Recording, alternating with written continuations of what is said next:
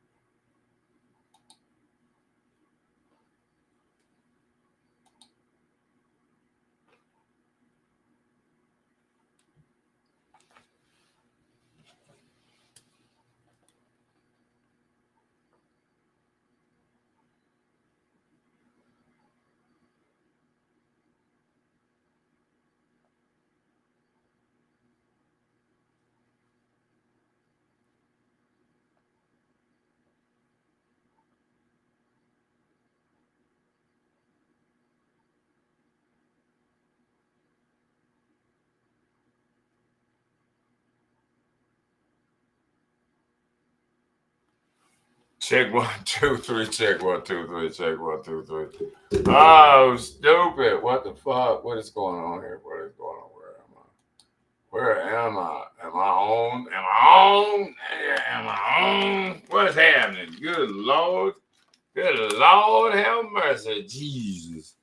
Good Lord, have mercy, mercy, mercy. Oh, shit. I better find a damn plug. All right, so we got a quick show. This is going to be a quick and crazy show. Believe that, as always. This is going to be a crazy show. Radical Mike and What's Up with Radical Mike show. Hope y'all tap in, because it's getting ready to get serious.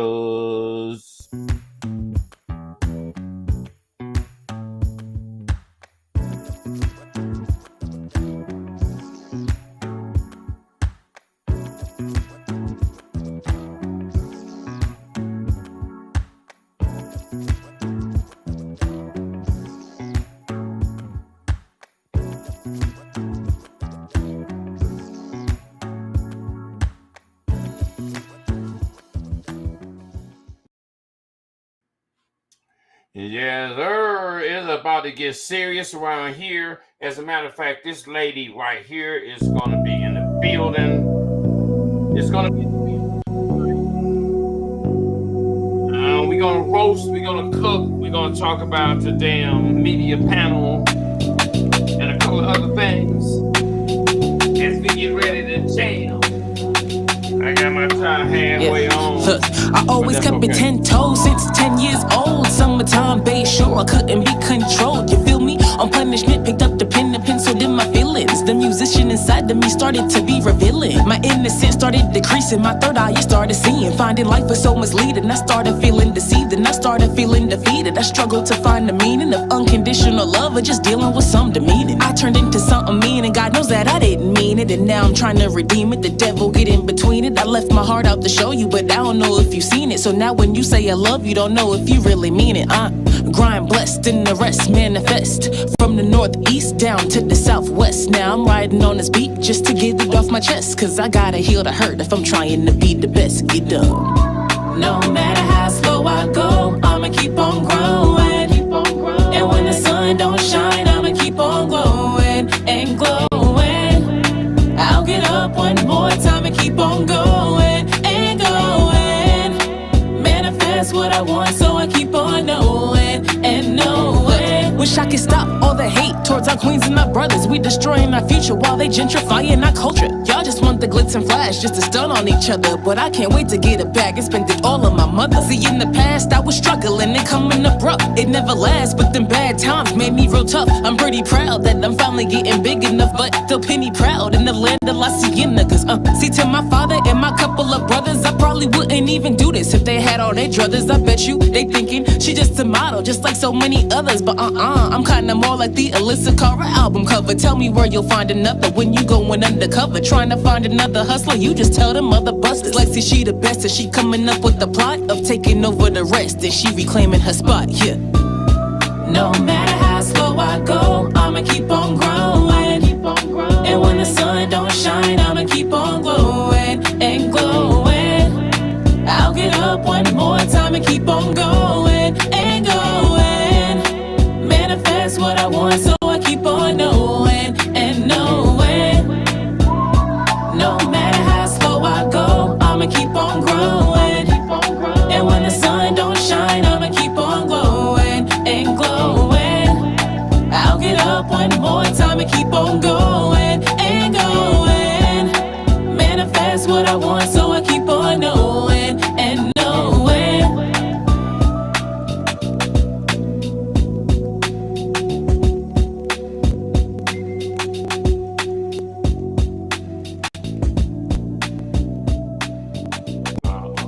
There's a message somewhere.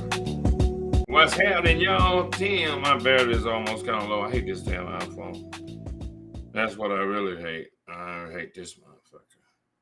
With a passion. With a passion. Oh, shit. What happened? What happened? What was that? Oh, shit. What am I doing? Mouse. Oh, shit. What did I miss? This motherfucker. I hate this shit sometimes. Sometimes I have too much damn. Oh, shit. Hold on. Come on, mouse. Come on. What the fuck? All right. Oh, damn. My tap in one more time with that, because I ain't even have my mouse in the right place to even see what was happening. I should have some messages over here. Wait a minute. Can you please play this video? Okay, let me play this video right here. I got a video I need to play. Hold on, y'all. Ew. Well, hold on. What we at here? Hold on, stop right there. Pause right there. Let's come on, mouse. Where are you? Over there? Okay, let's be over here then. All right, so let's do this. I got a special request. Oops. That's not what I was trying to do. No, that wasn't what I was trying to do. I'm sorry. I lost my mind for a second. I'm like it kind of weirded out right now. I was kind of weirded out right now. There's a lot of shit like going on. Let's do this right here, right now for y'all while y'all playing. And let's do this.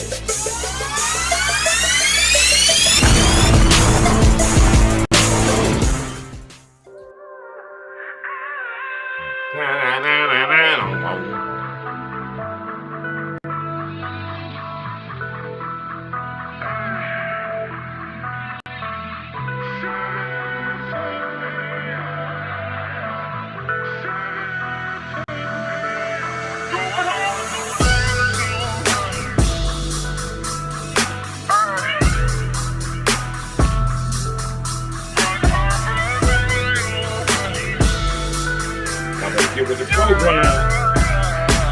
Yes, sir.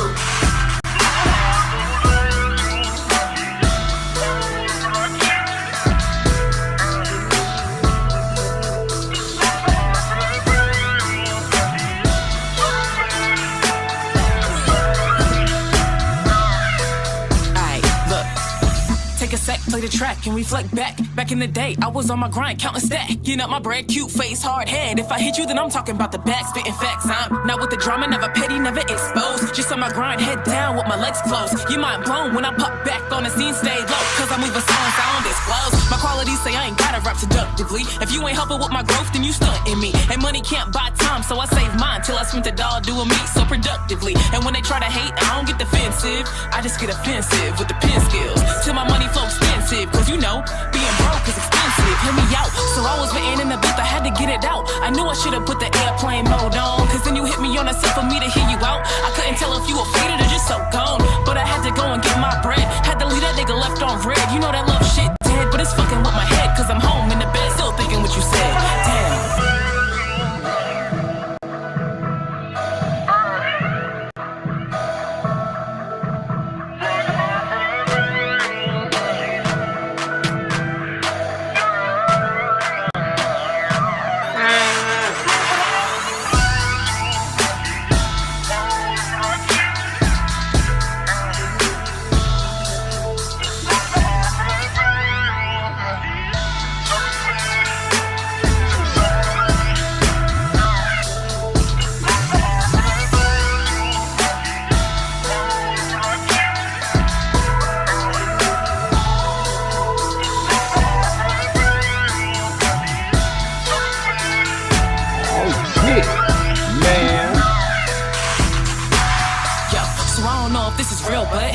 Lying, then I'm coming for the kill, cuz I got a lot of feelings that I need to heal. So just tell me on the real, what we doing, what's the deal, bruh? He be like, I never met a shorty like you. I know the slower than a spot, I think you like too. Just come through, I can take you to the top. Pick you right up at your spot and we can kick it if you like to. Damn, he know that everything that he be saying is perfect, but inside I know he got a plan, it's working. I told mans if I jump shit, think of me a plan. I ain't playing with the dumb shit. Then again, I ain't really trying to have you up in my predicament, cuz the last dude took a toll on my soul. And I ain't trying to throw the book at you for what that nigga did. Just wanna love all this shit is getting old now. Yo, I've been through hell and back, I really need a friend. So while we acting like we more is an unknown. Cause I ain't ready to be in a nigga face again, but that cologne doing something to my hormones. If I give you the key to my heart, Davy Jones, nigga, keep that lock. That listen to you while you talk. Now I'm looking for the walk. We gon' rise with the back, take it straight to the top. So let's get it then. Oh man, good Lord have mercy. Oh, good Lord have mercy, Jesus. What y'all know about that? What y'all know about that right there? That's Miss LEXXI, MESHAN. Ooh, Lord. Video and next shot I had. It's gonna be hard. It's gonna be hard to deal with, and if I ain't mistaken, she is in the damn building. Wait a minute, what is this is coming up next on her? What is this coming up next?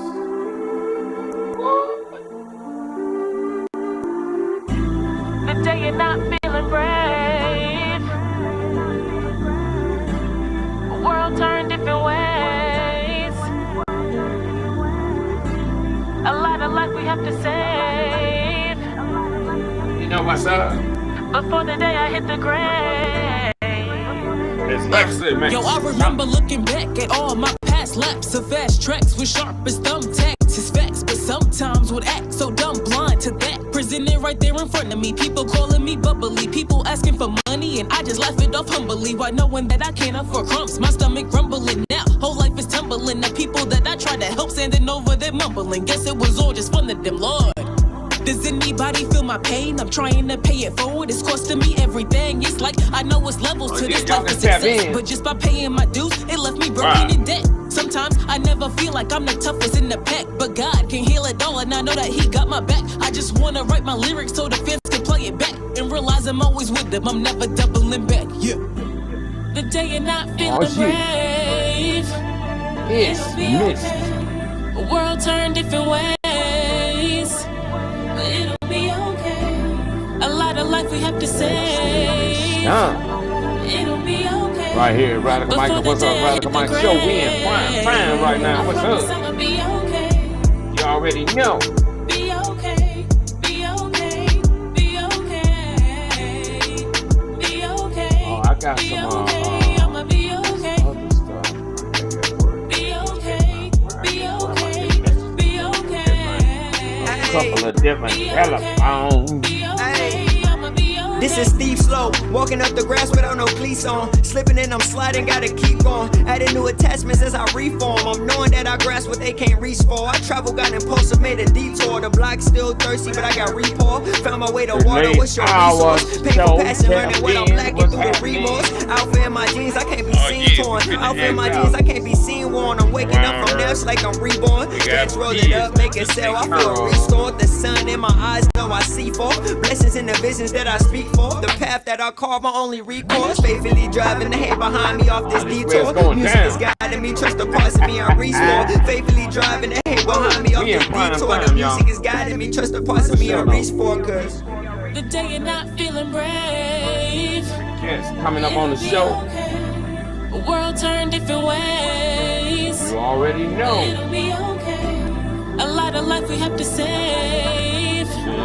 It'll be okay. Before the day I hit the grave. This lady right here. I'ma be okay.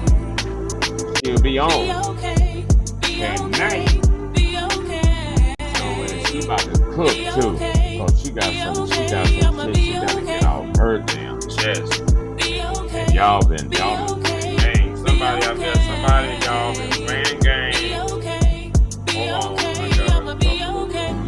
The day you're not feeling I got brave. another song of hers. The world turned different ways. So y'all just tap in. Y'all get ready. We're gonna have an exciting ass show right now. We are not about to be playing around here. It is about to be going down. And as a matter of fact, you know how it is in this damn town. You know what I mean? You can't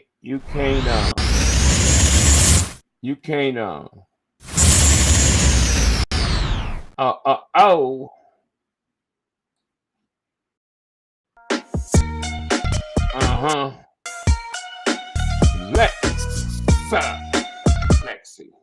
MESHAN.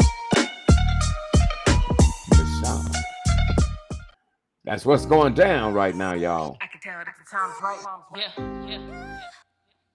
Hey, you know, y'all, my damn Arizona media, Look, I don't need the fame. Heard it speaking on my name. You a lame. Said I'm shout about out to to hurt the the, game. What a shame. Here's a Black painkiller. media Every line, both sides panel, flow so the fly. Arizona I'm media so sick, panel. need no Y'all fillers. Yeah, that's no skips. Yeah, that's no flops. They about the trip when I'm on top. I've been cooking up. Get up out my pot. But the slang hits like a cube rock. 90s, baby. So you know I keep a stash of the cash rolled up in my tube socks. I was living on edge. I was going for the bread. Then it caught up to my head.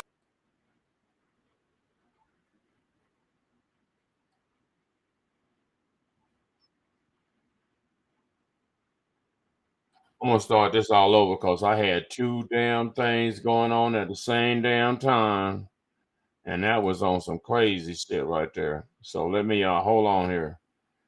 Hold on. Let me get this girl back straight over here. Yeah, I just want success now. Dun, dun, dun, dun, dun. Look, I don't need the fame. Heard he speaking on my name. Yes, You a lame. sir. Said I'm about to hurt the game. What a Do it shame. like He's that. a painkiller. Every line, both socks flow so going on, filler. Stick And my Hot? album so sick, need no fillers. Yeah, that's no skips. Yeah, that's no flops. They Captain about of the the trip ship. when I'm on top. I've been cooking up. Get up out my pot. But the slang hits like a cube rock. 90s, baby. So you know I keep a stash of the cash rolled up in my tube socks. I was living on edge. I was going for the bread. Then it caught up to my head. Broke out of the game. Check Cause one, I two, had to three. get ahead. Came back and I caught him sleeping on me and everything I All said. right. Look, you up and spitting facts. Cause they need the truth. Yeah, they need the truth. And they need it soon. Got loose and took my ass back to the booth. They wasn't fucking with my ass back in the loop. I guess it is what it is. In that life for this biz. This is real life. I don't need your sympathy or your energy or your empathy or any more of them synonyms sounding finicky. Yo, I just had an epiphany. I'm not the epitome of how you picture me or pin my imagery. Cause everybody got a past, look back, just laugh like damn, girl, you kidding me? But what was you expecting? I was misdirected by some misaffection, but I recollected and I resurrected that hate and that you project is what you see in reflections. Don't know if they feel my shit. Can't really twerking heels to my shit. Nah, but look, I'm about to take over my my lane. You think you running the game, but I'm controlling the sticks. Now look, I ain't trying to get you sick, really. But this COVID flow, got this shit illy. Better go get your mask and your coat and your gloves cover up from this flu. Cause this is it's how chilly. it's going down. 2012, it was good kid, mad city. I was just a hood kid in the bad city. Thick back then, now a little bad bitty. And I still ain't showing that nad titty. I've been going in, now I'm going up. They was catching Z's, now I got them up. Now I'm coming in, now they pulling up. Now they showing up, now I'm blowing up. I'm never gonna stop, I never slow it up. I'ma work it out, I'ma tone it up. If it's one thing I learned from all this growing up, it's a cold world, and they don't give a fuck.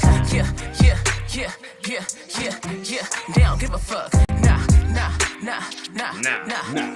They don't give a fuck. Yeah. That's right. If it's one thing I learned from all this growing up, yeah. It's a cold world, and they don't give a fuck. And they don't give a fuck. Shout out to the AZ media panel and everything that I gotta looked at my bank account and I gotta looks like I may need a job. Yeah. Oh shit. Grab the keyboards, get your resumes. Let me tell you people, man. Most of these independent rappers, most of these people you listen to, they have a job.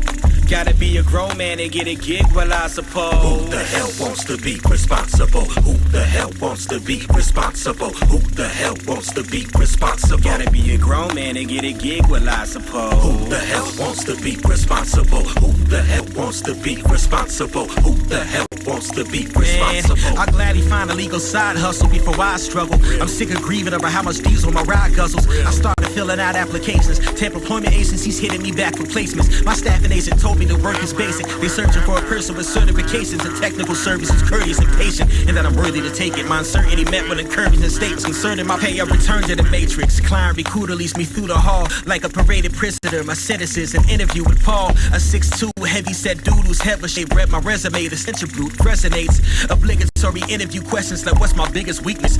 Stories of adversity and what I did to beat it. Where I went to college and why I didn't complete it. If I boss that I saw someone cheating, I've lacked attention span since elementary lesson plan. Something. Surveying cliche motivational pictures hanging from the wall, an indication I ain't staying here long. A handshake though, I hope you can't tell I was bored. Congratulations, Mr. Rayford, and welcome aboard. Well, the hell is my tour? Taking workations abroad. It really started, but I really hate my job. Gotta be a grown man and get a gig, well I suppose. Who the hell wants to be responsible? Who the hell wants to be responsible? Who the hell wants to be responsible? Gotta be a grown man and get a gig, well I suppose. Who the hell wants to be responsible? Who the hell wants to be responsible? Who the hell wants to be responsible? Man, I can't even go with you guys today, man. I wish I could do it. To be completely honest, I want to, but I gotta go to this stupid. I gotta go to this job, man. So I will see you later. Let me know how it goes. My lunch. Set alarms, get 2 forms of identification for them tomorrow. Take a shower, brush my teeth, read the Bible with my girl and take my butt to sleep. See, seconds turn to minutes, couple minutes turn to 30. With anxiousness I'm afflicted mentally, I am with worry. Tossing, turning, up under the comforter, adjusting the pillow. Still no slumber comes, still woke. Nyquil from the cabinet. Locks the ability to render me unconscious. Thoughts just process, sauces. I'm fidgeting them off me. Air conditioning is offbeat. Antithesis of frosty. Soon as I notice I'm dozing, my eyes are open. I've run out of damn sheep. The start of a bad week. I can't sleep. Can't sleep. Can't sleep. Can't sleep. Can't sleep. Can't sleep. Yeah, we don't play nothing but the hot shit over here though. Yeah. Oh my god. Oh shit. Damn. All right, I'll take it and start. Oh shit. See it right there. Oh man. Damn, I gotta go work. What's up? 7:20 in the morning, I'm ironing clothes. How you doing, Find the composure and slide to the door. Ride for an hour sold to the tower was low. Jaded, tell them call the traffic, speeding, dodging cops and armor. Radar cameras, treat my car like target practice. Light the foot up off the gas and pass it. Master pedal down, a revving sound suits. A rebel now, I'm gonna do. I'm gonna have to cut this short, bro. I'm gonna have to cut the show, bro.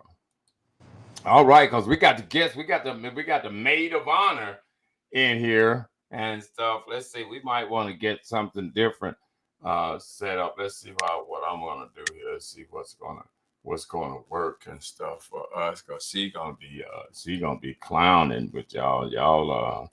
Y'all tripping. We got we got the big girl in the building. Girl. Hey, when did you do that song with the hair, with the cut, with the when did you do that? That last one you asked me to play. 2020. Oh, okay. Yeah. Check that. That is that's a Pandemic. yeah, that's nice. Now, speaking of your music, who does the production? Who produces your music? I have a lot of different producers from a lot of different, like, I use a lot of different ones. I had my main home studio used to be The Wave, unfortunately, rest in peace, Fanatic. But Right. yeah, so I have a lot of different producer friends. So it just depends on, I like to match the song with the producer, what I know they can do. Cause like a Right. lot of people like specialize in certain things. So based on the sound I want, I'll call a certain person like, hey, I need this. Right. That is some good insight for artists to understand that a lot of times when you are a solo independent artist or whatever, and you got your dude that's producing your music, well, sometimes your dude just ain't doing it, on certain things. He might be good at some things and he ain't good at other things. And that's an interesting perspective that that you would have. See, people be sleeping on folks like you. See, no, seriously, because here you are a person that is a musician, singer, songwriter, the music business end of the business. Yep. You are a person that people should be like, oh, she know everything. I'm finna and shit. And they so busy thinking, oh, I ain't gonna, that's biting they shit. I ain't riding they dick. I'm like, look, y'all stupid. Y'all just stupid. Y'all just slow. Cause this is the way you learn. You latch on to a motherfucker that know more than you. And that don't mind you latching on. No, that's absolute facts, and that's exactly how I got to where I'm at. What I always like to do in any realm of anything, whether it's like education or finance or beauty, I always like to be the weakest link in the group. I want Right. around me to be better than me because I have no choice but to elevate if I surround myself with excellence and people that are more experienced and have more wisdom than me. And then that's why I'm able to have more wisdom, because I don't want people around me that are on my level. I definitely don't want people around me that are, under. So I want people around me that I want you to know more than me. I want you to have more money than me. I want you to be smarter than me. I want you to be more experienced than me, because I'm all of that in. Like, I'm gonna soak it all in. Yeah. And this is one of the reasons why the new generation don't grow, because they don't listen, they don't pay attention, they don't see what's of value right around them, because they're too busy saying, I'm the best, I'm the this, I'm the that. I'm like, well, actually you're not, and stuff. And when you don't recognize that you are not the best, you can't grow. When you don't recognize that, okay, I got to do better, because this person here or over there, look how they rolling, how they get like that. Hey, yo, bro, let me holler at you for a minute and shit. Let me ride with you. You got room in the car and stuff, and jump in and keep your mouth shut and pay attention. You know Yeah, what I mean? like it's I definitely think there's a balance, because you need to be a student of whatever game that you're in, because how are you going to learn if you're not a student? but also at the same time, I think there's nothing wrong with the affirmations and manifestation. There's absolutely nothing wrong with, especially artists and especially rappers, but there's nothing wrong with thinking that you are the best, because the thing is, like, I think I'm the best. People might have a problem with that, but I don't give a fuck, because I'm the best to me, for me, because this is like my life. Like, everybody has their own life. Everybody has their own experiences. Like you just said, you just played a bunch of my shit that a lot of people haven't seen. I saw you comments. He's like, oh yeah, send this to Arizona media. Oh yeah, like, you never. That song is 3 years old. Like, I've been doing this. So my point, like, no disrespect to you, Yogi, I appreciate you, but Right. the point is, it's just like, you know. Oh no, I got another one I'm getting ready to play. No, hell no. I got another one because I got several of your songs already in the library. That last one I had already the and and when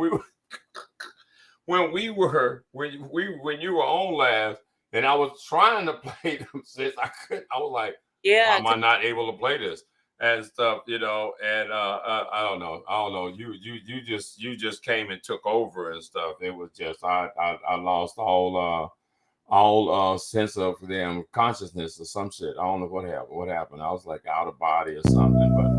But I'm gonna.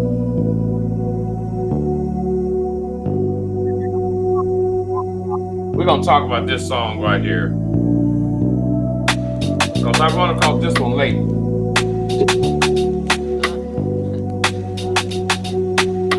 Yeah, look, I always kept it 10 toes since 10 years old. Summertime bass, sure I couldn't be controlled. You feel me? On punishment, picked up the pen and penciled in my feelings. The musician inside of me started to be revealing. My innocence started decreasing, my third eye started seeing. Finding life was so misleading, I started feeling deceived and I started feeling defeated. I struggled to find the meaning of unconditional love or just dealing with some demeaning. I turned into something mean and God knows that I didn't mean it. And now I'm trying to redeem it, the devil get in between it. I left my heart out to show you, but I don't know if you've seen it. So now when you say I love you, don't know if you really mean it.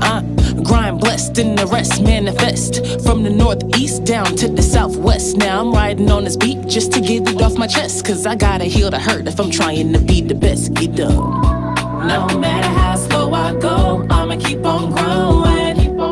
And when the sun don't shine, I'ma keep on glowing and glowing. I'll get up one more time and keep on going and going. Manifest what I want, so I keep on knowing and knowing. Wish I could stop all the hate towards our queens and our brothers. We destroying our future while they gentrifying our culture. Y'all just want the glitz and flash just to stun on each other, but I can't wait to get it back and spend it all on my mother. See, in the past I was struggling and coming up rough. It never lasts, but them bad times made me real tough. I'm pretty proud that I'm finally getting big enough, but still penny proud in the land of La Sienna. Cause see, to my father and my couple of brothers, I probably wouldn't even do this if they had all their druthers. I bet you they thinking she just a model, just like so many others. But I'm kinda more like the Alyssa Cara album cover. Tell me where you'll find another when you going undercover, trying to find another hustler. You just tell them other busters. LEXXI, she the best, and she coming up with the plot of taking over the rest, and she reclaiming her spot. Yeah.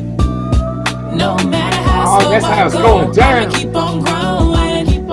And when the sun don't shine, I'ma keep on glowing and glowing. See what y'all been I'll missing? get up one more time and keep on going and But we don't let nothing get away. manifest what I want, so I keep on knowing and knowing. No matter how slow I go, I'ma keep on growing. And when the sun don't shine, I'ma keep on glowing and glowing. I'll get up one more time and keep on going and going. Manifest what I want, so I keep on knowing and knowing. Oh, look what y'all be sleeping on. Look what y'all been sleeping on. Look what y'all been sleeping on. Y'all might as well tap in, like, and share the show. Don't be playing. Don't be a hater. We know you. We know where you at. Make sure y'all share it. Make sure y'all tap in. Now, let's see here. Last time you were on the show, we might have to revisit that little episode. And for some reason or another, I could not get the damn video, dude. We're not supposed to be playing that one. You remember we had a conversation about this. Oh, okay. Okay. All right. Okay. All right. That's why I'm here with you tonight. That's why I'm here to talk to you tonight. You got new news. This, last time Miss MESHAN was here, there was a little controversy going on. And since that controversy was going on, there has been further controversy. And not only further controversy, and I don't know whether or not you know, we don't necessarily deal in the messy stuff, but when you the news, you got to cover the news. And this is entertainment news. It's not like we are TMZ. We are PSN.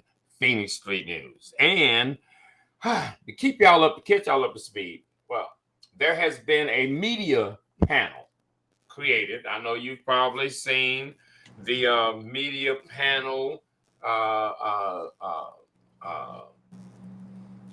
controversy and people jumping on. And one of the things about it was, it was kind of spur of the moment. It's like, you know what? What the hell? Y'all could have did this shit like 20 years ago, but why now?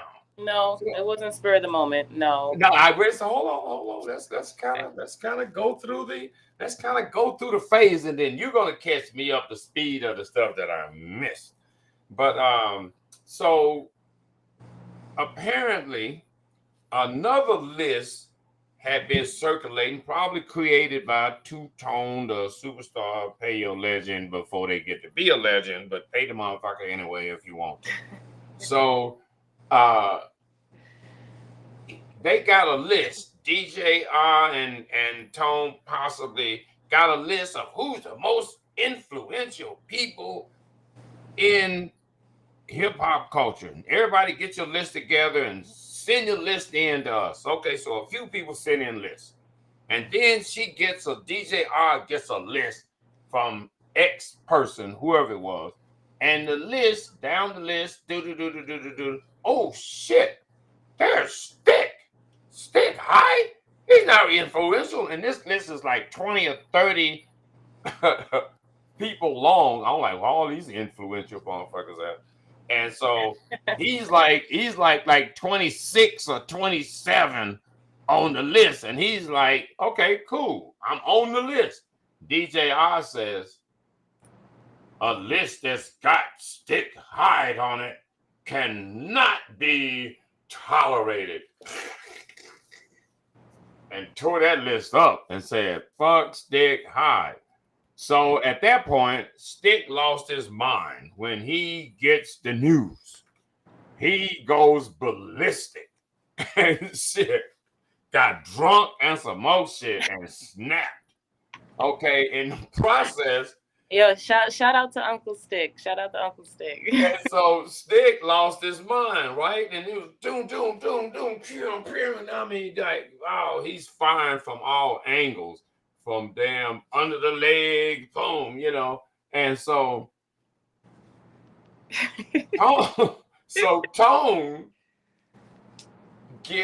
Tone's management gets offended. DJR gets offended. She been offended. She stay offended. It's not a big deal with her. Okay, so she shoots the first volley across the bow. Boom. Fuck you, Stick. And Stick's like, what? Boom, boom, boom, boom, boom. Everybody in the room, right? Everybody in the room gonna die. Boom, boom, boom, boom. He said, and shit, you motherfuckers over there. So lo and behold, unbeknownst to me, I didn't know that Tone had went corporate. So Tone got management. Breezy Breezeway Entertainment. Went corporate? Did you say went corporate? His ass went from independent in the relationship, fucked that up, and now he had to go corporate and stuff, So I mean, you got to swing from some nuts somewhere if you ain't really got nuts of your own. So anyway, so So he shoots over there. Well, when Stick fires off, everybody in the room, just so happened Tone is in the room, and Tone is being represented by Bryce. So shit, he gets sprayed too, right? So they get on the phone. Breezy Incorporation with like Suge Knight gets on the phone and calls damn Stick and say, yo, nigga, you got to calm down on my artist. You know, you fucking with my game right now. You cannot be. Yeah, artist is a stretch, but continue. Well, whatever. I'm just saying, you know, of course, got to make this shit look good and stuff like, and what you gonna do? And so for some reason, Stick, like, he's being polite. He's in this damn, you know, in this other business mode, trying to get the culture straight and everything. And here the Godfather is on the phone. Look at here, Stick. Keep on fucking with my artist, and you're gonna get it. And I'm like, what the fuck? So Stick says, okay, I apologize to Tone, I apologize to R and the whole deal. And then R says, no, nigga, fuck you and shit. I ain't you, woo, woo, woo. I don't even care, right? All right, so the next day, I don't know all this shit's going on. The next day, Stick says, hey, look, I think we should start a media panel. And I'm like, my antennas go up right away. I'm like, this is odd. Why would he do something like that? He could have did that shit yesterday, last one. And why now? Because, okay, go ahead. Yeah, so I'm like, all right, shit, I don't care. I'm in. Boom, whatever. Y'all talk about organization. Hold on. So wait, hold on. So we got. I'm trying to let you finish. I don't want to say nothing, but it looks like we got some comments saying that may or may not be the whole story. Oh shit, there's more. Oh shit. All right. Well, fuck. That's why we the news. That's why we the news, and we discussing the news, because see, a lot of other people get intimidated by all this craziness and stuff, and like, oh no, I don't want to say nothing, cause you know, them niggas be riding, be pulling up, nigga, really, and shit. I think, didn't you really do it? All right, well, if it's really the truth, why you tripping? And shit, try not to do no dumb shit. And shit, you know, I ain't responding, but so anyway, look like there's more. Wait, so it says, okay, I need somebody to tell the story. They say you're not telling the story right. I know they can get the link and stuff, and they can tap in and bring it. Don't be playing. Some of y'all got the link. The link is a public link. I don't have no private. So hold on. So just for background, not that this has nothing to do with me, not that, you know, this matters for us, but for the background that I heard today on the morning show with Van Michael and Stick was that and I asked in the comments, I'm the one that asked. Now wait a minute, hold on. Now with who and it's the morning, it's on Stick Hyde's Real Riders Radio. Oh, okay. It's the morning show with him and Van Michael. And so I was in the comments and I asked, like, because I tapped in late, right? And so as soon as I tapped on, they were talking about, you know, if you're gonna, you know, they said they had the meeting last night and they talked about if you're gonna, you know, have somebody's name in your mouth, you know, make sure, like, just don't do that and stuff like that, and like don't be shooting shots first. And because I had just tapped in and I didn't know what they were talking about, right, but I did know about the panel, I was like, I know you're not talking about me because I ain't shoot shit first. So I messaged, I was like, who shot what first? What happened? Right. And then Van Michael, I guess, didn't know that I was talking about that. So he thought I was talking about the original situation. So he told me, he was like, okay, so it started with, they said something about him or something like that, or towards him or something disrespectful, whatever. Yeah, and then also brought in Stick, like later with the listing that you were talking about. Right. And then I did see Stick's, I did see his lives. Yikes. And they told him to take it down and some more shit. I'm like, I'm talking about these jokers is mobbing over there at damn Breezeway, damn entertainment. Wait, hold on. Can we send the link to Yogi? Let's have him hop on. I thought you were telling the right story for the most part. Right. I don't know what we're missing. Yeah, that they who is it that need the damn link? Is Yogi.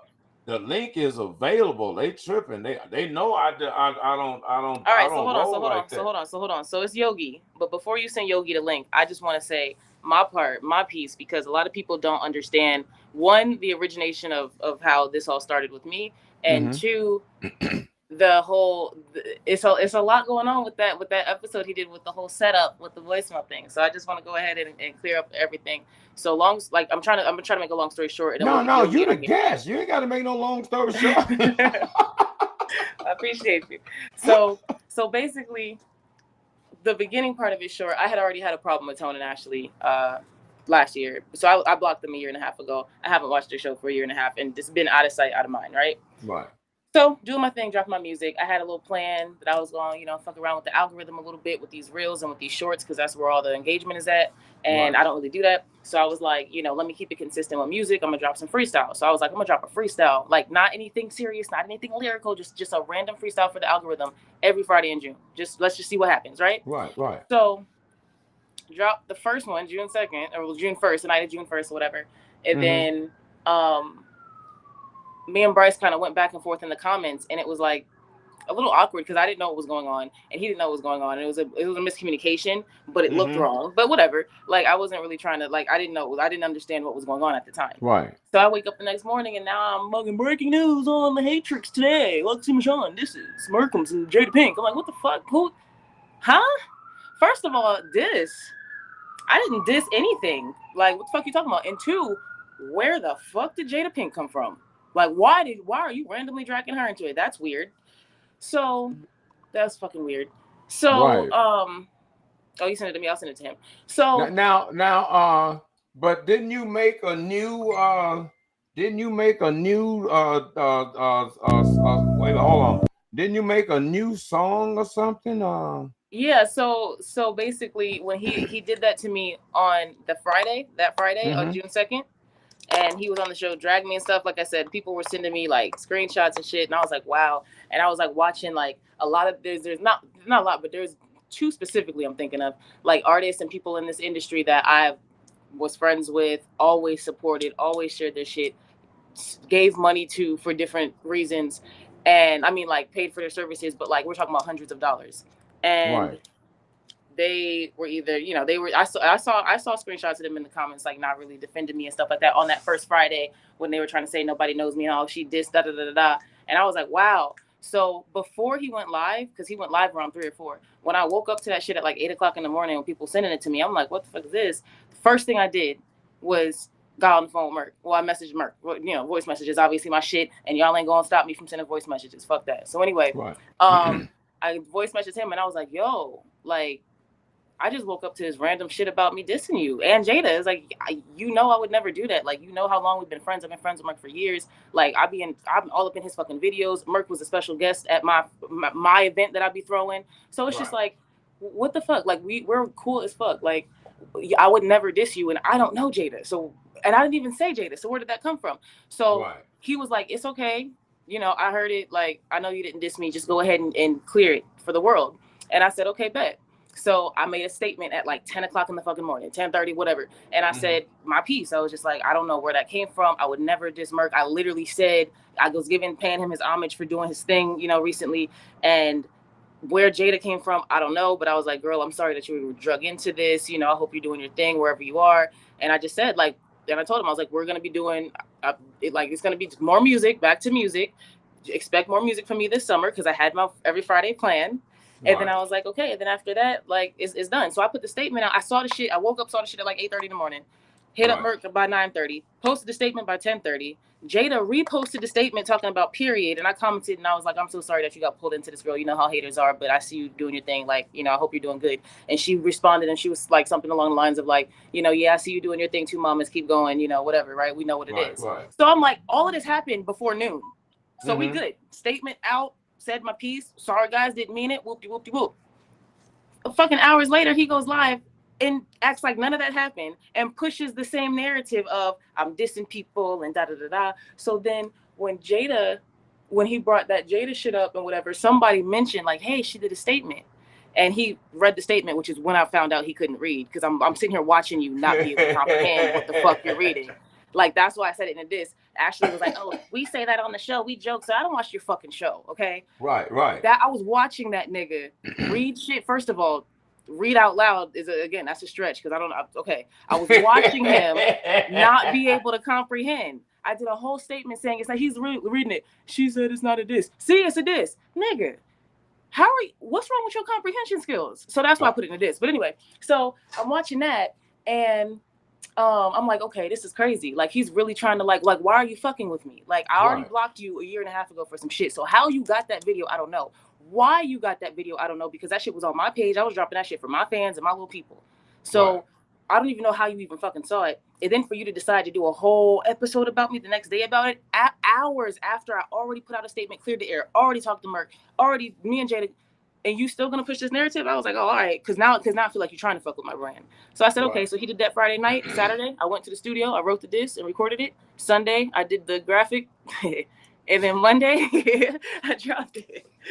And then when I dropped it on Monday, so what happened was, well, actually, never mind. I dropped it on Monday. So yeah, so that happened, and then so he dissed me the first time, or did whatever he did on Friday, and then he tried to say that was a diss. I'm like, sir, I'm a lyricist. I will show you what a fucking diss is. Don't say that little white ass ISIS freestyle that I was doing for the algorithm is, like I said, anything. It's not a diss. It's not a song. It's not anything but me trying to do something for 30 or 60 seconds for my fucking algorithm, and I'm trying to keep it consistent with music on my page. So where you came from is weird. You know what I mean? Right. We got a caller on line 1. Oh yeah, no, that's one of my friends. I can't answer that on no live. Oh no, that's fine. So yeah, so I did all that, and then when I dropped it on Monday, here we go. Monday, Tuesday, just dragging me for no reason. Wednesday, whatever. So I'm just like, whatever. Like, you dissed me, like it's literally like you are a fucking bully. Like, you are the fucking neighborhood bully. I'm not the only one. You've been doing this to artists for years. And the difference is, though, what he's used to is artists, going back and forth in the comments and sub posting for the next 2 weeks, getting on the show, yelling and screaming at him, getting muted so they can't even fucking say their piece, and that's stupid. Fucking going on there. He's made people fucking cry. Like, I'm like, you are a fucking bully, and I've been sitting back just knowing and just doing my thing, like, whatever, like, fuck him. But now you decided to bring your goofy ass over here and try me, and you got fucked up. I knocked the motherfucking bully out, and it's not my fault that when I knocked you the fuck out, everybody, the rest of the city was like, damn, he's on floor, and they got their kicks in, and they want to get their hits in too, because you've been fucking with people. Right. That's not my fucking fault. You came over here and fucked around and found out, and then now that you're in this position and people are watching this shit, they're like, yeah, fuck him. So when he started dragging me again, the first time he did it, okay, you gonna talk shit about me? Boom, I'm gonna come back like an artist, either your motherfucking ass, right? Then he kept talking shit like a couple more days. So I said, okay, you still want to talk shit? All right, boom, drop the challenge, right? And then, okay, so the challenge, right? So what happened was I said, okay, I'm going to do this. I'm going to do this, because I know there's other artists that like it, but that also feel very strong about him. So I'm like, let's turn this into something positive. Let's figure out a way where we can get the whole city, like the artists, like up and awake and writing again and being creative and just having fun with it, especially having fun making fun of the fucking bully. Because so I'm like, yeah, we can bring the city into it, and like everybody can just like we can turn this into a thing at this point. And that's when I started sending the messages to everybody, the voice messages, hey, da, da, da, da, da, da, da, da. So the one that I had sent out that he played, I told this individual, and I don't want to say this individual's name, but if this person wants to hop on, but I told this individual, I was like, yo, send this to artists that, just anybody that you think would be interested. Send this to artists all over the city. And this person was like, okay, do you want me to just send it to anybody? Or do you just want me to send it to people that don't like him? I was like, no, send it to anybody, right? Because hopefully it'll end up on his desk, and then that's a whole nother episode about me, right? I knew what I was doing, and I knew he was going to talk about it all day, and that would be the night I dropped it. So I was just waiting, right? So happened, fucking worked like a charm. I still don't know. I don't know who sent it to Tone. I don't know. I have no idea who sent it to him. I know who I sent it to, because as soon as I heard it, I know exactly who I sent that to.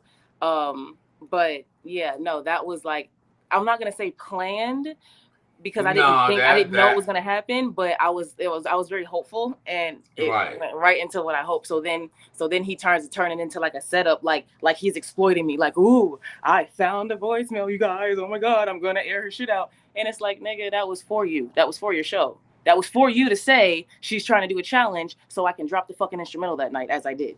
Yeah.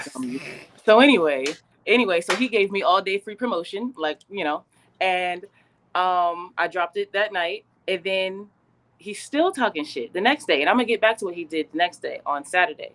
But when he was talking shit on Saturday, boom, I said, okay, you still talking shit? Boom, t-shirts for sale, y'all, big bone t-shirts. So every time he does something, I'm hitting this nigga back with business power moves, business. You doing dumb shit, and I'm hitting you back with business. Now, my last point, speaking of dumb shit. This whole time, my emotions haven't been in this, because I'm very strong in my spot. Like I told you, I'm from the East Coast. I got thick skin, nigga. You ain't hurt nobody's feelings.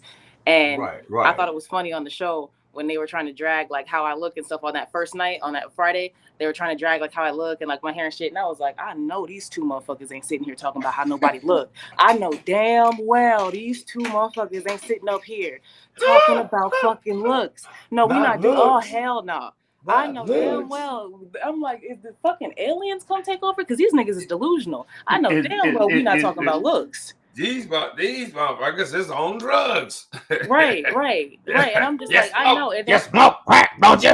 Nigga. Right, I don't need the sound effect. I can just do it myself. Tone got to have the sound effect. I can do the real thing. You smoke crack, don't you? Right. So I'm just like, okay, that's crazy. And then Tone tried to fix it, you know, clean it up the next day, talking about, I'm not going to talk about her looks. Yeah, you already fucking did, so it's already done. Song's already written and recorded by that point, so I don't give a fuck. But with the thing that I don't like I said, my emotions have never been in it. This has always been kind of like funny to me. Like, this is like ridiculous that I had to stop my summer plan of releasing my music to do this. But I do appreciate him giving me all the free press. I got so many followers in the past 2 weeks. I'm fucking popping right now because Tone want to talk shit, and I knocked you the fuck out. So I guess thanks for trying to bully me and getting fucked up. I don't know. But anyway. It's karma and the universe is not playing right now. They got you. You in right now. You can do pretty much anything you want right now. But it's like the thing is, that makes sense that the universe and karma, because he be fucking with people, and now you're the laughing stock of the city, and I don't fucking mess with people. I don't have y'all have never seen me in no beef ever. You've never like, if you can ask people about me, I don't know if there's anybody that's like, oh, I don't like her. I don't do that. Or the females, the men, I don't have problems with people. I am the most supportive fucking person. Like, I'm always sharing people's shit. I'm always shouting people out. There are people that I have made moves for behind the scenes that they still till today doesn't know. And I will say, one of the individuals I was talking about that I always supported as an artist and gave money to and everything like that was in the comments that Friday night talking shit, actually. And that was interesting because he was a particular artist. He still doesn't know it, but I got him a very, very important and syndicated radio interview, and never said anything. I went to the person at the radio station and said, you need to interview him because he's fucking fire. And the very next week he was on the flyer, and I never said that was me, because I'm always supporting people like I'm always doing shit for the city. I have the show MESHAN Madness is a rap battle. Well, it's more of a hip hop showcase, and I have artists come out and and that's like they compete, like, well, there's a competition section of it, and if you win, I give you $500 right there on stage, and I have this thing where I either drop cash on you or whatever. Like, it's a real lit show. And then after that, we have the after party, which I still got footage of the after party. Me and Mercury turning up and shit. Come on now, you holding out on me. Oh my God, I feel like I'm in a spade game, you sandbagging. We could have run to Boston. What is wrong with you? That's what I'm saying. And it's like, nobody knows her. Nobody knows her. It's like, I'm not even going to. Anyway, so here's the thing. That was the event that you said you was going to because you couldn't show up. You couldn't do a back show or something. No, it was the event that showcase was the event that they had originally fucked up last year. One of mine, because I did many of them, but one of them they messed up last year with the whole push thing. But whatever, I don't even want to get into that. So what I wanted to say was, like, for me, I'm sorry, I'm outside and there's like shit because there's lights on. But anyway, so for me, my feelings never in it. This was always like, every time you do something, I'm just gonna hit you back with business. And like this guy is like making me money because people are hitting me up. Yo, I want that shirt. Yo, here's my 25. Here's my 25. I've almost sold out of the first batch of shirts that I have. And I'm like, I didn't even have this idea 2 weeks ago, but thank you for the money, the promo, the all this. The people are doing the challenges. I'm not gonna say his name, but I just got off the phone with a very important individual to Arizona in music, and definitely got the stamp of approval. So I'm like, whatever. So anyway, so my feelings ain't in it. I'm doing my business because I'm a businesswoman first, always. So I'm handling business right now, right? Now, what was the shirt? Do you have any of them like right with you, close? No, not right here, but oh, okay. Yeah. So what's on the shirts? It's the cover of the cover of the song Big Bone. Okay. It's on the front, the cover is the cover, and on the back it says hashtag Stop Bullying. Stop bullying. Oh, now. Yeah. So my thing is this: like when it comes to the bullying, it's like I don't give a fuck about you, nigga. But at the same time, the whole time when he was like, "Oh, she's trash and her music sucks and her voice and her looks," like I don't give a fuck. Like nigga, like my skin is too strong for that. Like I don't care what you say about me, like right. But my issue was that I did have and I've been thinking about it this weekend. I've had to call off some people off of his ass. I had to call the Ooters off of him, dead ass, dead ass, because on Saturday. I mean, I'm not watching that shit. I don't really care unless I get a screenshot of some wild shit you did, and then I have to go do something else business wise to make some money off of it. But right. I like the fact that you were able to capitalize on that, and it has. What the fuck? It has increased your visibility. People that didn't know you now know you, talking about you. People that have already talked to you but didn't talk to you. You know what I mean? And now they're like, oh shit.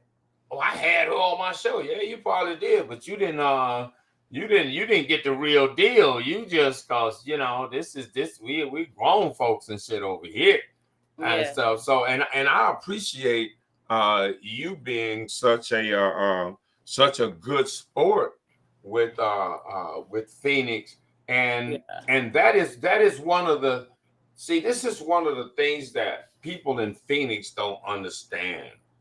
When you're dealing with people that come from back east, down south, you're dealing with people that have been through real fire and stuff to develop their game. And when they come out here, they're like, man, they ready to slice and dice at a moment's notice and stuff. And you got people out here, they haven't had that fierce kind of competition with niggas on top of niggas trying to get it. And that's what I'm saying. Businesswoman first, artist second. Businesswoman first, artist second. And you keep doing dumb shit, I'm gonna keep capitalizing off of it. Because every time he does something, it gives me another fucking business idea. Right, gives you another business idea and gives you content.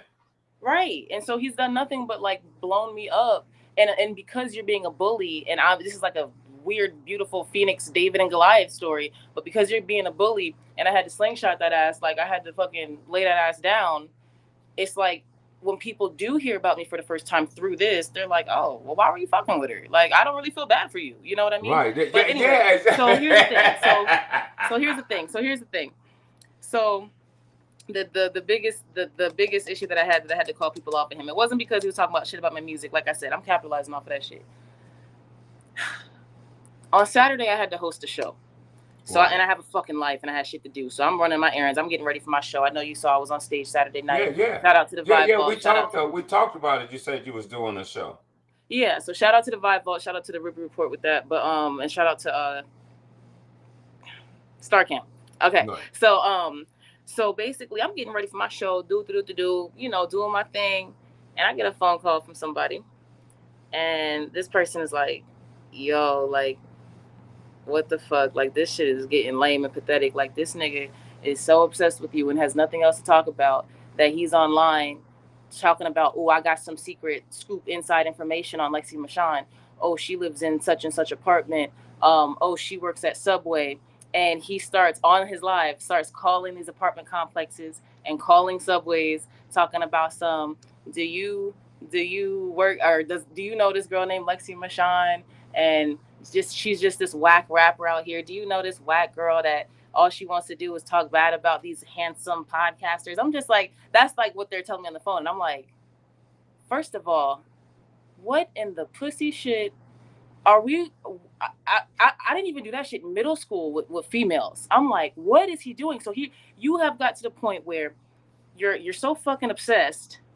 You're so fucking obsessed with me, but you have nothing else to talk about. You have nothing bad to talk about because I don't fuck with people like you do. So you're struggling to get any bad dirt on me because I'm really a good person, to the point where now you find some fake information because I whatever the fuck you were calling, I don't live there. And I have never even applied for a Subway in my life, much less do I work there, much less have I ever. So whoever's giving you your information is fucking fired. That's one. But number two, at first I was like, man, like, again, whatever. That's some weirdo shit. Like, at this point, he's fucking up his own brand being a weirdo, because that's some weirdo shit. Like, that's some, at this point, that's some weirdo stalker shit. The fuck are you doing? You know, like, let's get back to business. Let's get back to hip hop. Yeah, like, that's some, ooh, that's nasty there. Well, here's my thing that like really like not only kind of, I don't want to say pissed me off, but I definitely had people call me that was not happy. And the niggas that called me are OGs out here, very similar to like Stick Hide and stuff, but they don't do fucking music and they don't do social media and shit. And they still heard about it. And they called me and they were like, yo, like, we about to press this nigga. Like, we about to pull up. And I'm like, nah, chill. Like, it's not that serious. And they're like, nah, like, you know, and I had to think about it. When I thought about it, I'm like, I'm a single, you know, well, like alone, like non-married, you know what I mean? Like on my taxes. I am a fucking Black woman who is out here, no husband and shit, living, you know, pretty much by myself, you know, doing my thing. And I'm like, I be going places by myself and shit. I remember last time I saw Stick Hide, he was at Star Camp for the Locker Room. And I was leaving. And I remembered all the guys there. I was like, okay, bye guys. And I'm walking to the car and they're like, you know, LEXXI, like, you're leaving by yourself? Yeah, because I go everywhere by myself. I just do my own thing. I don't fucking need anybody. So my thing is like, I'm out here doing my thing, you know, grinding and stuff like that. And you feel like it's a good fucking idea to release my address? Are you fucking serious? Like, I don't live there. But if I did, are you fucking serious? I am a fucking single Black woman out here grinding on my own, moving around on my own. And you are going to think it's funny and cute to put a woman's fucking safety in danger like that by airing her fucking address on a goddamn live show. And then in addition to that, calling up those Subways, when he called the dude, whatever little, you know, Hispanic guy answered, sounded busy and irritated. Like, why the fuck are you prank calling me and playing on my phone when I'm busy? It's the middle of a fucking Saturday. This is Subway, right? But he playing on the fucking phone. And I'm like, what if I did work there? He's calling Subways and asking, do you work there? Yeah, have you heard of this whack ass rapper named LEXXI MESHAN? Does she work there and shit like that? Yeah, yes, Stick. Yes, he released my fucking address. Go back to his show that he did on Saturday. He went up there and said, oh, I found the scoop on LEXXI MESHAN. I found out where she lives. I found out where she works. And then he starts calling the apartment complexes on live. And then he's like, I found out she works at this Subway. He's calling the Subways and he's like, does LEXXI MESHAN work here? Because she's this whack rapper, like prank calling like we're fucking 4. And what if I did work at that Subway? Because now you're fucking with my actual money. Like that would be a 9 to 5 for me if I did work there. I could have got suspended. I could have got fired. What the fuck is wrong with you? Grow the fuck up. And see, this is the deal. Now see, this gets that's like deeper. Some stalker shit. Like, leave me the fuck alone. Because here's the thing. When I did that first diss, I know I put in the song, I was like, I did research on you, bitch. Actually, I really fucking did it, motherfucker. Everything that I said was shit that he's already exposed. When I first found his show before he got blocked, and I was watching a little bit of it before I couldn't stomach the negativity anymore. He used to say that he was in the garage. He said that. And then when I saw the shit on Friday, there was a part in there at the beginning where he said something about I'm single now and I got this new place or whatever. So I'm thinking, oh, he made it out of the garage. Now he got a new place, but he's single. I didn't have to research, nigga. You said it. So that's why I put it in the song. I don't have to research the fact that Ahmad and Danielle have new Teslas. I don't have to research that. I don't have to research what the fuck she dresses like. I can look at you and make that bar. So nothing that I put in there was personal, or everything was like funny, ha ha ha, okay, he fat, big back, big bone, whatever, ha ha. A few little jabs as far as single and stuff, little basic shit. You gonna talk about, oh, you guys, I got the scoop. You did it the first time on Thursday, but thinking you were slick, like, oh guys, I'm gonna exploit her with this voicemail that was intended for you to do that, you dumb fuck. But then you're gonna turn around a couple of days later and you're going to talk about, oh, y'all, I found out where she lives. I found out where she works, and start calling them live. What if I fucking live there? Now everybody fucking knows where I live, and your little fucking fans and little minions don't like me. That could have put, this whole shit could have got real dangerous. Because I had my Hooters was like, yo, I'm about to pull up on this nigga. And the deal is, for you know, for people like, and it is what it is. For people like Breezeway to have latched on, I mean, it would have been different if he had caught tone early in the game when he really needed some management and some direction, and it could have put this motherfucker in some rap comedy, commentator bullshit, and it would have probably flew. But now he done fucked up. Now he done fucked up the brand that you just purchased. It's like you get a rapper and the motherfucker go to jail. You know what I mean? And shit, you get a motherfucker to manage, and then now this motherfucker ain't quality like he was. I mean, you're gonna have to roll with him because y'all got a little contractual agreement. He's under management now. He went corporate. He's under management now, and said, but the deal is you got some fucked up product and shit. And I don't mind saying it. I say it like it is and shit. And motherfucking niggas can call me if they want to. Yes, and I do feel bad about that on a business level, because as a businesswoman, I'm like, damn, I'm fucking up the brand. But also, it's like, and it does make me sad because I'm like, you know, Breezeway was an amazing brand. They was really killing shit, and I felt like Bryce was smart and strategic by, I felt like, signing like the best of the best. You know, he ain't signing just anybody. So I'm like, you was building something that was beautiful and damn near flawless. Y'all didn't have no stains on y'all rep yet. Didn't have no stains, flawless activity, and then you get the fat retard in your camp, and all hell broke loose and shit. Like motherfucker took a stink bomb and then went. Yeah, and that's what I'm saying. It's like, it makes me sad because it's just like, damn. Like, first of all, I was over here minding my business. Ain't nobody tell him to come for me and put me on his fucking show. And I had artists reaching out to me that first one, and they were like, "Damn, Lex, you were so bold." Damn, how come I don't have the latest? How come I don't have the latest one? Why you holding? The latest one is Big Bone. The first one wasn't a diss. The first one was a random shit I was dropped. Yeah. So it's just like it makes me sad. Damn, boy, you know I need to play that. Jesus. Yeah, go ahead and play that so I can calm down, because this nigga like really was trying to put a woman's fucking safety at risk. That was so adolescent and so just, I mean, I'm not fucking married. I'm not, you know, people don't realize how dangerous stuff like that is, and when they doing dumb stuff, because they just don't think. You know, you're dealing with people that don't have a brain in their head in the first place, and then you have to try to deal with this kind of mentality. And yeah, but no, you can't. No. We're not gonna deal with this type of mentality. If you want to take it back to hip hop, let's take it back to positivity, where everybody can do the Big Bone Challenge. We can make this fun. We can make this whatever. But when you start being fucking dangerous and threatening a Black woman's security and her safety, that's when you done took it to another level. And yeah, I was able this weekend when I got them calls like, yo, Lex, like we about to pull. And I'm not talking about no fucking artist. I'm talking about people that Stick High probably know, not from music, because they don't do this shit.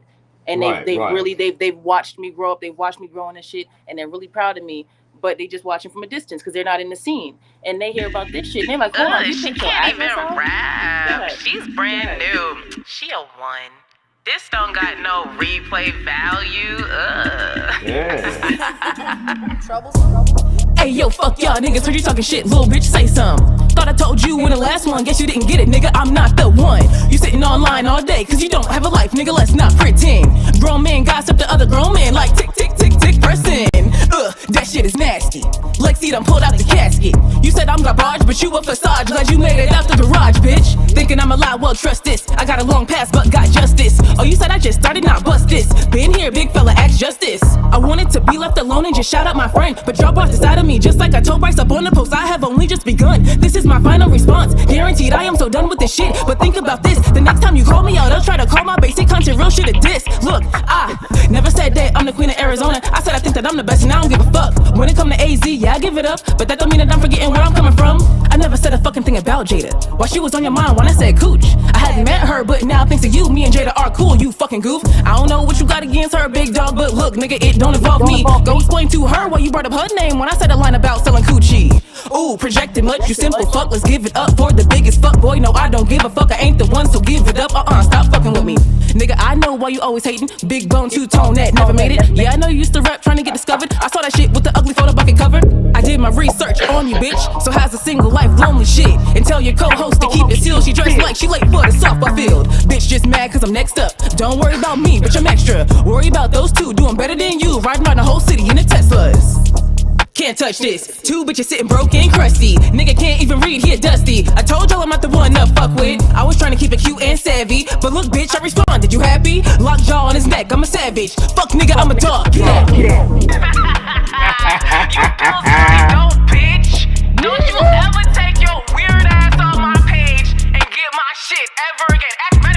Matter of fact, give my fucking royalties, bitch. Give my fucking royalties for playing my shit, nigga.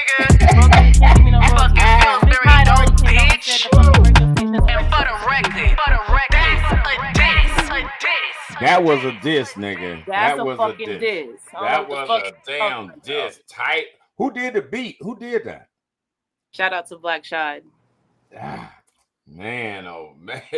Shout out to Black Shad on that for making that beat exclusively for me for this situation. And that, like I said, will be on, well, it's going to be dropping on iTunes and Spotify soon, but I already got the code for it. So it's already, as my shit is already spinning on syndicated radio stations in other states regularly. Bitch. Bitch. I'm already playing in different states. That shit is spinning in different states. Niggas don't even know what the fuck I'm talking about when spinning that shit, bitch. Oh, you going to be famous, Tone, for bullshit, for getting dissed. And who's the nigga that got dissed? Oh, shit, nigga, you got dissed. Oh, boy, you ain't going to be able to come outside. And it's like, there was none of this was necessary. There was no reason for him to come at me. There was no reason for that show that he did June 2nd. I didn't do shit to him. Like I said, I had people hit me up. I can't believe you submitted. I ain't submit shit. I guess it's some Two-tone show. superstar glasses. Got my damn two-tone on. Y'all hit the Cash App. Pay your motherfucking goddamn real nigga then. How about that? You ain't got to pay your motherfucking legend. I ain't no legend. Well, I'm a real motherfucker over here though. Yeah, I'm gonna just say one thing because I don't even want to talk about this shit no more. But I'm gonna say one thing, and this is directed straight towards Big Back. I mean Tone. This is for you. So, and this is like not even on no I'm not no hater shit, no none of that. You obviously have an influence in the city. So even though you barking up the wrong tree and fucking with the wrong one, I don't necessarily want to see your shit canceled or you shut down. I would rather see you be positive, but I'm not trying to see you, lose the show. However, if you keep doing shit that you're doing, whether it's me or somebody else, you're going to lose your fucking show because you are using people's full name. I have like 4 or 5 of your shows now, nigga, on your little shit. You're using my full artist name. You're using my picture and you're lying about shit. That's defamation of character. You're about to Tasha K your way out of your own fucking show. Somebody's going to Cardi B that ass. You going to owe somebody 4.1 M's. And your show's gonna be shut the fuck down, and you're gonna be moving to Africa just like Tasha K. You need to fucking stop. And that's not me being mean or a hater. This is businesswoman to man. You need to stop with the defamation of character. Because I personally decided to make this shit fun and turn it into a challenge and stuff. Somebody else will fucking sue your ass for using their picture and their name with lies. You can't do that in the headline of your shit. That's nigga business. That's fucking business, nigga. You're gonna lose your shit. And again, who's that gonna fall back on? Fucking Breezeway. Yeah. Fucking Breezeway. The niggas that are actually working hard and making a name for themselves. Bryce has never had to come out and do no PR damage control like that, where they standing next to each other and shit. He's never had to do that with Merk. He's never had to do that with Hard Body Youngin. He's never had to do that before. You putting smut on Breezeway for no fucking reason. Right. And fucking up his damn name, fucking up his damn brand and shit. I cut that motherfucking. Well, okay, we don't want him to lose his shit. But nigga, no, this should be a learning experience for you. You should be like, take this as a word to the wise. Calm down. You're just a clown. You're just a comedian. You're just a funny man in hip hop. It's not funny at all. There's nothing funny about trying to fuck with people. I'm trying to help him out a little bit, No, he's like, one of the things that he used to do when he first started his show was damn near laugh before he told a joke. I was like, nigga, you can't laugh at your own joke. You just can't. It's not funny. That's what I'm telling you. It's not funny. Like, there's nothing funny about. And okay, all right. So this is the thing that pisses me off about fucking Tone. And it's just like, and he keeps doing it, but like, I feel like, you know, it's obviously, it was escalating, it was getting worse, and now he's in the position he's in. Don't nobody give a fuck that the bully's over there in the corner getting jumped. I don't give a fuck. But anyway, you shouldn't have been fucking with people. But, you know, one of the fakest things about him, I mean, there's a lot of shit that I don't respect about him. I could get into, but I don't want to. Right. One of the fakest, just fucked up things about him, and that it's interesting that he has brainwashed his followers into thinking that he actually supports the city. I know y'all remember this shit. Okay, so Tone supports the city, right? Tone supports the city.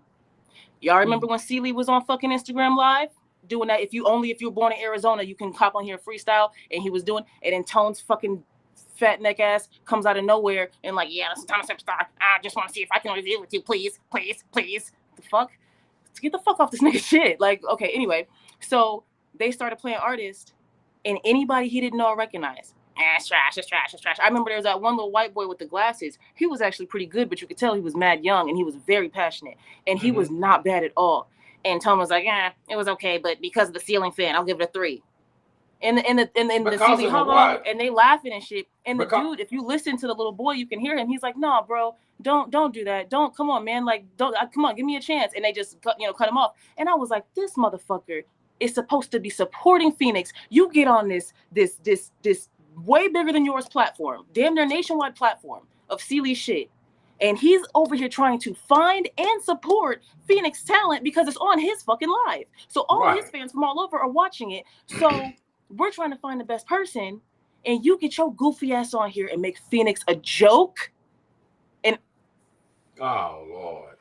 And see, he support. That was the closest to a nationwide live thing we could have done for Phoenix.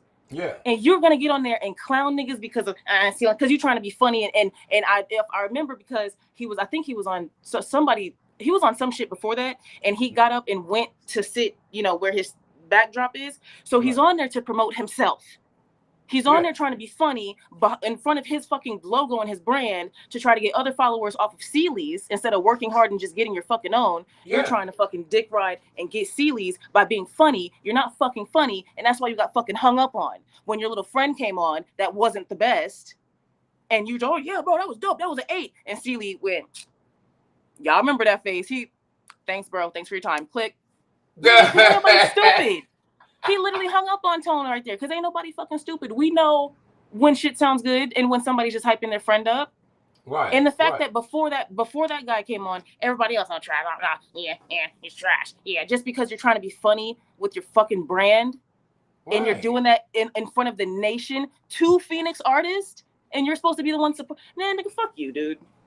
Yeah, and see, the thing is, he's just so goofy and cumbersome and slow, and people, I mean, because the audience is slow too, they like that. They like that idiocy and stuff, but that's just here. You go outside of this market, and that's just the dumbest shit ever. Right. And if Breedway think he's gonna be able to sell that shit outside, I mean, it's one thing to be the hatred as a name and not actually be a hater. But when you are a hater because, like, what's in the name? Okay, so you came up with that name. Okay, so you are living true to form and stuff. And if people want to support a hater and stuff, every time I turn around, I'm being called a hater for telling the truth. But then you got somebody that's gonna lie. And he's like, oh, he's the man and stuff. Damn, Breezeway, you'd have come out better and shit, motherfucking signing me, nigga. You need to damn look around and see what a real talent is around this bitch while you tripping. Right. And I just have no respect for that. I have no respect. Like, not only are you a bully, it's like you one of them bitch ass bullies because you do this. He was doing this shit for shows and shows Monday through Friday, whatever the fuck, for like at least 2 years now, right? Yeah. And then you decided to get all weird and had niggas watching. So over the weekend, 48 hours, Stick Hide was on that ass. He was Nick. Oh, you want to expose shit? You want to expose shit? Stick Hide was on that ass. And Yeah, all of a sudden, 48 hours later, Saturday and Sunday, now there's this picture with him with now your manager has to do fucking damage control for his brand and yours because the whole city is on that ass because we're fucking sick of you being a fucking bully. right. And if then I had Stick Hide button right now, and then the deal is for Breezy to be like, oh, like if you ain't rolling with him, you ain't rolling with me. Like, dude, we finna cut both y'all off and stuff. We ain't playing. You gonna say, man, no. We ain't going for none of that. Not in this town and stuff. And we got real voices that y'all don't think that's making noise and y'all don't respect. And then out of that comes the Arizona damn media panel, where okay, we're gonna have to damn collaborate on shit around here. Cause we got motherfuckers that's flexing in this bitch.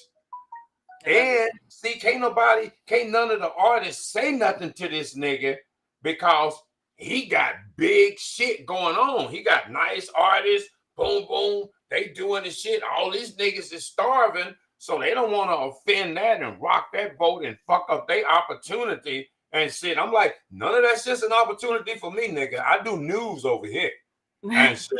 I do news over here, and I play music and the whole deal. We do everything over here. We do politics and everything over here, and no stones get unturned. We looking up under it, nigga. Shit. So now it's exposed. Tone get them fucked up. This lady said, I don't know how much longer I can keep the Udas away, so you need to chill the fuck out. You heard that now. See, I'm not like that, and I'm not even saying it like that. I'm just saying I'm dead ass serious. When I got niggas calling me, talking about where is this nigga, and I have to be like, nah, chill, like it's okay because these are not rappers. These are not rappers. You heard it here first on the Radicalmike prime time. I'm not gonna be able to control these grown ass men much longer when they're watching you put a woman in danger. You need to shut it down. You need to shut it down. This lady has good music, is a good person, is stupid intelligent. Y'all need to, see, that's the thing. See, these people don't appreciate real people.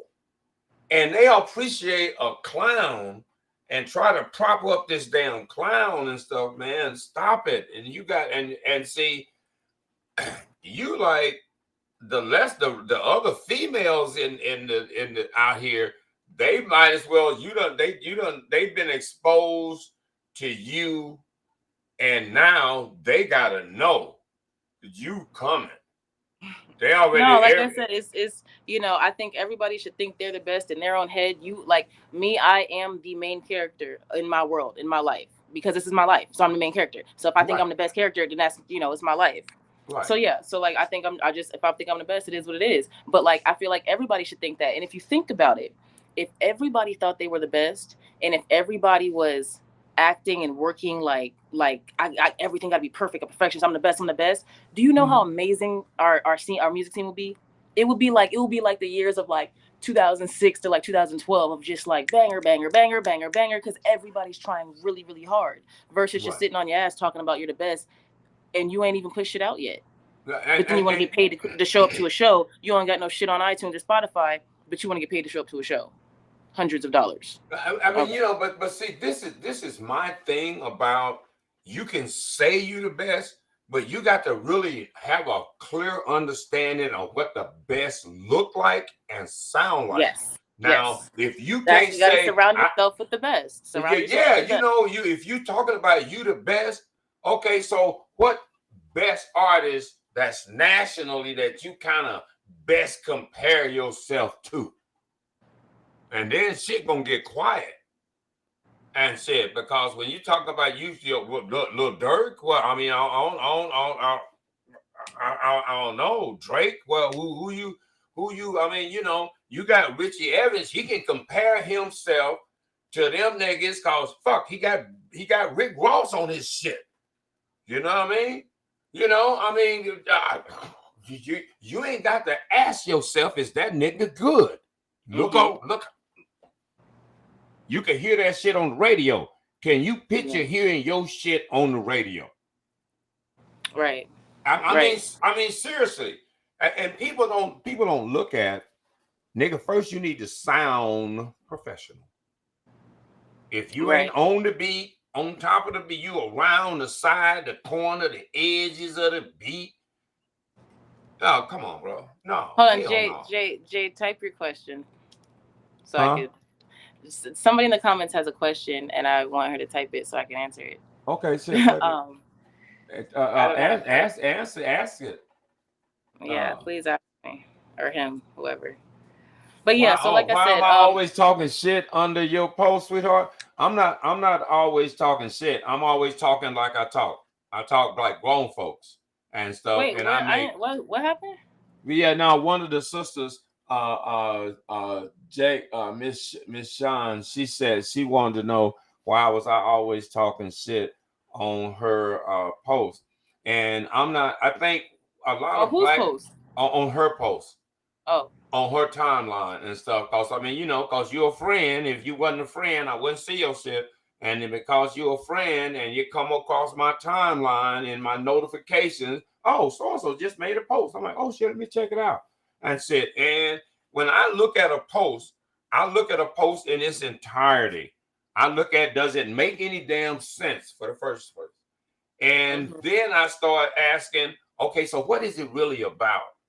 Oh shit, that's about some bullshit. Okay, and then I look at how I need to interact with this post, kind of possibly educate, teach, inform, and direct, because that's my job as an elder, not to play with y'all, but to give y'all solid information, solid advice, as is of my experience.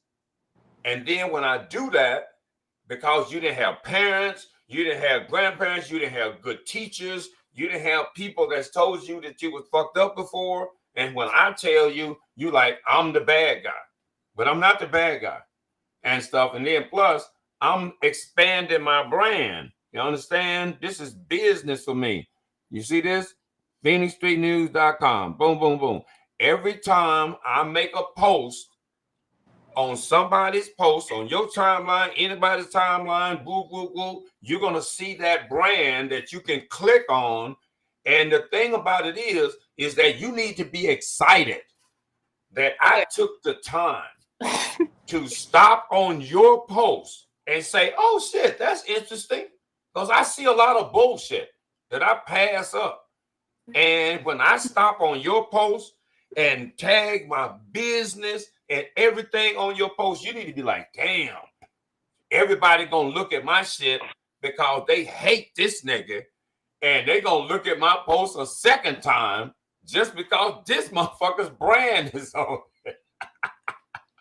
Okay, cool. So yeah, right. Y'all should talk that out one day. Now what's the other question that you saw? That's the only one. She just I don't know. I don't know what that just was. I don't know what y'all going through, but see, I see a lot of live girl, you know you want to. So yeah, I mean, you know, the deal is no, you listen, when you got sisters out here, I want y'all to understand, when you got mature black women at your disposal, they're not going to cackle about stuff that ain't funny. They're not going to ride with you because you a sister girl. They going to stay in their grown woman lane and stuff and be calm and collected. No, she didn't want to laugh. It wasn't nothing to laugh about. It was a serious comment, and it was a business comment at the same time, because no, that's not what she was talking about. She was talking about something else. But I feel you. No, no, it wasn't anything like that. It was nothing. I got anyway. Y'all know No, it's cool. It's cool. Anyway, so I just want to say, like, yeah, just want to get back to everything. Like, I'm not trying to, I'm just trying to do my thing out here. But we are gonna be doing this Big Bone Challenge. I got some verses back already. I'm really excited to. Wait a minute, big what challenge?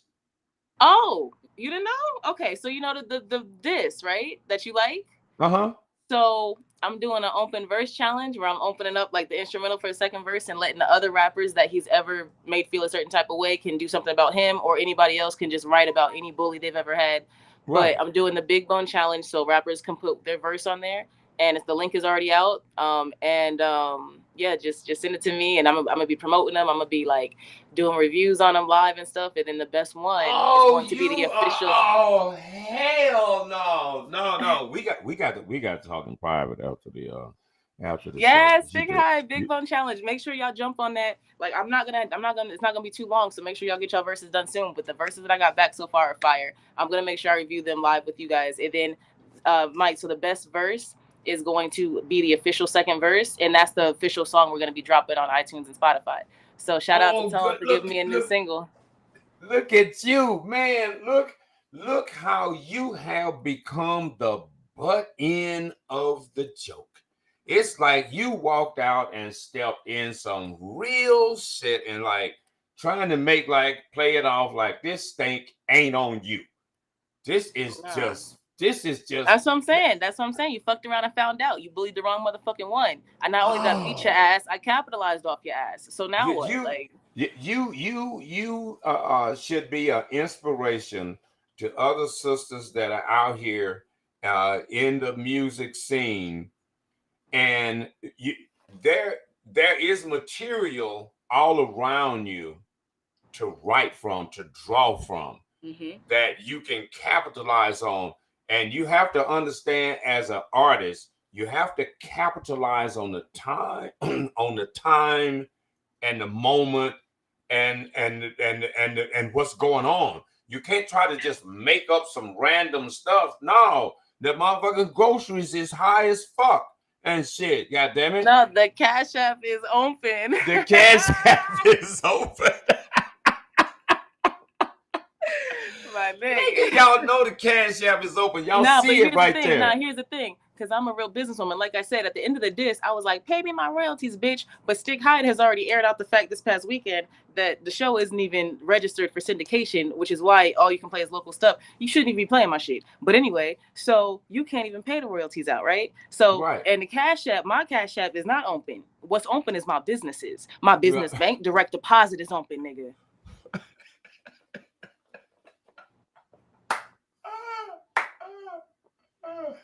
We do Zelle, cause you see the phone numbers on there. We do Zelle too, nigga. And shit, while y'all play, we got a real bank account over here, nigga. Hit that Zelle. Hit my phone number right there, nigga. Drop some ends up in here. Y'all be playing and shit. Y'all support weird shit, but you can't support. Real grown people, real entertainment. Because this is the real best entertainment in prime time. You can go on cable, you can go anywhere throughout the known universe, and you're not gonna find no better shit than this right here. Kind of stuff. Ain't real no quick. doubt. So just make a single. No need for a diss track. No need for the diss track. What's the diss track gonna do? Okay, so the diss track. We sick of these niggas stick. The diss track is. It's already done because of the situation at hand. I think you asked me this last time, Jay. The diss track is already done because of, what happened. So now I'm opening like the open verse challenge portion of it because he kept talking. I was going to leave it alone, but you kept fucking trying me. So now I'm bringing in other people because I know a lot of artists that you have heard. And that's why I put that voicemail out. And that's why I ended up on your desk where I intended for it to. Well, I was hoping that it would, and it did. Because if you send something, let's say to like 3 people, and then those 3 send it to 5 each, that's already 15 people. If those 15 people send it to 1 or 2 people each, that's already, 30, 45 people. And then that could happen in like 5 minutes. And I knew that. And so that's exactly why I did that. So I purposely sent it out because I don't know that many people out here. Like, I don't really know. Like, I mean, I do, but like, like personally, like stuff like that. Like my circle is very small. And my circle, actually, they do business less than music. I'm like the musician in the circle of my business partners, right? So I don't have like a bunch of artists that be hanging out with like that. Like the ones I do, y'all are cool, but like I don't really be like that. So my thing is, when you're sending it to people that aren't really that familiar with me, and I'm saying I want to do something like this, and they're sending it, and they're sending it, and they're sending it, it's going to get back to Tone. Let me answer this. Let me answer this sister's question. She says the question would be wait, nobody hold on. Wait, hold on. Nobody stabbed me in the back. Jay, I just want to say, she said, girl, he did the same thing to me. That's why I'm asking. I don't know who he is because I don't know who sent it to Tone. I want to make that very clear. I have no idea how he got it. The same way I don't know how he got the ISIS shit the week before. But I knew that if enough people were playing that telephone, send it to you, send it to you, send it to you, it was going to end up to him. Because somebody was going to be disloyal to somebody else and send it to him. And I knew that. And I knew it wasn't going to be none of my camp, which, you know, my camp is an artist. So, like, they're not really in this. So, you know, I got camp of business people. They're you know, investors, and that's about the gist of it. Right. So anyway, so yeah, no, I just want to make it clear that I just want to make it clear. I don't know who sent it to Tone, but nobody betrayed me. They're like, y'all are like, oh, there's somebody sneaky in your camp. No, there's not. It was meant to be sent out to a bunch of people, but I don't know who sent it to him, and I really don't care. I don't care. What's it called? I don't know. She asked a question about when you are underground artists or artists trying to come up and you get critique, you get criticized like that's trash, that's this, your song ain't this. The problem about that is if you can't break down the elements of what's wrong, okay, the production is kind of fucked up, okay, boom, boom, boom. Okay, the production is fine. Your rap delivery is good. The lyrics suck and stuff, you know. Okay, so everything may not be wrong with a song that makes it fucked up and said, you know, or make it like a 4 or 5. When it gets to like 7.5 and 8, well, then its next step is national. Let's go get the money. Because if you're talking about you are artist, a local artist, and your music, and anybody tell you that your music is a 10, they lying to you. Because you's a 10, you be getting money. So you ain't no 10. Ain't no 10s. So ain't no the Merkham's a 10, Richie Evans a 10, Tater Crown's a 10.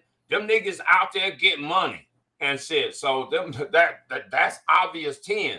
But so if you ain't out there doing that, you ain't left the city limits in the last 5 years and stuff doing nothing.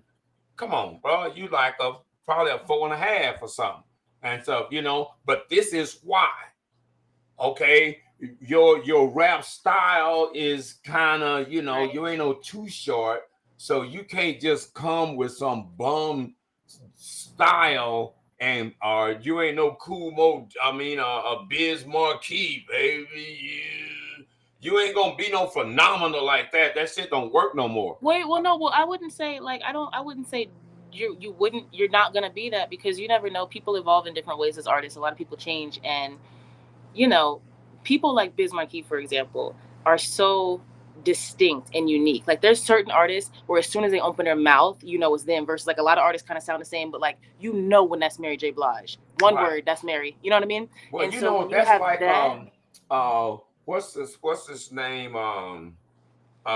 Tone with Cole Medina.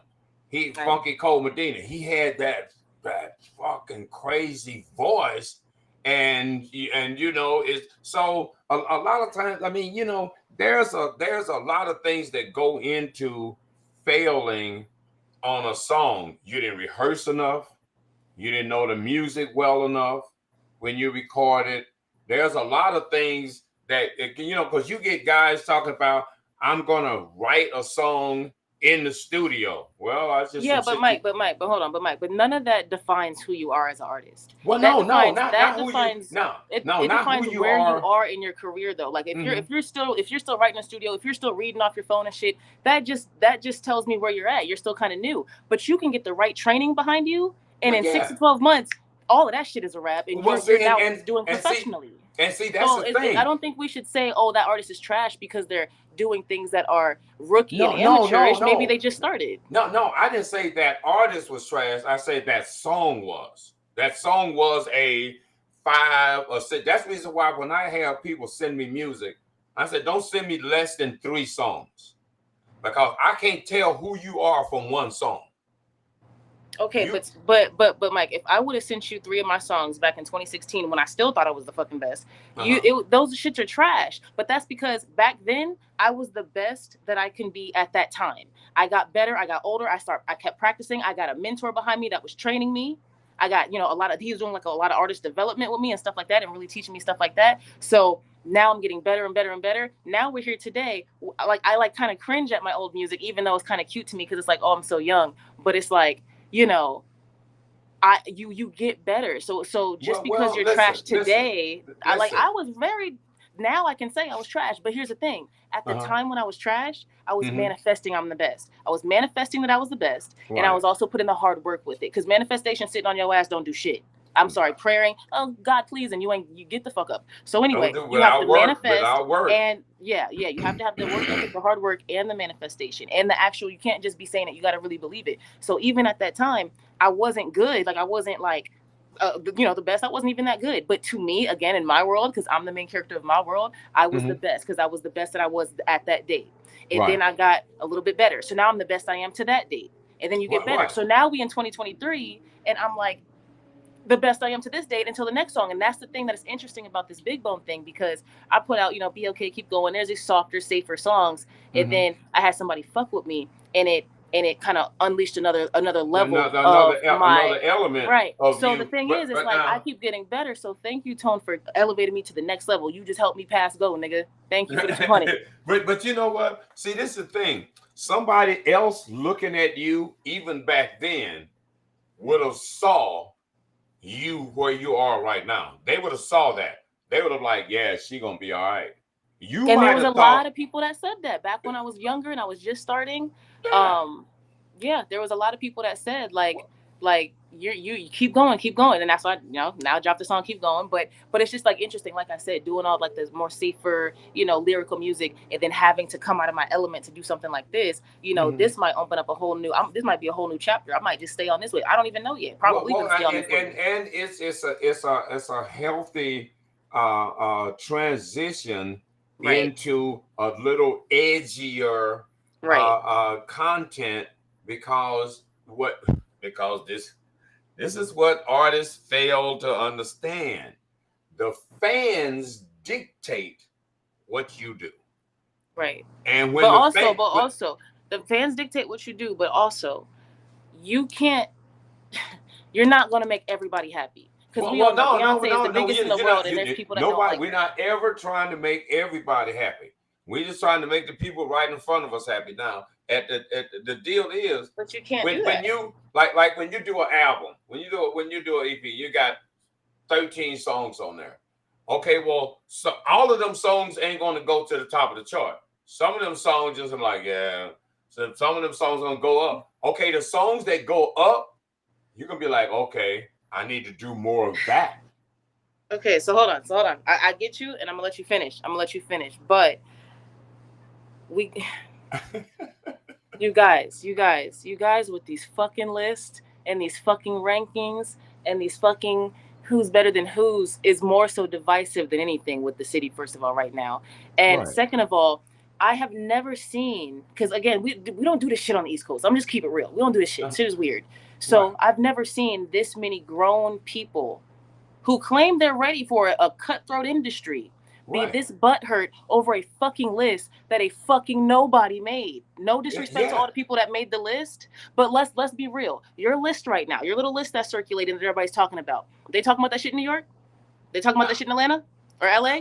No, nigga, they're not talking about that shit in Tucson or Flagstaff. Like, you can't even get out the fucking state. So it's like y'all are so worried about validation, and that's the thing that's like bothers me with a lot of these artists that are like, I didn't get on the list and I didn't get on the list. It's like, bro, fuck the list, first of all. I'm about to get real. Hold on. I'm about to get real raw. First of all, fuck the fucking list, okay? Because why are you looking for other people's validation is very strange. You should be validating yourself. Self-validation. Fuck what people think. I don't think about what other people think. I don't think about the comments. I don't watch that bullshit that they have on that fucking podcast, because all the comments are blah, blah, blah, blah, blah, a bunch of bullshit that's just gonna, why would I ingest that? And then now it's in my head while I'm trying to manifest. So I keep all the negativity away. I don't be reading no comments and shit like that, and I be doing my thing. So it's just like, okay, so y'all worried about a list and validation from other grown men, which is a little sus, you guys. It's fucking weird. But anyway, you looking for these other grown men to love you and stuff like that. And you have to understand, you are never, ever, I don't care who you are, I don't care what song you make, I don't give a fuck. You are never going to satisfy everybody, okay? No. That, like, you're not going to do it. And just like you were saying, like, when you were like,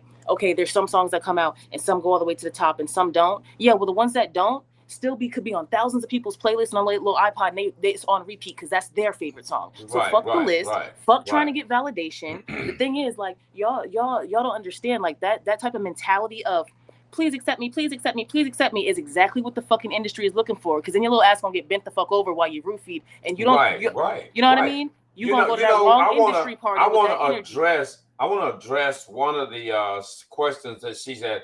Why you on Earl's show? And this is one of the. Mike.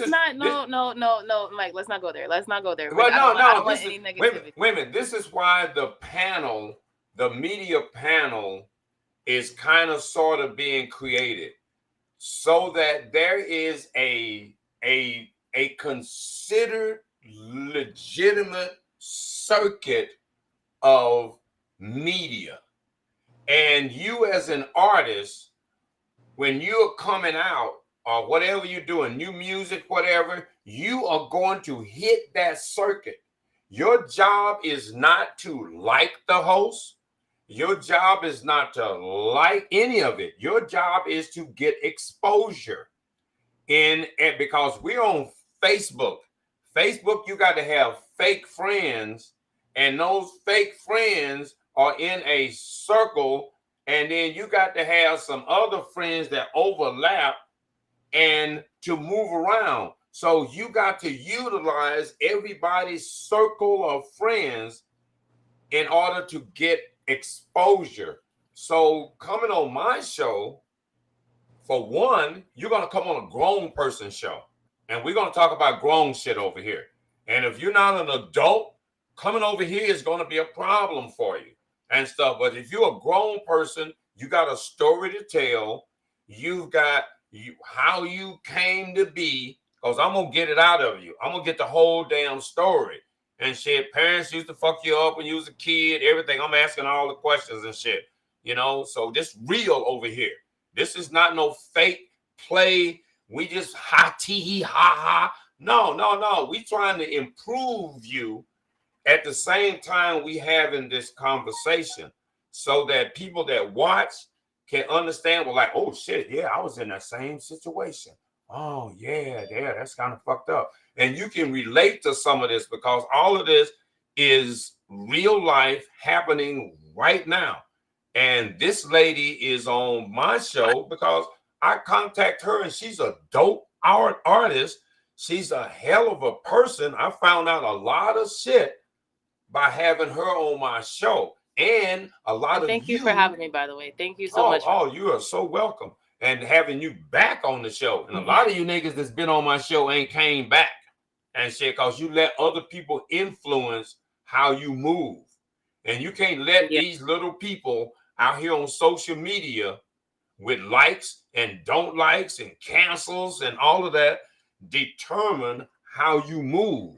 You got to be able to visualize what's happening, understand. So like, okay, that nigga is pretty smart over there. I think I'm gonna go over there. And he kind of funny too, and everybody hate him and this shit. And I'm gonna get motherfucking all kinds of damn extra reviews, because I'm gonna share this shit out the motherfucking show and shit. I'm just gonna drive motherfuckers nuts and shit, because this is a means of you as an artist, as a business, to be able to get just a little bit more exposure. Plus, I got a magazine. Like I said, I didn't ask for it. I didn't bring this on myself, but I definitely turned it into something that I was going to benefit off of, especially if I got, people's teams and, management, threatening to blackball me and stuff. Okay. I'm not even going to get into that. Oh, Lord, see that? And see, this is the thing that gets me. This a little one, and I'm going to say this. I'm going to be honest, man. I come from Kansas City. I grew up in down south, Birmingham and stuff, Inslee, Gold White with my, but in the backwoods, real country boy. Lived in Kansas City with the high school in Kansas City. Real thug, real gangsters, real killers. Show me state. Ain't nobody playing at all on no days. And this town not only is one of the most illiterate states in the union, and that's because it's got a bunch of redneck white folks that's ignorant as hell. Now, and if you got to understand, if the white folks is ignorant, everybody else is even more ignorant, and that shit stands to reason. You don't have to look at every person. Well, there's a couple of smart people here. Yeah, that might be, but statistically speaking, you next to Mississippi in intelligence, in education, in Arizona, in Phoenix. So now, that being said, a lot of y'all ain't that smart, no way, unless you come from someplace else. And it ain't putting you down. Well, hey, look, hey, I ain't say that. He did. Now, look, it ain't putting you down. It's just telling you the truth. And sometimes you got to accept the truth and look at, okay, I'm gonna have to grow. This is why artists that come from other states that come out here, they ride right past y'all and go straight to the top. Well, that's the thing. So let me just say that's actually a very good point, because like I said, when you're from the East Coast, you know how to hustle. So somebody does pretty much, you can okay, the mentality of the East Coast is you can make money out of anything. You can turn any situation into money. If you really been through it, right? You could turn any situation into money. So I took a situation and I wasn't about to be yelling back and forth and being immature and petty. I was just gonna, again, do my business. So you are right with that, but it's like I don't even know why we were talking about like why people are not smart. I don't know why you went there. But anyway, like there is no reason for that. Because this is the thing. This is the thing. With you coming up, you have to let these people know you are a scholar. You can't just rap like you rap because you barely finished high school. You are a well-educated lady. And I was honors all through school, and honors and AP all through school. And I didn't graduate early. I graduated on time, but my senior year I got out at 11 o'clock. I did half a day because I had all my credits, and then I went to college my senior year. So when I graduated high school, I already had my all my prerequisites and stuff. So after that first year, I already had my degree. And see, people that are intelligent, that did well in school, did well in English, just like Tater Crown. He was an English, right? He got poetry damn awards and stuff in high school. And you can tell when you listen to his music, the nigga can think. He can read and write really well. And you have to respect that. When you're dealing with people that's got 5 words in the rap and stuff, sound like James Brown and stuff, I'm like, dude, y'all, come on now. Come on now. The lyrics ain't coherent. The nothing. I mean, just stop it. Stop it. Just understand where you at and work from there. But you can't get better if you don't understand that you in the first grade when it comes to this shit. So again, like, but I'm sorry, not to cut you off. I'm sorry. No, go ahead. Go ahead. This is your show. Okay. You the guest. You tripping. So, but I do agree with what you're saying as far as, having somebody that's like, better, smarter, that you're trying to work after, and not making things all about you and being self-centered. And that was a lot of the point of the challenge. Yeah, the reason that I initiated it was because he was still fucking with me. Mm-hmm. But what I thought about it, and I was like, I want to make this like a thing. Like, first of all, being able to have this type of situation and hopefully being able to lead by example and teach by example of how to handle these situations, and not be getting all emotional and shit. Just get smart. Just get smart. And the thing is, I want to be able to show people that. But at the same time, like I said, I wanted to open up the artist creativity again. So if I put out this challenge and everybody do your own verse and whatever, and like it's you can also get on the final song if it's the best. And like I was like, if you're not a rapper and let's say you're a dancer, figure out a TikTok dance to the beat and do whatever. Like do whatever, just be creative. I just wanted to wake the city's creativity back up and stuff like that. And it, like I said, it's unfortunate it had to be at the expense of him. But it's really not, because you came from me. I didn't plan this. I didn't ask for this to happen. Right. And then them threatening me, talking about, oh, we're gonna swallow up your career, is not making this shit better for y'all. Like, the fuck. And it's just like, but it's just like, why? It's like I was over here minding my fucking business. You gonna come over here and try me? You gonna swing at me and got knocked the fuck out, and now you want to talk about I'm going in the to first swallow round. up your business? In Why? the Because you first got knocked the fuck out round. because you was fucking with the wrong one. You was fucking with the wrong one. You got knocked out, and now I'm gonna blackball you. From fucking what? I mean, How from what? How you gonna blackball something you wasn't supporting anyway? Like you've been blocked for a year and a half. How you gonna blackball somebody when you misunderstand the whole program? You do not have any influence. You do not have any real influence. You got some clowns. Okay, I hope they paying your cash app. I hope they paying you. I sure hope they do, and I sure hope that your management can eat off of that and stuff. But when you just got this much drama, your name been mentioned more in the last week than it's been mentioned all year by just random people. So you getting some publicity right now. I don't know if it's kind of publicity you would have wanted, but your name is being drugged through the cactus and damn rattlesnakes and coyote trails and shit all that's up. Okay. That's okay. The thing is that's okay because I'm again strong in my spot. I'm strong enough to handle it. So that's why I wanted to start the challenge. One, for the creativity and let's get these artists writing again and let's have some fun. But also like y'all gotta stand up to this fucking bully. I'm tired of seeing him do the same thing to all these artists and all these artists quitting music, and it's just a really just negative and hateful show. It's a very mean-spirited show, and I'm just tired of that. So my thing is like, okay, and I know she asked me like, so you know, what's the point of doing the challenge or whatever, something like that. She said, I don't know where it went, but anyway. So my thing is like, let's do something creative. But I also wanted to show you guys, you don't have to be scared of this nigga. You don't. You can stand up to him. He's not a fucking scary ass nigga, as we found out this weekend. So you don't have to be scared of him at all, and you can stand up to the fucking bully. And when you do, things might turn out well, like they're turning out for me, very well, because all I did was want to stand up for myself. But I am getting my name dragged, like you said. Mike, I am getting it dragged through all the mud and the dirt and shit right now. So I am the one that's sacrificing myself right now for the rest of these artists. That was the main reason behind the challenge. He can't blackball everybody. If you want to try to blackball me, that's fine. But it keeps backfiring because you're a fucking bully and you keep doing bully type shit like that. And I keep doing shit like business because I'm not trying to fucking, you know. So my thing is like, I'm the one that's taking all the knives and all the shots and all the bullets. I'm the fucking one feeling like I'm on the cross right now. I'm taking all the nails in the hands right now. So all the other artists can come and do the fucking challenge. And I mean, no disrespect to anybody religious. I'm not trying to compare myself to him. I'm just saying that was a good metaphor. That was a good metaphor and stuff, because they always shoot the messenger and stuff. Jesus came with the truth, and they was like, hell no, we don't want the truth, fool, and stuff. And here you come with the truth, and everybody's like, oh my God, she came with the truth, and she came so cool with it. Well, my thing is just like, that's why I wanted to do the challenge, because you know, it doesn't have to go to a dangerous, violent thing. That's why I love the media panel so much. I love the fact that Stick did that. And before he did that, it's funny, when he was upset this past weekend, I in my weird, like, I guess, little niece type way, was trying to like calm him down.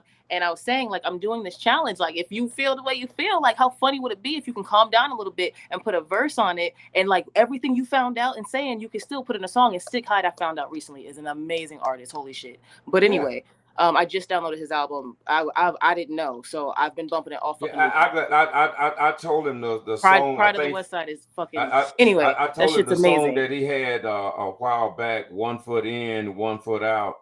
Yeah, it should be the damn niggas theme song, cause nigga. Yeah, like that's what I'm saying. He's an amazing artist. So instead of taking it down a violent path, and instead of allowing some fucking lame like Big Back, Big Bone, whatever, big fucking everything to. Big everything except them little bitty ass legs and shit, little ankles and shit. That nigga is that looks like what you call him, Despicable Me. That motherfucker with the not Gru. He don't not Gru with the long fucking nose and the. And his little fog of minions, fucking minions. Yeah, you're right. Fog of minions. This motherfucker. No, you stupid. You said he big with little legs. You remember them old Eminem commercials back in the day when they were walking around the office? nigga look like he the Oh peanut butter M&M. man, like one of the damn raisins and shit. That motherfucker got lumps and bumps and shit. And then the last time I saw him, he didn't even have the lot. He used to have before he went through the fucked up relationship and went and cheated and became just a dirty dog of a person and stuff and got kicked all the way outside. He used to have his little beard all painted on and shit. What do you mean used to? I just watched on Friday. No, I saw that motherfucker the other day. That shit was stubbly unless he got it fixed, cause he must have got a Breezy must have damn gave him an allowance or some shit, gave him an advance for signing or some shit. Like, we'll have to fix you up, nigga. I know you went through some shit. You know, the old lady took the kid. When the last time you seen the kid, nigga, don't cry. It's gonna be all right. I can't wait. Let's make it fun, y'all. Let's make it fun. Wait, I can't wait for Merkham to motherfucking do a motherfucking goddamn in-camp disc. Man, I didn't get the chance to watch what you sent me right before this with. Right. Yeah, I think he's got me blocked and shit because I don't get no notifications, but I be moving around. It might be on Michael Hinton page, but I'm on Earl and I have to keep moving around from Facebook because they be like after me and shit. Like, you know, they have spies trying to put me in Facebook jail for bullshit. Yeah, well, I saw it. I didn't get a chance to watch it. I don't know what was said. Right. Yeah. He probably just says just his normal dumb shit. It's gotta be okay, anyway. But you know, at the end of the day, a lot of times the people need some funny shit to have some ridiculous shit, I guess. I mean, it's like murder bars. Who would want to listen to drill music? Nigga, I'm gonna kill you, I'm gonna kill you, I'm gonna kill you, I'm gonna kill you, I'm gonna kill you. I'm gonna kill you. No, I can't even speak on this because I'm also from New York, so I love that shit. I love. Well, I mean, you can love it, but it's murdering all of your people at the same time. Well, no. Okay, you're right. Let me rephrase that. Yeah. I do not love those type of lyrics that put our, Black kings in this type of danger and brainwash them into thinking it's okay to kill each other. And I also don't like music that degrades women at all. So you're right. The drill stuff, lyrically, it's not cool, but I love the beats. Like, Well, yeah, but see, that's the thing. That's how you get tricked into the program, into the matrix. That's how you get tricked into aberrant behavior. That's how you get tricked. Oh, just listen to the beat. Murder. Right. No, you're right. And honestly, like you're 100% right. And even on a deeper level than just like, well, first of all, let me just say, I do want to be the artist that's going to change that a little bit. And I'm trying to work on that right now where I'll have some super like drill type beats, but then the lyrics are not talking about those type of things. They're talking about better things. But no, you're 100% right. And on a deeper spiritual level, not even the lyrics, like sound is very important. Just like words are important. Sound is very important. Sound waves, wavelengths. When you have that doom, doom, doom, those 808s in that low vibrational sound, it creates the want to write low vibrational lyrics, which creates a fan base of low vibrational. Well, see, the deal is low vibration has to do with what's low in your intellectual capacity. When you didn't finish high school, drill is all you got. You don't need your brain won't tell you about no science. It ain't gonna tell you about the environment. It's just gonna tell you about the shit that you heard somebody else say, and you just parroting other artists, same repetitive bullshit. Murder. So here's the thing. So I'm gonna offer you something, Mr. Radicalmike, if you don't mind. Oh, please. Because I hear you talk a lot on this show, and I know there's some women out here that aren't a fan of you because of how they feel that you feel about Black women, and I've heard you talk. You and I have had conversations, but I've heard you talk a lot about where we are right now as a Black culture, and just how you feel about where we were in the 70s prior to that whole thing, like everything like that, and kind of where we're at. And I know that you feel really passionately about it, and you speak very passionately about it. But it's kind of like my thing is like, especially like when you were saying on a lot of your shows, and even the one that we were on, but I think you even said it yesterday, you started saying things like, prior to the 70s, prior to pretty much in my opinion, like that into the 60s 70s movement of independent women, and now women can drive and women can work and women can do stuff like that. They're not at home as much. Microwaves and shit are coming out. They're not cooking as much and they're working and stuff like that. And then the 80s came out. That was a fucking crack epidemic. So whatever the 70s didn't hurt, the 80s just fucked. And then the 80s, it piled on. Go ahead. Yeah, piled on. And then in the 90s, it was the movement of like the independent woman turned into, because the 80s, unfortunately, a lot of our black men died or went to jail. That was the point. The whole super criminal shit and the whole mass incarceration shit and the whole crack epidemic destroyed our neighborhoods, and a lot of our men died and a lot of our men went to jail, and they was getting shit like 115 years and dumb shit. So we'll never see them again. So now the black woman had no choice but to raise her family by herself because she's the only fucking one there. So with that being said, now she has to do that, and she does that for the next decade or two. In the 90s, it was like this big movement of just this super like strong independent woman that I don't need nobody, I don't need no man, the Destiny's Child, independent woman, throw your hands up at me, all of that shit. So it's promoting like, you don't need no man, you don't need no man, you don't need no man. And now in the 2000s, it's like the relationships, the fighting between black men and black women, it's like black men is like, oh, they act like they don't need us and and we like, oh, these niggas ain't shit, and it's just like a constant back and forth when the higher power that put this system in place for us to be fighting like this is looking down like, look at you, dumbass. They saying it's working. It's working. Yeah, they're and that's why every time I see stuff like that, it makes me really sad, because I'm like, you're playing into their plan. I'm a fucking chess player. Clearly, I know how to play chess, and I know when somebody sets some shit up for you, and you're playing right into it. And so when we fighting each other, talking about black men, this is why I don't deal with black women, these black bitches, and black women is like, yeah, whatever, nigga, you ain't shit anyway, and that's why you're broke ass. All of that is so not okay, but so by design. And we got to realize that and stop falling into their design. We do it decade after decade after decade, like since the 70s, like you said. Now, here's the thing that I want to ask you, though. The thing that I want to ask you, I'll be honest with you, Mike, you complain about it a lot, and sometimes you're a little bit more upset than other times, and you be saying some shit that I'd be like, ooh. And it's not that you're not saying facts. Right. You could be unpolitically correct, but it's not that it's not facts. Right. But my thing is, I don't want to, okay. I feel like out of respect to you, as my seasoned, tenured, more experienced person that's been on this plane much longer than most of us, instead of like complaining about it every day, why don't you show us the way back? Because you constantly talk about before the 70s, how we had family and how we had everything. But then you're kind of like yelling at us for falling into the system that was created for us, so you can't really blame us for being brainwashed, right? Or right. No. But my thing is like, can you should be the one spearheading this whole generation, all of us, back to where it was in the 70s, because you remember most of us wasn't here, and so see, you're the one that can get us back instead of like and this is the deal. This is what has happened. People have gotten so comfortable with where they are, and they've gotten comfortable with where we are dysfunctional for a couple of reasons.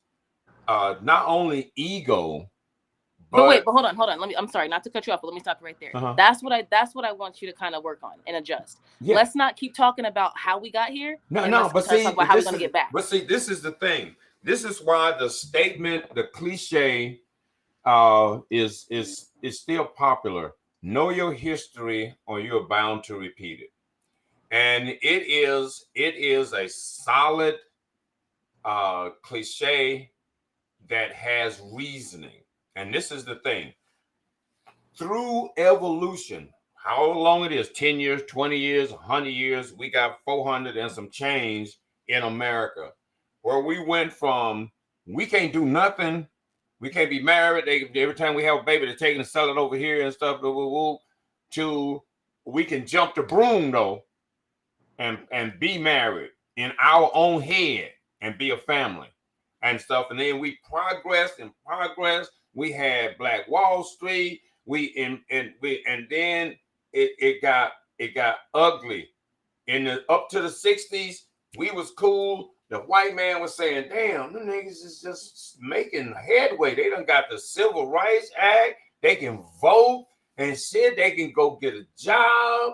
Oh, fuck. I don't know what we done did here and stuff, you know. And there's always been the feud between the black woman and the black man from slavery, because Hold on. the black man, hold on. Let me stop you right there. Yeah. I already know where you're going with that. And hold on, because I don't even know how we got on this conversation. Well, no. Let's just let it play out. Let's let it play out, because my phone might die, by the way. I think my phone's about to die. Because the black man's power was taken completely away. He had, as a man, he had absolutely no power. He couldn't say, don't do this or don't do that. Mr. Child, like, nigga, if you say one more word. And the black woman, instead of like always being at his side and like, fuck the motherfucking man, keep fucking with you, Tyrone. Yeah, baby, but we got it, right? Yeah, I got you. I don't care. Okay, hold on. Let's go. Okay, so now what happened was Mr. Charlie started having sexual relationship with the sister. And in some cases, giving the sister preferential treatment over Tyrone, over the man. He's like, you know what, baby, Sapphire, you better than that nigga. You know that? Slap her on the ass, and she like, yeah, Miss Charlie, I know exactly what you talking about. You heard what Miss Charlie said, didn't you, Tyrone? I'm better than you. Because I got a vagina, nigga. And shit. And at the end of the... And so we've been wrestling with that shit. For all of this time, we've been wrestling with that shit. Every now and then, sister be like, boy, I'm gonna call police on you. Right damn now. You can't stop me from doing nothing.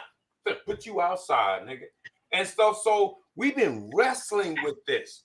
And then from the 70s forward, you take the man out of the household and you give the woman power over the household, over the kids, what they gonna eat, everything. And it's been 45, 50 years that she's had that power. And she ain't trying to get that power up. For the first time this year, there were more babies born to single black women than married black women. What does that mean? Women still have the, I want to nurture and I want to have children. But like having a husband is a problem though. Because I need to be in charge. I think we should talk more about how we can do better instead of now I'm finna tell you how, because you have to know how you got here to know what you got to change to move forward. You can't not understand how you got fucked up and try to fix it. You got to understand all of the elements of what fucked you up. And then from there, you got to say, okay, shit, now what we gonna do? Okay, so the sister done took power away from her black man. Her black man brings problem solving, protection, provision, and procreation of his lineage is what he brings to the table. She done took that away. Okay, so now for things to change, it needs for the black man and the black woman to start getting married again. It's what it means. It means that we need to make family important. We need to break the curse of the black woman. Whereas children no longer have the option of having a father, because black women have decided that a father is not necessary. A baby's daddy is cool because a baby's daddy ain't got no control of my house and my children. No, those are not your children. Those are his children. But she has taken away your children, and curse them with never having a father figure in the home. A boy needs a father figure in the home. He needs to see a healthy relationship between a man and a woman. He needs to see how she respects the man and how he respects her. The children need to see them somewhat romantic, cuddle on the sofa, watching a movie with the children. The children get to internalize these behaviors of what men bring to the table. The girl gets to understand being a daddy's girl. She gets to understand how a man gets respect from a woman by watching her mother give her husband, her dad, respect. She sees this, she understands this, and she understands as she grows up how a man, a husband, is supposed to treat her. She knows what to expect. I want to expect a man like my father, not just any man, a man with character, a man that has good judgment, a man that is good leadership, a man that is a good protector of his family. The children get to see that. With women not having men in the home, not having a husband, you can't build generational wealth for those children. You can't have two solid incomes in the home and then some side hustles coming into the home, side businesses coming into the home, building college funds for the children, building equity and gaining property and assets for the children to inherit. So their first stages in life are going to be on the good foot. But they got the house for mom and dad. They got grandma in them house too.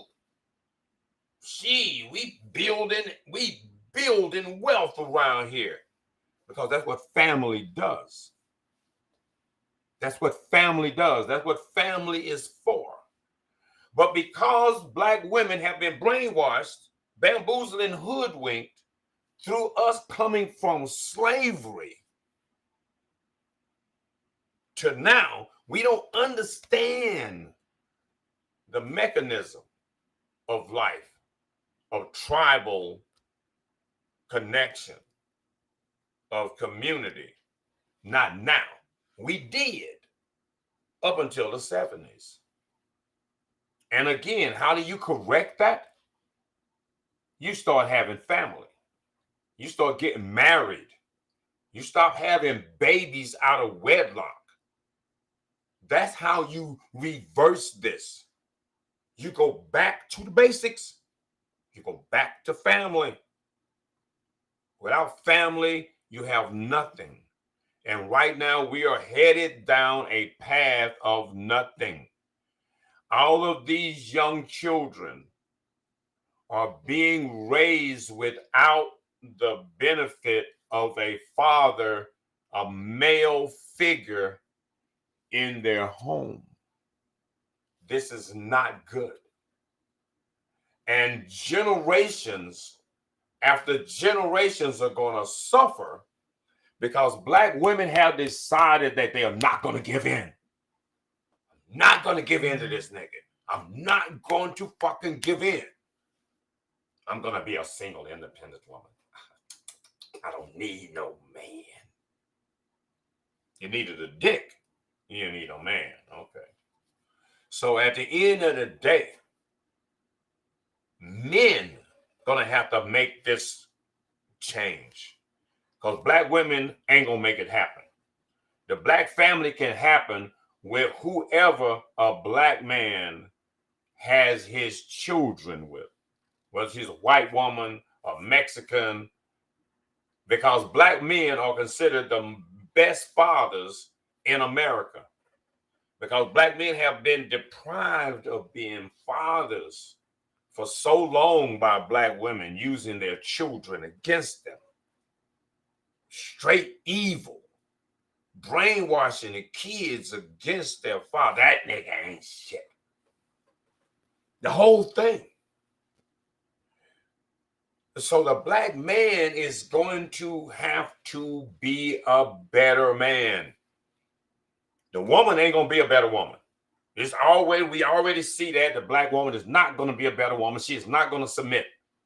She is not going to be cooperative. She's not going to be submissive. She's not going to be feminine. And she ain't having your babies. But that's a wrap, bro. That's a wrap.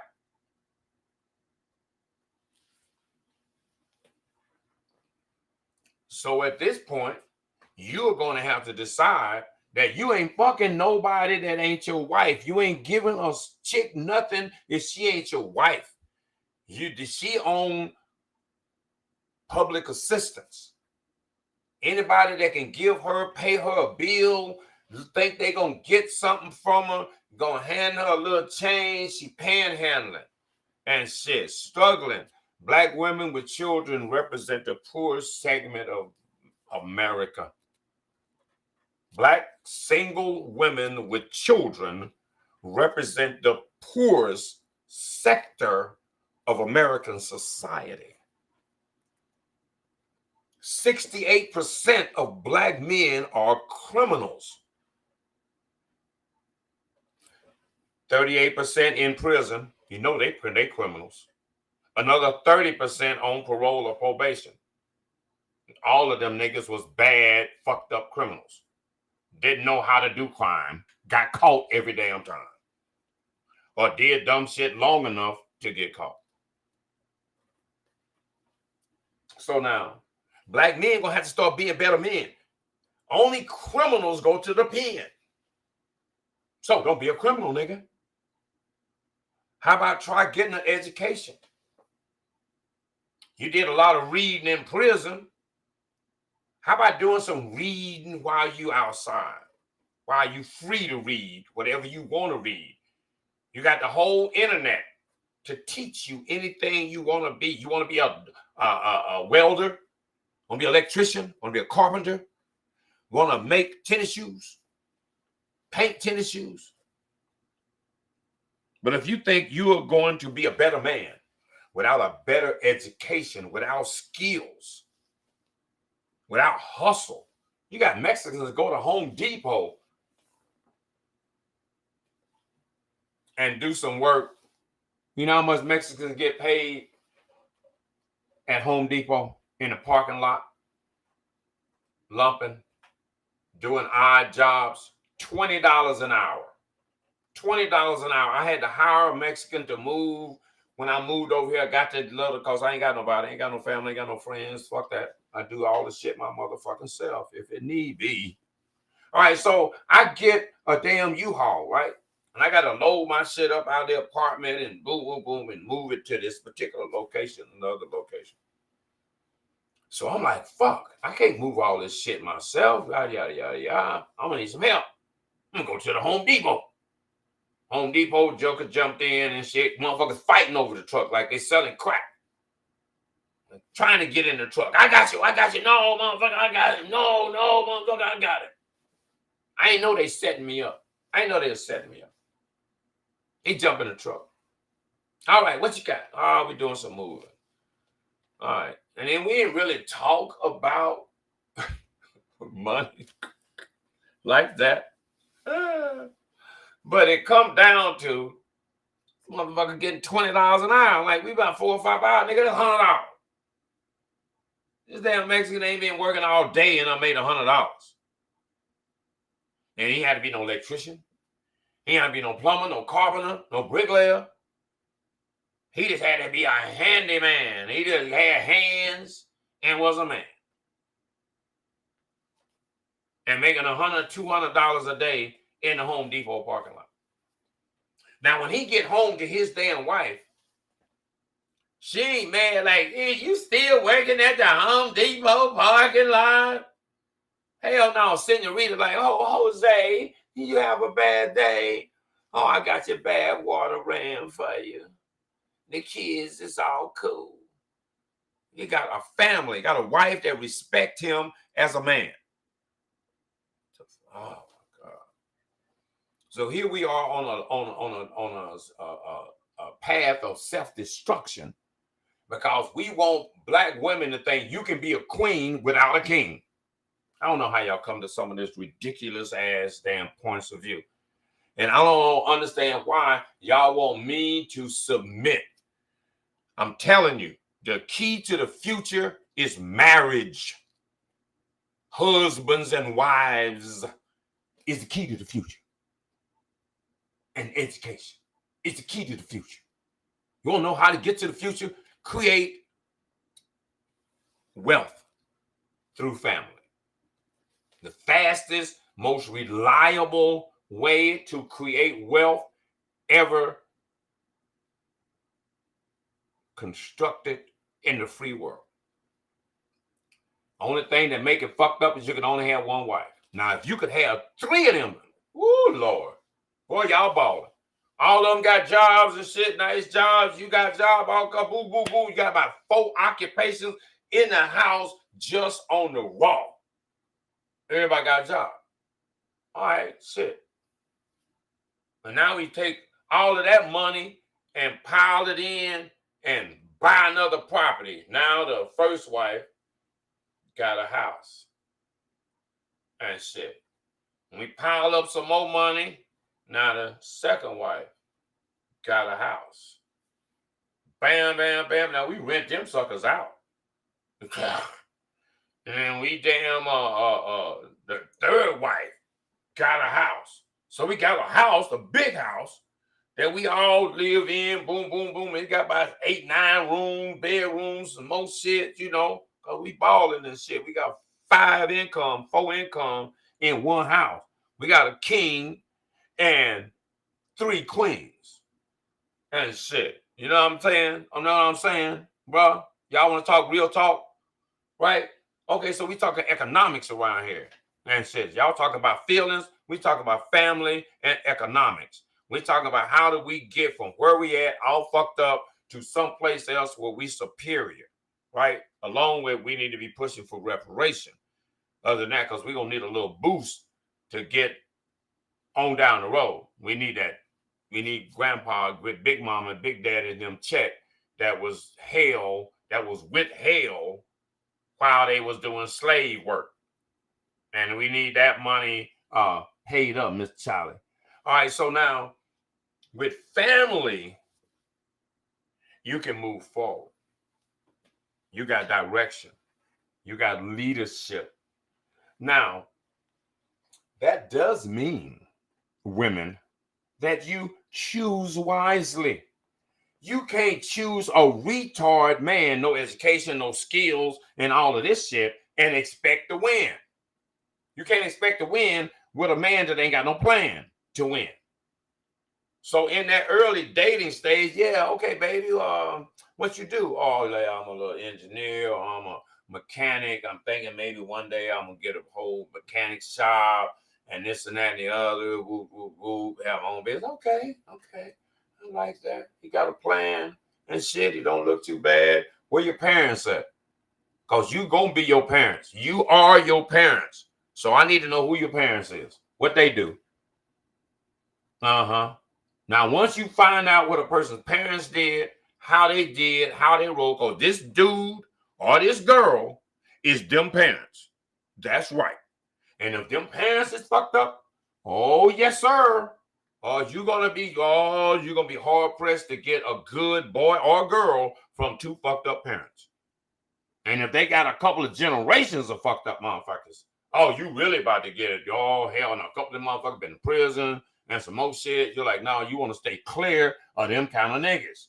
And said, you don't know, hell no. Get that nigga that's going to work for the city. Get that nigga that's going to work for the post office.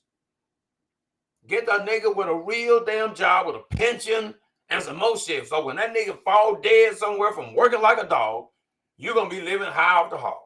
You just can't wait till this nigga die because you got this nigga insured. Now, you ain't got no nigga, no relationship insured.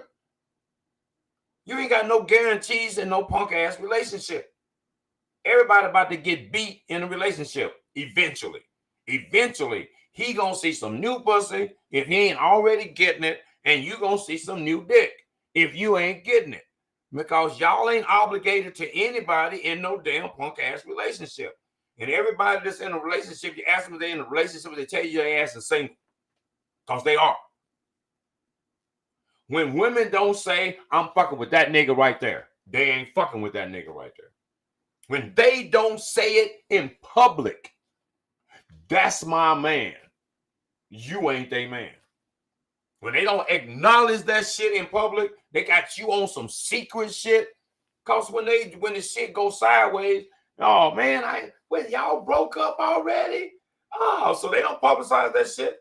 When I'm in a relationship, you don't never see no women or men on social media with somebody.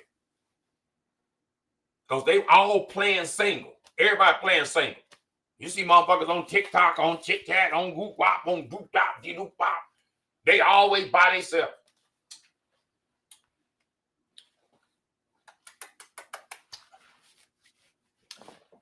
They always by their motherfucking self doing some tramp shit. Always. But she your girlfriend. You're in a relationship. And she, look at me. Nigga, you got a motherfucking man, a husband to look at you. Oh, but now I need attention. Get a husband. Oh, no, I need attention from everybody. Oh, you a whore. Yeah, that's right. Sure is. You're a motherfucking hoe. And so you want to be a hoe and be respected at the same time. Come on now, you can't have this shit both ways. You be a motherfucking wife or you be a tramp. It is what it is. You don't get to be both. You get to be one or the other. One or the other. Your wife or your motherfucking tramp. Period. It is what it is.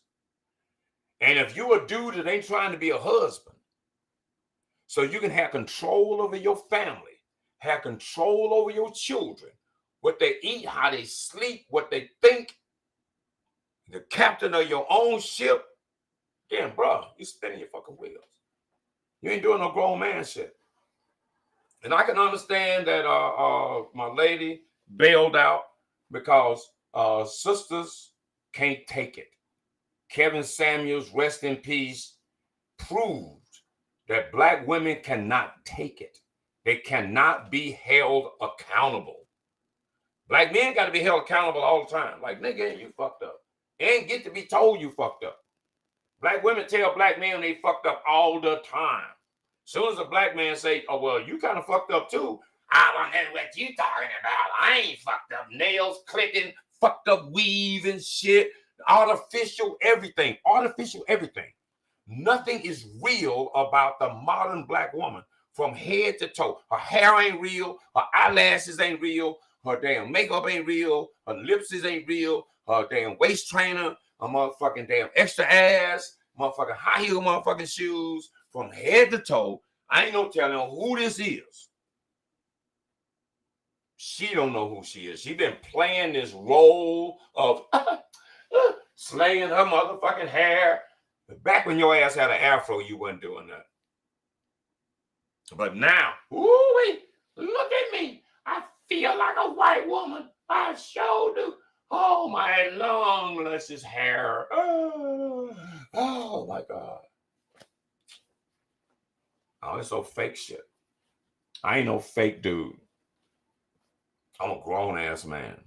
I've seen America, black people better, and I'm seeing black people fucked up. Now I'm thinking at this point, it needs to be a change. Now, motherfuckers, change don't come easy. Change don't come easy. Fuck, Martin Luther King got his ass blew a fucking way about change. Now, change don't take it. You're going to take a bullet, nigga, talking about change. Talking about the truth, you're going to get slings and arrows, motherfucker throwing rocks at you. Stone the motherfucker. Phew. But I'm built for this shit. I'm built for this shit. I'm specially designed for this shit. I'm solo. I'm by myself. I ain't got no family or no fucking friends. So I don't got nobody I got to worry about something might happen to their ass. The only thing can happen to somebody is happen to me. And I roll hard, just like this. Passionate about everything that I say. Because I've been there, done that. I've seen how shit fuck up. I know the blueprint. Some motherfuckers can just see what other folks can't. And said, I'm just into the shirt cause the homie shamming me like now. And stuff. I mean, yeah, kids, I've been seeing your name pop up a lot. Vanity and all the time. You know, the deal is that when I suggest black men need to come on a show and talk about their experience with black women. See, we are under the false impression that black women have been leading you to believe, oh, you a cheater. You a cheater. Black men cheat. Black men cheat. Ooh, they just cheaters. They just dogs. I'm like, really? Well, let's look at the data. Let's look at the numbers. What does the statistics say? Well, the statistics say that black men cheat at a rate of 26%. 26 out of 100 is going to say like, damn, that's some shit over there. I'm going to have to hit that. And black women cheat at a rate of 24%. Damn near neck and neck, right? Right? Okay. Well, let's take into consideration that there are way more women than there are men.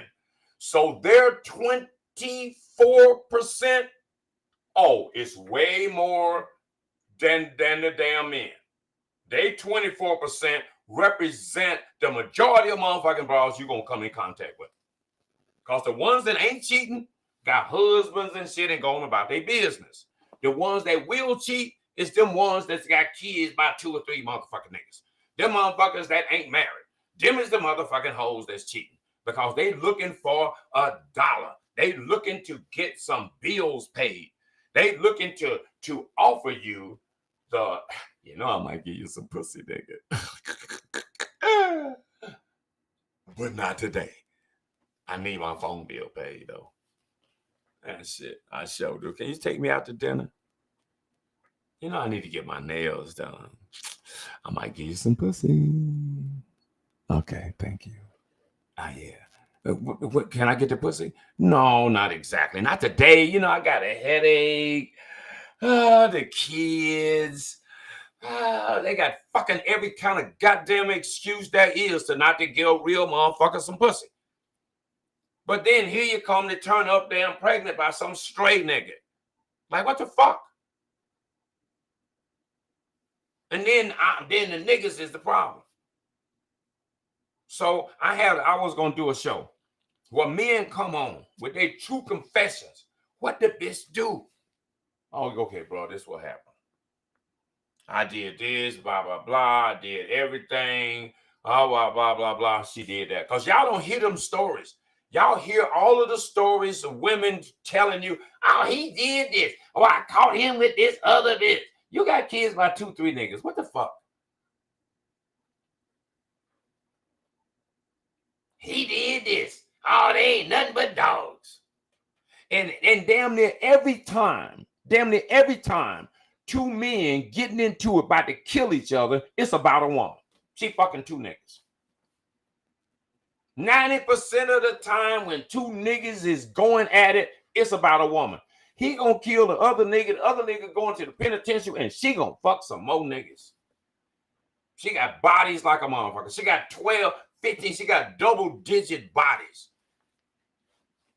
She a used car and want to sell for brand new. She a used car and she had been drove in the ground emotionally and physically. Been drove to death. Foot in there. Been in a couple of wrecks and shit. And then she like, I know my value. Bitch, you used. You used. You're old. You 40. The fuck? You can't have no kids. You talk too much.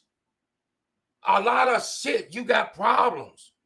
You got emotional issues from all of this turmoil that's been in your life. And then you want me to have to suck that up and deal with all of these personalities and mood swing and all of this stuff. I'm just trying to get some pussy and some dinner. I can't do none of that.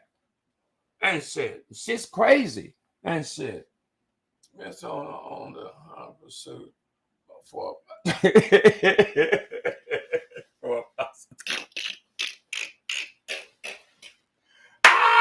I mean, sisters on back page, side page, trying to hustle to stay alive when you could have just got a husband.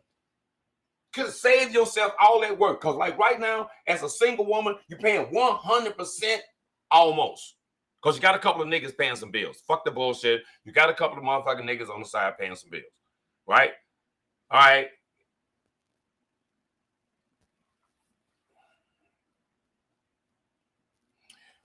You paying 100% as a single person with kids. Now, a man making just a little bit of money is going to offset that 100%. Whether it's 25%, now you're only paying 75%.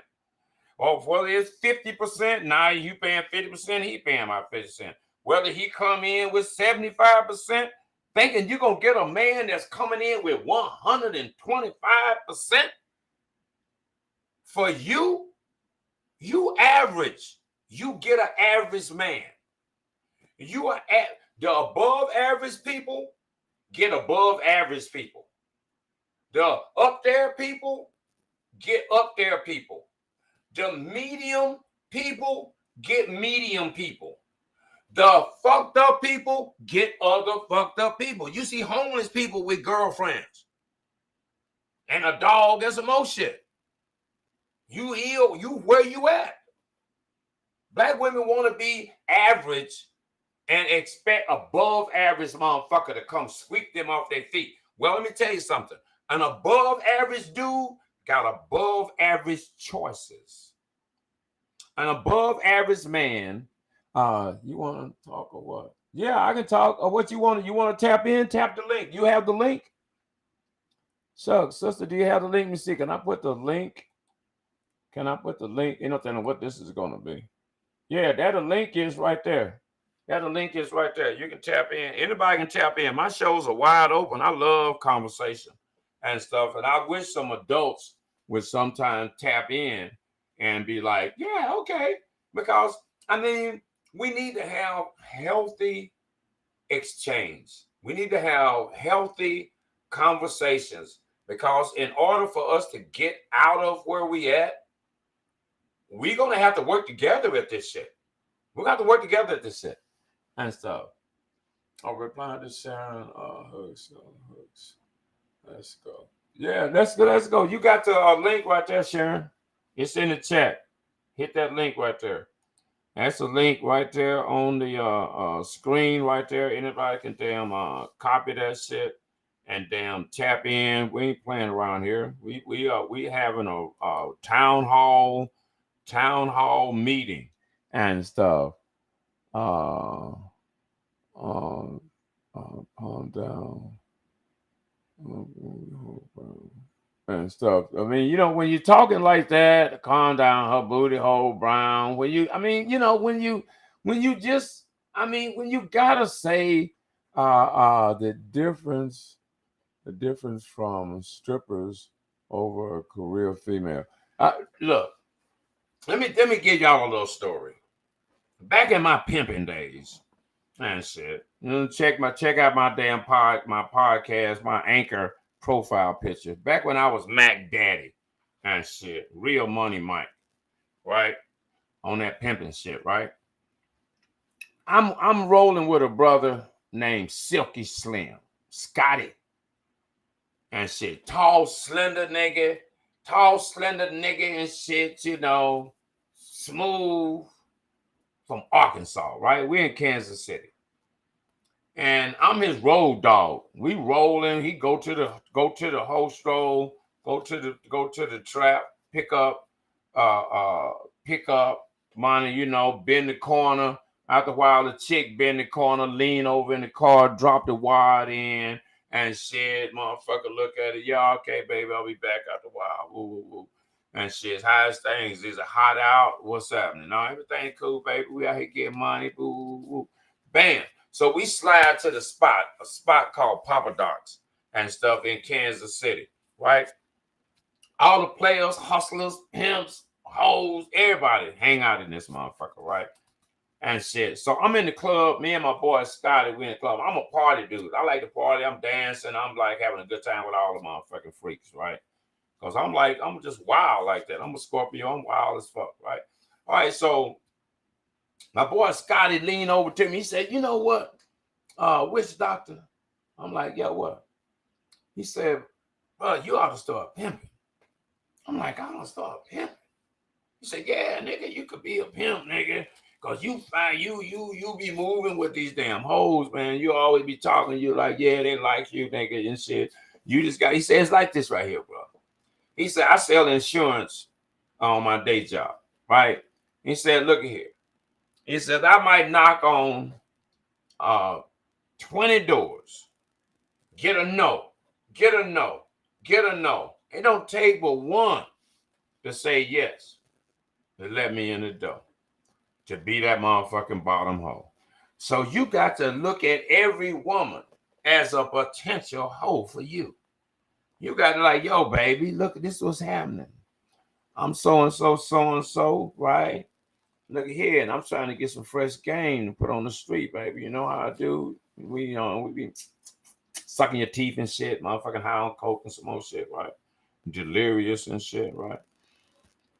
And you going through the damn Mac game and shit, baby. You know, shit. Come on, ride me. Come on, let's go out in the car and talk and shit. Yo, you do a couple of lines, baby? Yeah, shit. Look here. Let me ride, be in the corner or two. And she's, oh, okay, cool. And shit, boom. You first out, you shot, you hit, you straight to the damn stroll. Red light district and shit. You let her check it out. Let her see that shit. Let her see motherfucking hoes get money, right? And shit, you know, and you like, damn, baby, you think you can do that shit? I mean, like, you know, shit, baby, this ain't no real big thing and shit, baby. You know, you just like, you know, dress nice and everything and shit, and do your thing, but woo, woo, and shit. I mean, you know, so I'm like, fuck yeah. All right, I'm gonna try that shit, Scotty. I'm gonna try that shit, Silky Slim. First sister I damn bump into, right? A little sister from Arkansas. Black in a motherfucker. Short, nice, tight ass, little tits.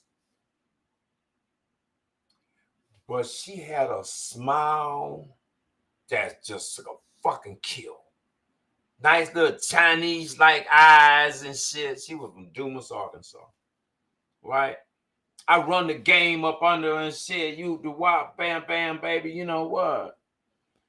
And then I had to put some more bullshit in there. I had to put some more bullshit because I'm a little insecure. This is my first time in trying to motherfucking doing some pimping shit, right?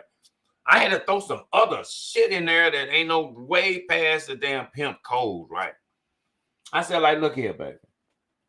If you be my motherfucking hoe, we gonna make money, we're gonna get money, we're gonna save money, and at some point, we're gonna get a little house and some more shit, and I'll marry you. She said, no shit. Bet.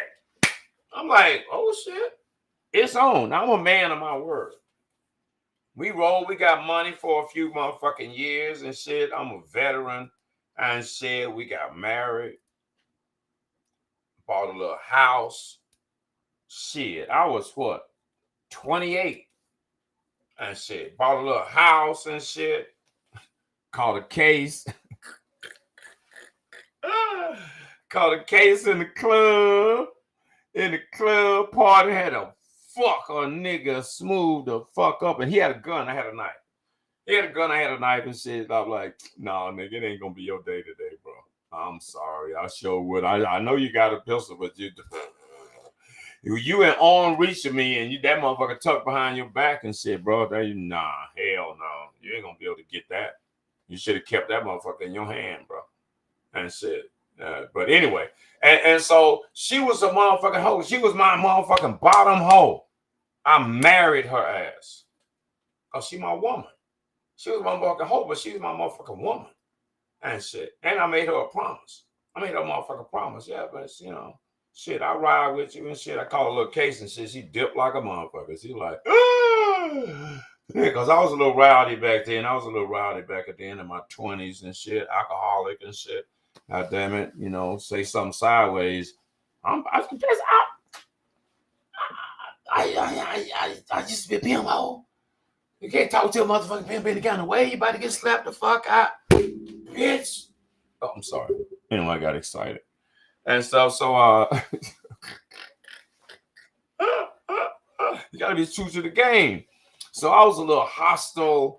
And I blame myself for fucking up that marriage and shit. But I mean, you know, it is what it is.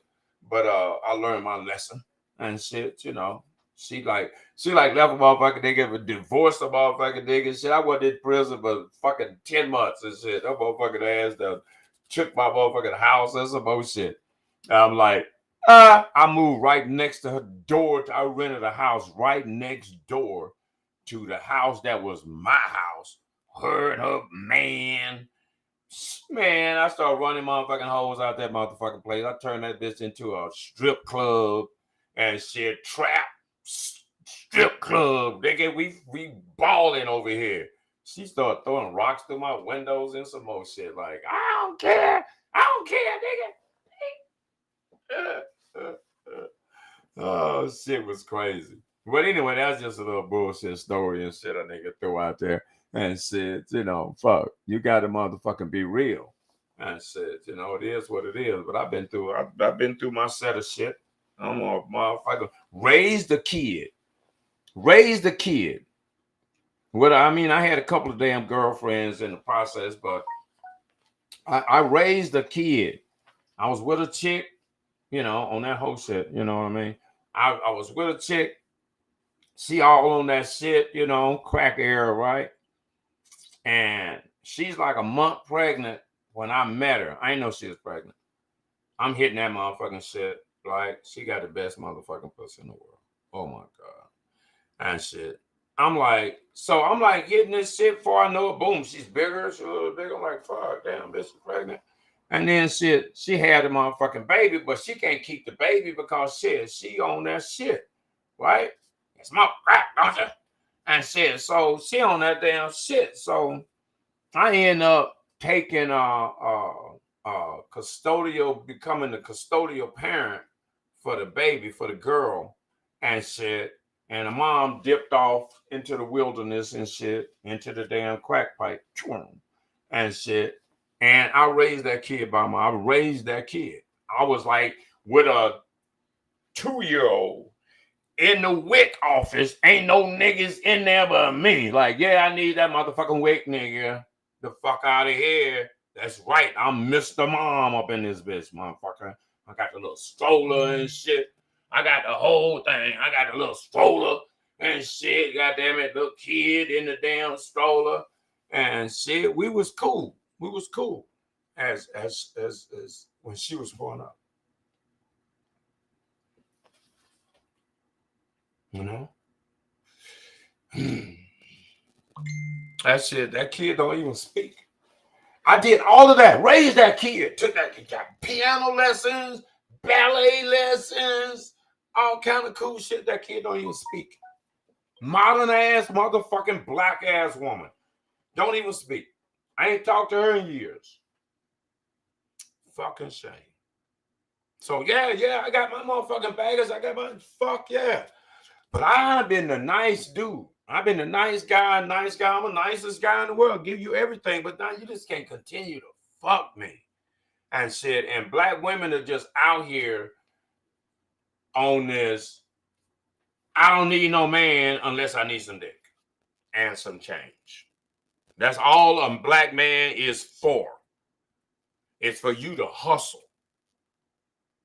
Not for you to be his motherfucking wife, have his children. No, for you to have litters of motherfucking children by different damn men and want to say you got some kind of fucking value. You don't. You're a tramp. And it is what it is. I can't sugarcoat that. You have children out of wedlock. You don't demand from a man that wants to fuck you the respect of like, no, nigga, you ain't gonna just fuck me. You gonna marry me, and then you can fuck. I ain't the kind of way you want to fuck. But you ain't gonna, nah, hell no, nigga. I need some guarantees. Because if you fuck up, I'm getting half. Remember that shit, nigga. If you fuck up, I'm getting half. And he's saying, yeah, bitch, and if you fuck up, I'm getting everything. Not half. I'm getting it all. And it is what it is. It's a fair exchange. And it don't have nothing to do in the marriage vows about your black ass being happy. It says, for richer or for poor, through sickness and health, for better or for fucking worse, to death do you part. It ain't say nothing about your black ass got to be happy, kind of happy, not happy, sad as fuck. It didn't say nothing about none of that emotional shit. Because this shit is business, family, lineage. It ain't got nothing about to do that old funny time. I don't know. I just don't feel good. I don't think I like you anymore. I don't give a fuck. You're my motherfucking wife. I ain't misusing you. You cool. Just because you saw another dick sliding down the motherfucking street and shit, got your ass all up and on. No, hell no. Sit your ass down. You wife for life. And shit. As a matter of fact, I need a couple more kids too. What the fuck you playing? And shit. How is it that women decide how many kids motherfucker gonna have? Oh, well, they used to tell Kevin Samuels that shit all the time. Oh, well. And speaking of Kevin Samuels, see, you motherfuckers, okay. Y'all want to go there, huh? Y'all want to go there? Y'all really want to go there and shit? Because, see, I roll with the big dogs. And I don't want to necessarily have this conversation and stuff with I don't necessarily want to have this conversation with y'all. Wait a minute, hold on. I think something else went wrong now. Okay. I want to have this conversation with y'all because y'all ain't really ready for it. You know what I mean? Y'all ain't really ready for it.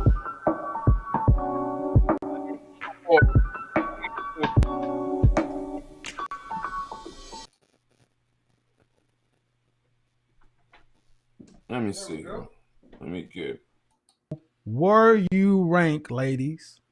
You need to know where you rank. Going into 2021, if you want to have a better outcome, you need to be able to understand how the world sees you.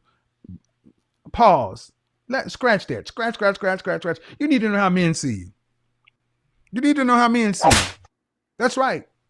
Because unless these women who keep telling you, don't worry about it, got some men in their back pocket for you, as long as you plan on one day wanting to get married and have kids, you better understand how the men that you want see you. Because I'm going to tell you this. Oh, shit. Let's go. I think them Red Bulls might be the shout out to Obsidian. Shout out to my boy Obsidian Media Network. Shout out to O'Shea Duke Jackson too. That brother has done a hell of a job. Shout out to the Black Manosphere for coming through this year. Because like it or not, ladies, you better start listening to the men you say you want.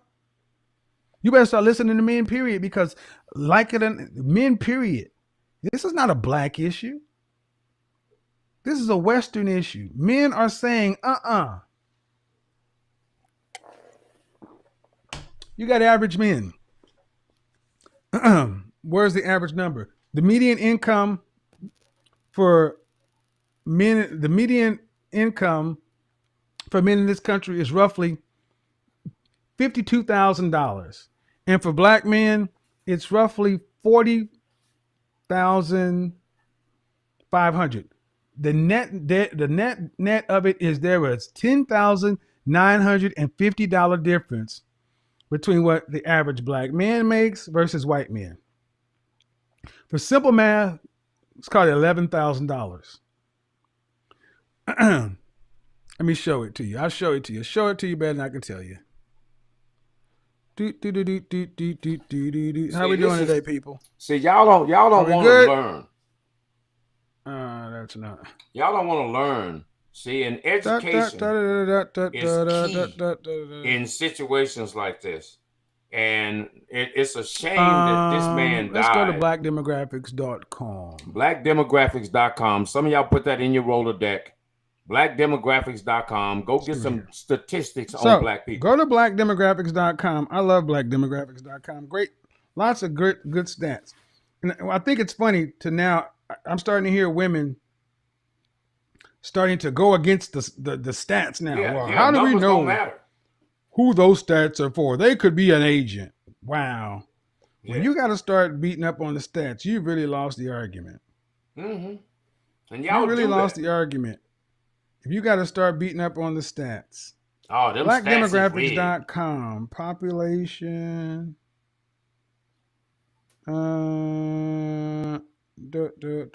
Male statistics. Oh, some real loser shit. Yeah, you just slow, miss. Yeah, that's all. Some real loser shit. Yeah, that's what y'all see. Anytime. Here we go. See, this is the deal. Anytime a black man is saying something real life. Now, you don't like it because you want the shit to stay fucked up. You want it to stay fucked up. So you are saying this is some real loser shit. Loser? No, not a loser. I run my own business. I run my own upholstery business. This website, Phoenix Street News, and all this little cool shit. I built this shit myself. I'm an auto mechanic. A motherfucking jackleg damn electrician. A motherfucking plumber and a carpenter. An auto mechanic and shit. There's virtually hardly any damn thing that I can't do, and hardly no places that I can't go and have a conversation. I've been on Cox Cable with talk shows. I've been on KFYI, talk radio and shit with real scholars, with real intellectuals. Ain't nobody among intellectuals said ever that I sound like a kook. Nobody. No relevant grown people have ever said that I have not made absolutely good common sense. I think you're taking this person. I don't take nothing personal. Whatever you say is what it is. Get out of your emotions. I don't have no emotions, miss. I'm not in my emotions. I'm doing facts. You might be in some emotions. Here we go. There we go. Black men, all other men, $52,004. That's the worked full-time year-round, age 16 and up. $52,004. Let's call it $52,000. And for black men, it's $41,054. Sear that into your mind. That's $20-some an hour. Let's call it 52 and 41. 52 and 41. 52 for white men, 41 for black men. See, there's a misconception that just because they're the largest ethnic race in this country, that they're rich. Their average white man is making $52,000 a year. The average Hispanic man makes less than the average black man. And the average Asian man earns more than the average white man. But here's the question, ladies. The difference between what the average white man and the average black man makes is $11,000. So black men, what black women will really have you believe is if you make $11,000 more, you can start getting submission like white men. That's all you got to do. Make 11, go get a part-time job, and you can get the submission Brad gets. Game over. Good night. Thank you guys for showing up. That's the fix. Because with just an $11,000 increase, you should get femininity, submission, cooperation, whatever you like. $11,000. $11,000. That's like $22 an now, hour. ladies, do you think if the average rank and file black man really believed it was as simple as making $11,000 more, that he could approximate the get treatment of another race of men? How quickly do you think the rank and file brother would run out and go get a part-time job? Yeah, if he thought the black woman was going to be better. What? I can get some cooperation, some act right for $11,000? Shit. Them Madden, them PlayStations and them Xboxes, all that stuff be put up with the quicks. Brothers be like, shit, I'm going to do it better. I got 12. Right here. Y'all can't even stand I put Kevin an extra Samuels. grand on it because I like hot sauce on my brother come through with another 12,000 and be like, shoot. 1 minute she was rolling her neck and acting on her neck. Next thing you know, she is acting right, got a good attitude. That 80% out of wedlock number is starting to fall. That 80% overweight and obese number is starting to fall. You know, all the things that you hear a lot of guys complaining about. Hold on. 80% of black women are having children out of wedlock. 70-80% of black women are overweight or obese. Y'all ain't even taking care of yourself.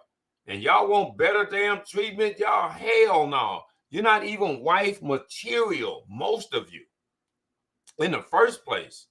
Let's go ahead, Kevin Samuel. Let them have it. Give them some more. The hair industry starting to experience bankruptcies and shortages. Whoa.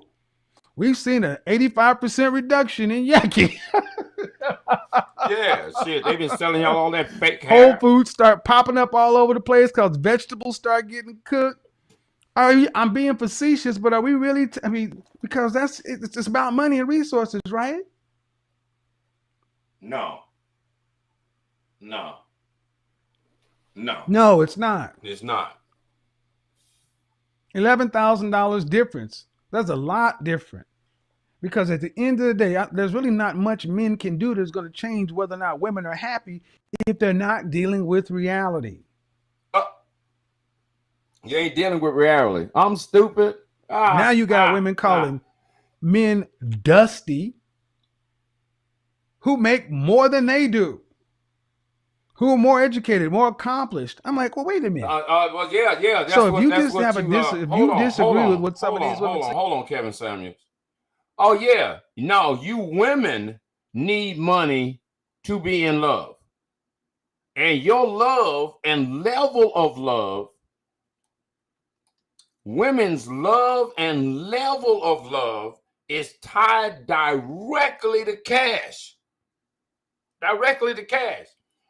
There was another brother named Tone Talks, Antonio Moore, co-founder of ADOS. Shout out to ADOS, American Descendants of Slavery and the Quest for Reparation. Tone had a show called Can Black Love Exist with No Money? Can black love exist with no money? There has been shows already on this subject. But since y'all don't pay attention to nothing but bullshit, you wouldn't hear it because it comes from places that you don't listen. You listen to the bullshit. So the question was asked, can black love exist with no money? Because black women tie their amount of love and affection and attention directly to money.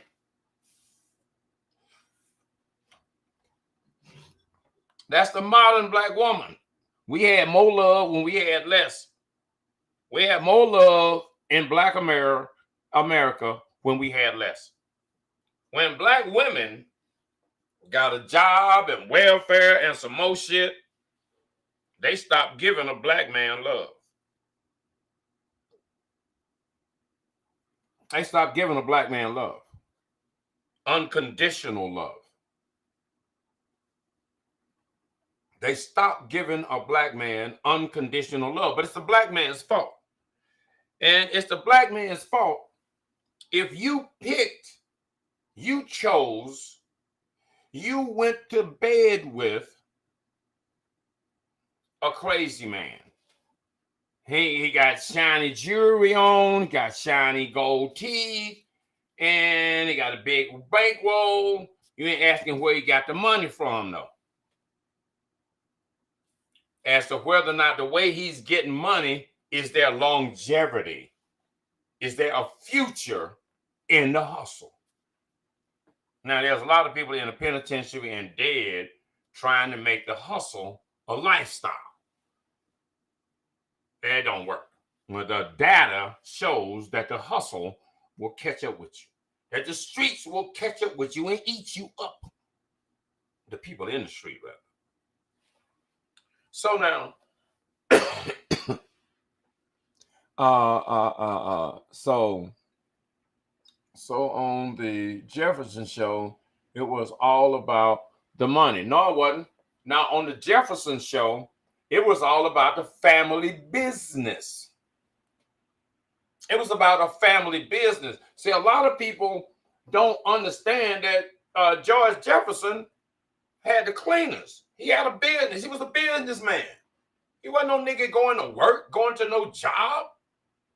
He had a business and was living a comfortable life with his wife and children. That's what George Jefferson was doing. But y'all didn't see that part. Y'all didn't see Bill Cosby and the Huxtables and with a family.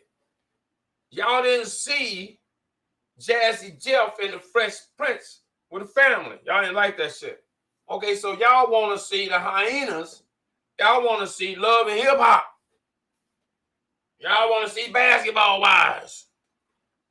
Y'all want to see chaos.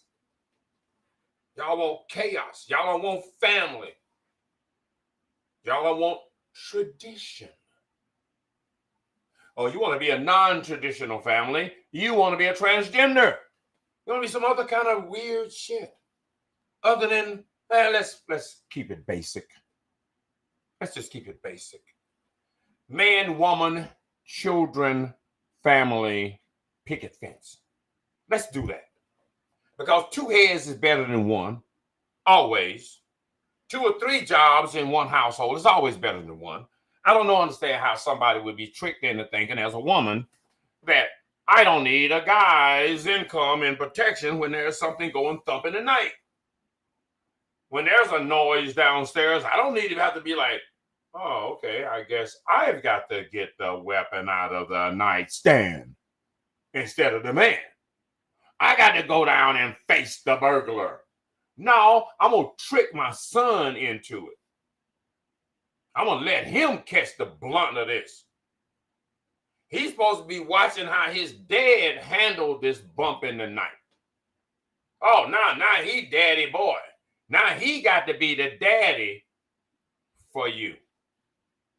For the woman that didn't get married, that got a son. And for all these years that y'all been in charge of the black family, and y'all say you can't find no good man these days, well, you need to talk to your mom about that, because they raised these niggas. Single black women raised all of these niggas that's under 50 years old that y'all say ain't fit. And I can understand that, because they wasn't raised by no men. They was raised by women that thought they could be men and failed at it miserably, and failed at being a good woman. Because being a good woman is making sure that you protect your children. And they ain't your children, they're his children. But protect, because they showing up his children when he's trying to get that damn check. When he's trying to get that damn when you trying to get the welfare check and when you trying to get child support. They his kids then, I bet you. Nigga ain't do nothing about his kids. His kids this. And then when it come time for him to want to see his kid, oh, these my kids. Oh, you don't see these kids. You don't never do nothing for these kids. And you can't see these kids. The kid was like, I want to see my daddy. I don't care if he's a bum or whatever the fuck. You the one that fucked him. You the one that gave the nigga the pussy. You ain't had to get that nigga the pussy. Now all of a sudden you done gave the niggas the pussy, you got pregnant. Speaking of getting pregnant, you know how hard it is to get pregnant? Do you know how hard it is to get pregnant? Look here, you got 28 days goddamn cycle. Your menstrual period, right?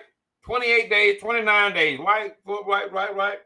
Okay, now there's only one time during the time of that period is right during your ovulation period, like right dead in the middle, 7 days in the middle of your damn menstrual cycle, your ass is gonna be ovulating and hot as a firecracker, want to put something in that motherfucker.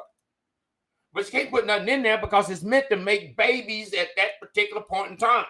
Now, if you ain't got no goddamn husband, you ain't got no business fucking during your ovulation period. You need to wait till that shit go away. They'll say, oh, so now you ain't hot no more and you don't really want to do it. Well, that's a good thing. That's a good damn thing. But for some reason or another, black women are so damn smart and sophisticated, they don't know how to not fuck during their ovulation period unless, of course, they are trying to get pregnant. Unless they are trying to trap a nigga. And you niggas is going for it. Like, damn, it's when your period come on. Okay, look at the calendar. When was you on your period last? Oh, okay. Nigga pull a calendar up on his phone. What day is it? Oh, no, bitch, we can't be fucking. You right in between in your ovulation period. Nigga, you better have some education on pussy. You need to know how pussies operate. Otherwise, you're going to be getting fucked over by a vagina and stuff. These chickens are fucking on their cycle. But see, you can fuck on your cycle. You can't get pregnant on your cycle. See, this, okay. So let's explain how babies happen, right? Okay, a lady got some things called ovaries, right? Kind of like a man's testicles, right? A lady got ovaries, right? And in these ovaries, these motherfuckers produce eggs. They coming out of both sides. Fire, boom, boom, boom. And them eggs, they go down the fallopian tube. They go down the fallopian tube and she send them motherfuckers out. And she only send them motherfuckers out during her ovulation period. When she ovulating, them motherfucking ovaries is like, send some eggs. Send some eggs.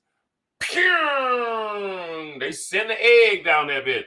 Motherfucker go down the fallopian tube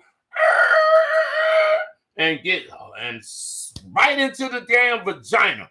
Right into the motherfucking goddamn vagina wall up in there, and that motherfucker laying in the cut.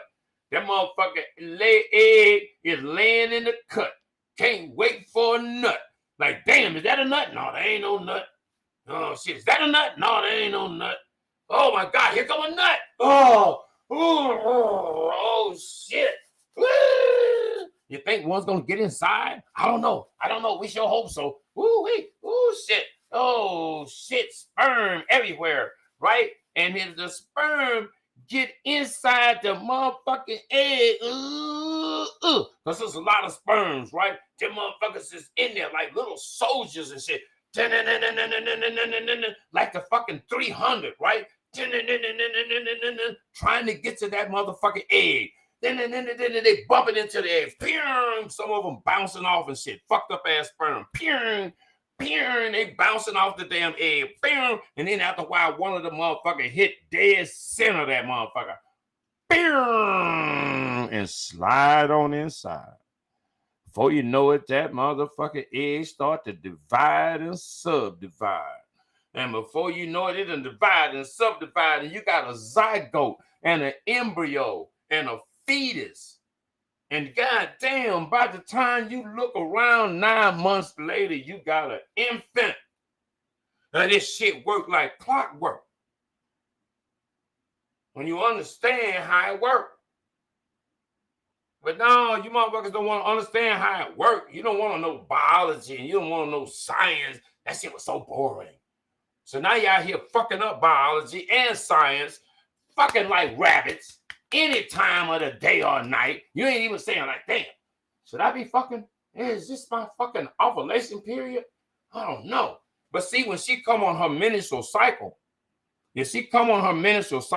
see that egg is laying in the motherfucking vagina, in the motherfucker like so, and it's trying to be ready for some nuts, for some sperm to come in there, right? It's waiting on some sperm to come in there. All right, so and if it's swelling all up like, ooh, shit, and it's got, blood, a little sack, a little shit to protect it, so when the nut get in there, when the sperm get in there and swell it up, it's gonna be a damn bag, the damn bag that the baby be in, the shit right there, right, with the umbilical cord and all that shit. Well, all of that shit is in a little small stage, and if it don't happen and get fertilized in a certain amount of time, it discharges. All right, shit. Well, we didn't get pregnant this time. What the fuck? Here we go. Fuck, bleed out. God damn it. Cut the cord. All right, shit. Damn, time's up. Yeah, bam. Egg is out of there, a little period. So you can fuck during that time. Shit, yeah, you can fuck during that time. That's not a bad time to fuck. And shit, sometimes women be having on their period kind of weird, but a lot of women be horny in a motherfucker on their damn period. And shit, they be like, oh, fuck, and shit. And you be like, yeah, damn, fuck. So what, why don't you just suck my dick? I mean, you're horny and shit. And she's like, no, I want this motherfucker penetrated. Ooh, but you like, okay, I can do that. Oh, but it's going to be so messy. You give a fuck if it's messy. And shit, go and wash it off. Wash and shit, wash it out real good. Put a towel up under your motherfucking ass. We finna fuck. What the fuck is wrong with you? You want to fuck, don't you? Oh, yeah, baby, I want to fuck. Now, yeah, well, shit, let's do that. Because she can't get pregnant while she's like coming on a period. And a lot of times you fuck right at the edge, backside of her cycle and cause her to come on a period. And shit, because the shit is laying up in there, getting ready to break loose anyway. And then you just happen to be in there bumping up against the shit. Get the fuck out of here. Your motherfucking ass is past the time to make a baby. Boop, boop. And then before you know it, you see, oh my God. Only time it's fucked up when she come on a period and you've been fucking is when you eating pussy. When you done ate the pussy already and some more shit, and then y'all fucking and shit, and then she come on a period and you like, damn, what's that?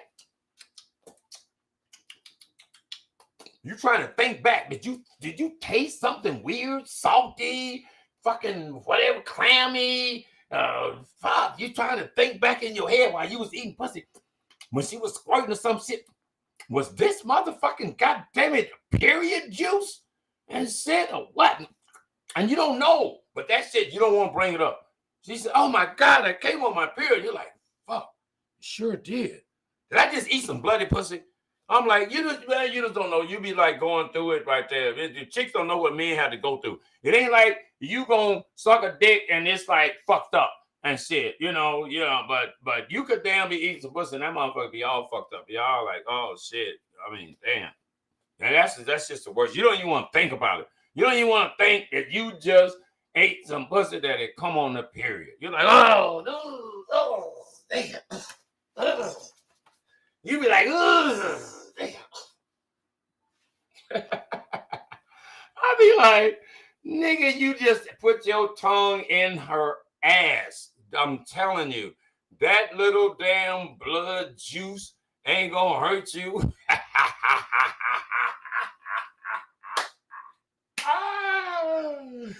Oh my God, that's what you call eating the eggs up, nigga, making sure she don't get pregnant. Oh damn, baby.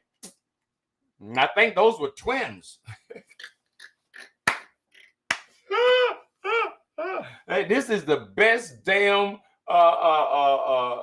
podcast entertainment in the world, man. You're gonna get education, you're gonna get information, and you're gonna have a great time because I'm funny in the motherfucker. I'm just funny in the motherfucker, period. Hold on. Let me give you some more Kevin Samuels because y'all motherfuckers thought I was through. I'm gonna give y'all the real shit. This ain't coming from me. This is coming from a nigga that's a scholar. This nigga was a scholar and stuff, man, and was getting millions telling the truth to women and said, but nobody. They can make 1/10 of what you make. And they actually have the nerve to sit in judgment of you calling you dusty. Why? Because you're living in a land of fantasy. You just don't want me to get women nothing talking from to one this. another, telling each other everything's gonna be You're all right. a hater, in an baby. echo chamber. But it's not changing your outcome. I hate this damn phone. Ladies, in 2021, if you find yourself going into places and echo chambers telling you what you want to hear, I hope you don't know how to respond to that. I wasn't talking to you, serious. You're going to waste another year because what is not going to happen? How you going to respond to that? Men aren't going to just accept it. See, 50 years ago, phone. See, George Jefferson. See, okay. Weezy's no beauty queen, but she's average. He was average. Weezy was happy to get George. But no, now Weezy would actually think she deserves Denzel. And George wouldn't be good enough. That's right. Well, George at the end would have, but she wasn't going to work with George all the way up. And this is what's happening. The more you live in these bubbles, the more diluted you get, the higher your expectations become to where you're not even willing to get with a guy and build. So let me get this right. You ladies darn near want a man who's 6 foot tall, 6 figures or more, whatever the other 6 is, and you want him to love his mother, love pets, like your kid, not really adore you, be faithful, cook, clean, and everything else. It's the husband store. And you want him to have it by age 25. Modern women are frustrated and upset, unhappy because you are at odds with reality, and you've gotten to the end of the game. If you've ever played Monopoly before, everybody starts out with the same amount of money, and it just comes down to rolling the dice, going around the board, landing on property, making deals. But there comes a point in time in the game of Monopoly when people start losing. People start getting bankrupt. You land on something look, the older you get, the higher up you go, the less time you have and the fewer moves you have. Ladies, over 35, many of you are at the end. Danger zone! At the end. You've crossed from the danger zone into... If you're over 35 and single, you're in the danger zone. Shit's real. What's the danger zone? And the reality is, there is no Prince, Akeem. There's no Wakanda. There is no fantasy at the end. There is no movie Hollywood ending. It's just alone. By yourself. By yourself. And then you turn around and get upset with who? You can't be upset with the men. You chose to be. Because the men are dealing in reality. See, like it or not, the science of assortative mating says you know your lane. As an image consultant, an image professional, I know that people truly know their lane. That's right. They may say they don't, but we have evolved to know our lane. Mm-hmm. Meaning, if you look through your life, there's a high end and a low end of what attracts you, approaches you, and is attracted to you. And people tend to get in their lanes. from a look standpoint. Men can leap lanes with resources. Women cannot. Never has there been a time in history that women can leap lanes with resources. Women can only leap lanes with femininity, fitness, cooperation. And what's happening is guys who are average, everyday guys, like average, everyday Brad, not Brad, let's call him Brandon. Brandon. See, Blake, Lee, Ahmed, Keith, and Enrique, the Henrys, they are above average men. But Brandon, he works at the plant. Brandon, he works, at the Purina mill. Brandon, he works as a postman. He's an average, everyday white guy. And Kenneth, average, everyday brother. He works right out there with Brandon. But the difference is Brandon's women are more realistic about what they are, because there is still a heavy emphasis on their bodies, their fitness, and their looks. Why is this important? Because Brandon is willing to get with a 5 or a 6,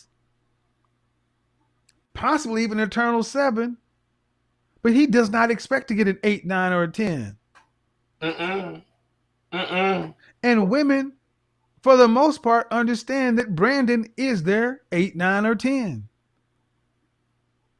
Why is there such a disconnect especially in the Black community? You have women who really are expecting. You've been told you can have it all, but it's not working, ladies. Men are going to purchase a woman with what they have. If he's an average earner, he's going to get the best of the average women he can get. And there used to be a time that these women were still fit and cute and cooperative and friendly and feminine. Happy. They were happy. There was a lightness, a joy about these people. Now, that's been stripped, according to men, from 9 out of 10 of you. According to women, from 8 out of 10. So here's the question before we open the lines, ladies. If you're not good if women are horrible at ranking themselves,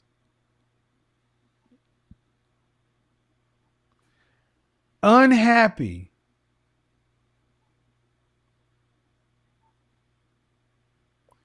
what do you expect the rank and file men to do? If the shoe was on the other foot, if you expect men to accept that, if you flip the scenario, you would for sure be saying you wouldn't even say the woman is settling. You'd say she's dating down. She's dating down. Who wants to be with an average looking, unhappy woman? Most people are average, folks. I didn't make the math. Most people are average. Most. Who wants to be with it? So are you unhappy? What are you going to do about it? Because you're average? Are you as fit as possible? Are you fit? What are you going to do about it? What you going to do? Are you as pretty as possible? Huh? What are you going to do about it? Because the end consumer, men, will not buy it. No. They would rather not buy. Yeah. Because understand, you're asking someone, let's take it away from men and women. Man walks onto a lot and he sees a car and he's got the money and the credit to buy what he wants.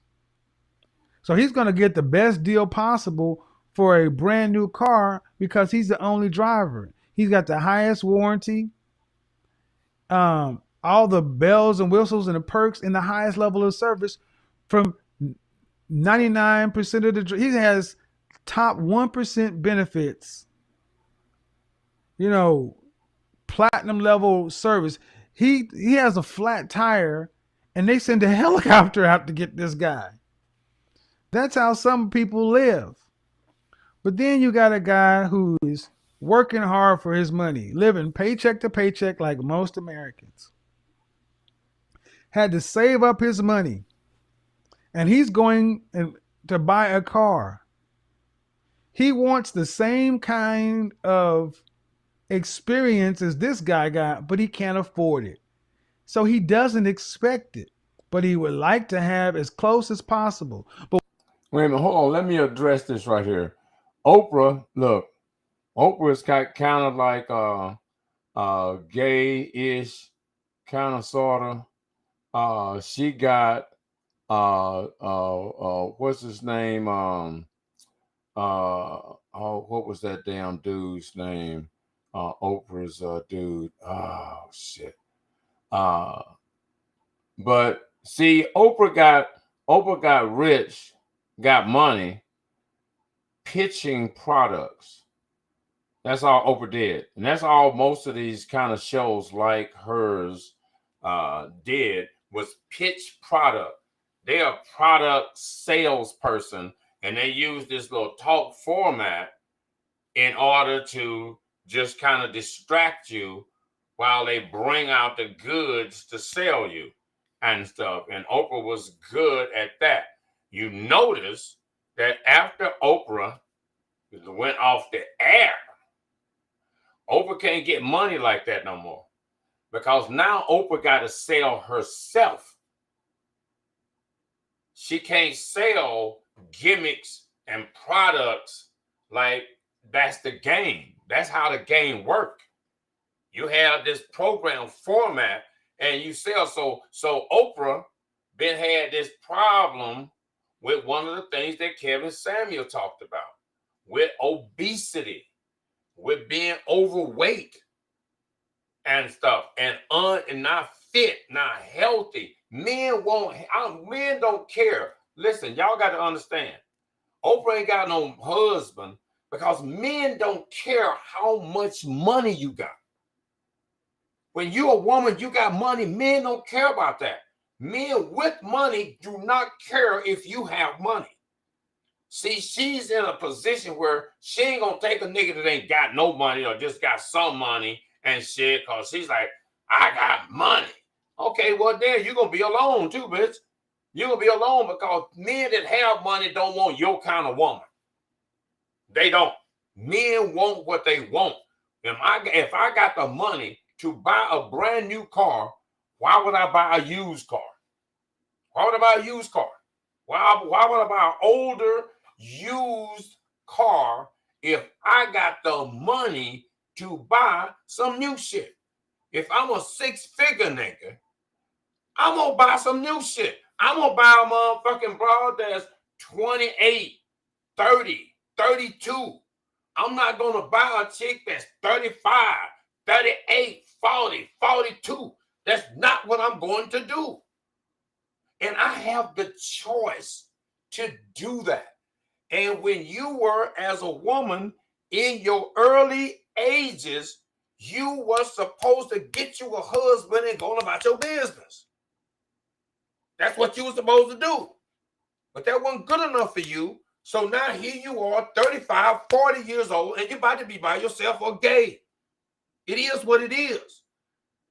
And you're going to have an average dude that's going to say, I want you now, after you done gave all of your early best days, all of your best sex, your best love and attention and best beauty, you done wasted that in the streets. And now here you come at 35, 40 and shit, needed to make over some shit and readjust some shit and to try to get some attention. Nah, you should have just got you a fucking husband and you would have been fine. But you say why? Because look, husbands aren't for you. Husbands are for children. Husbands bring guidance. Husbands bring direction. Husbands bring discipline. Those that don't mean you made a bad choice. There are bad choices. That's the reason why back in the old days, knowing that women were not capable of really making a good choice in men because they doing it with their emotions. So they got to bring this fool to their house and meet the parents. Now, when this dude get there and meet the parents is like, the dad is like already, nigga, what you want with my daughter? What the fuck is wrong with you? What? Oh, yeah, what's your daddy do? Oh, okay. And shit, so now what's your intention with my daughter? You want to just fuck her for a little while or some shit, possibly get her pregnant and shit and get the fuck on? What's going on, bro? See, a dad gonna ask this nigga real questions. A mom is gonna ask this, is gonna be observing dad get his motherfucker first degree. And he better stand the test for his daughter or he got to kick rocks. And he don't care if she still like, well, dad, I didn't like it. I didn't like Tyrone. And he's like, boy, if you don't get in there somewhere and sit your hot ass down. That nigga right there is trouble. That nigga got trouble written all over. Nigga, if you don't get out of here and get the fuck on down the road, that's what daddies do. That's what daddies do. Daddies teach girls about what's a cool motherfucker and what ain't. That's what daddies do. That's what fathers do.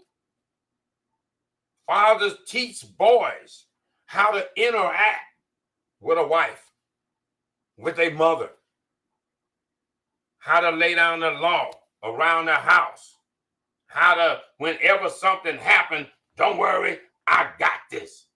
And a son learned that from his dad. A girl learned that a good man is going to do good shit. Oh, yeah, you will, because you're a hater. You're a hater. You're just a hater, and that's fine. I don't mind you being a hater.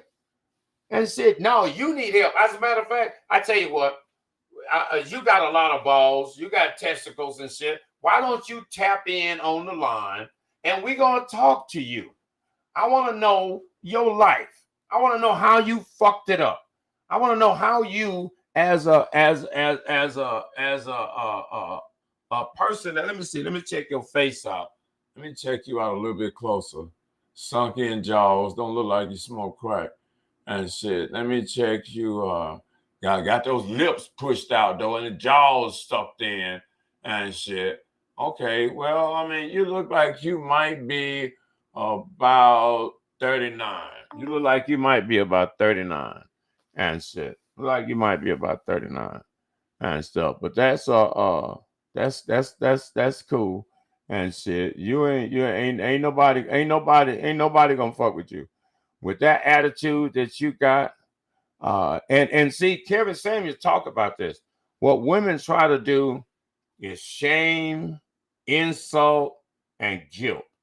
They try to shame you, insult you, or make you feel guilty and stuff. Instead of answering questions, instead of having valid positions on how it is that you feel, how it is that you think. Because if you think some kind of way, you should be able to express that. You should be able to, okay, in a common conversation, be able to understand what we are talking about. Because this is simple English. This is not too complicated. And it should not be a big problem for you to get it. Good, sir. You never talk to me. No, I mean, I talk to everybody and stuff. Let's see. I didn't know I'm teaching my daughter how to shoot guns. Yeah, you're supposed to. Look, let me tell you something. I grew up in the South. Backwoods to Alabama and stuff. I got my first gun at 13. I got my first rifle at 13 and stuff. And we hunt. I started hunting at like 13, half like 14 and shit. I got my dogs. I got my fucking guns. I'm 13, 14 fucking years old. Back in the day, that was normal. That was normal. The kids, where my grandfather lived in the South, we set up bottles and shit on the side of the house, had target practice. When I was down south last year, where my grandfather's house used to be. It's just grew up nothing but wooded area. Me and my cousins, and these motherfuckers are shooting AKs in the middle of the day in town.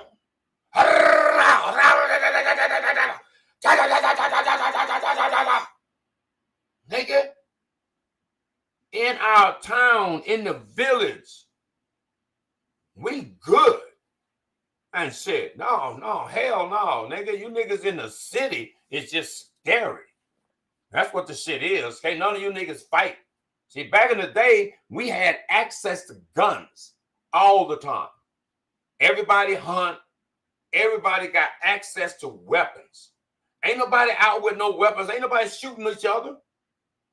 We've been had weapons in the black community for a long time, especially rural niggas. Rural niggas been had guns for a minute, and we wasn't killing each other.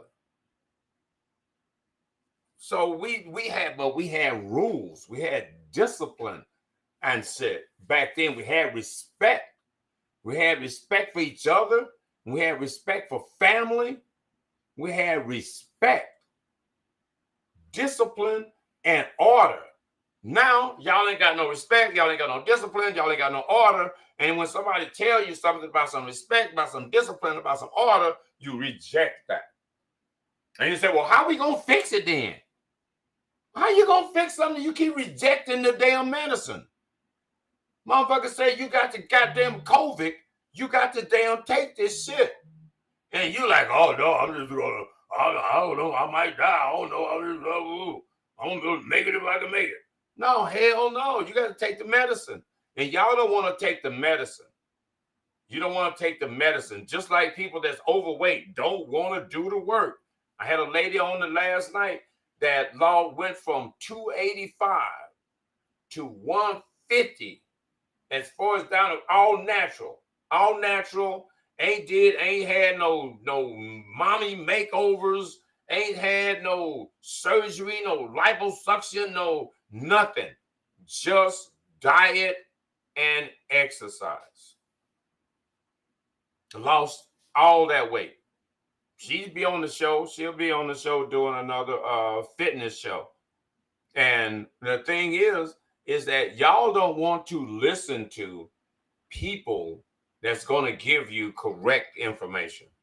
You want to listen to somebody that's going to lie to you. Let's go back with some Kevin Samuels. Y'all know we ain't done over here. Shit. But what he does want is he does want a reliable vehicle that can get him to point A to point B, that he can be independent, live his life. A vehicle that he can be proud to drive, whether at work or around friends, something that he can trust, something he can depend on, reliable transportation. But he also would like that reliable transportation to ride good, the air conditioner, the amenities, the things like that to work. He doesn't want reliable transportation and the inside you're sitting on a milk crate. He's going to get the best his money can buy. Now, if the man up here buying the 1% vehicles, the big body Benzes and the Beamers and all this other stuff, everybody wants their business. There are only a few of those. 50% of the market is with these guys.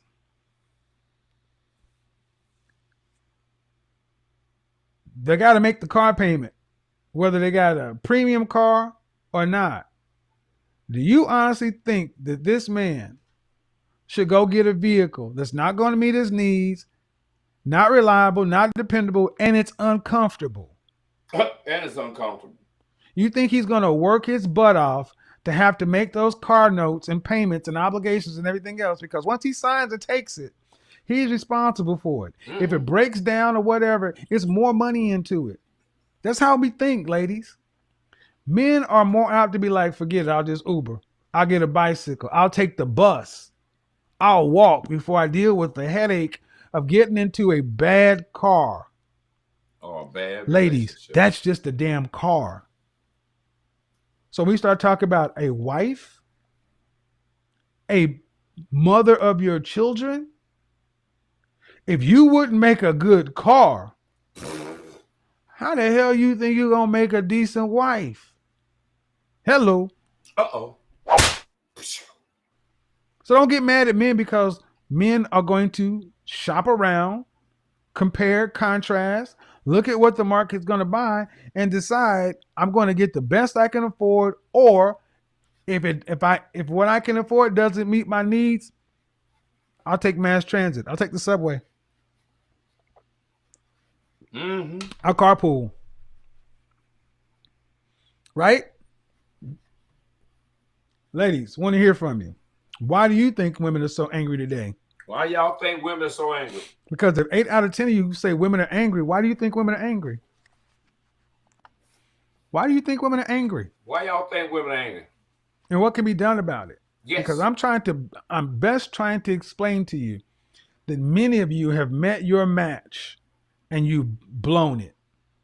You had your guy early on. I'm going to release a standalone video of several conversations with women that I got to talk about before I open the call lines. Women in general, black women in particular, hear me and hear me well.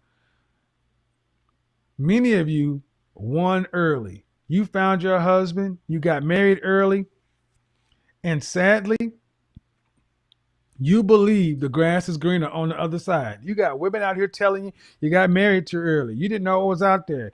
What was it? Toni Braxton saying that she wished she'd have slept around more in her 20s. What? You got women out here walking away from salvageable marriages, fixable marriages, because of jobs. Because they were actually, think about what I just said. You got women who want to get married and would love to not have to work. And I talked to a woman who was divorcing a husband who wanted her not to work. Can't make this shit up. Say that again. You got women out here wanting to get married and would love to marry a husband to where they did not have to work.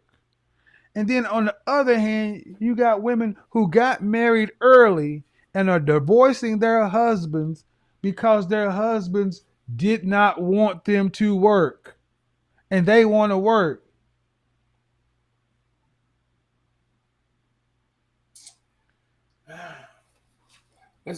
How is a person? That's good. Okay. And so that I say it kind of hurts because a lot of the things that you were talking about in regards to black women. Their guns are popping up over here like a mug. Trust me, you not. I can get a next.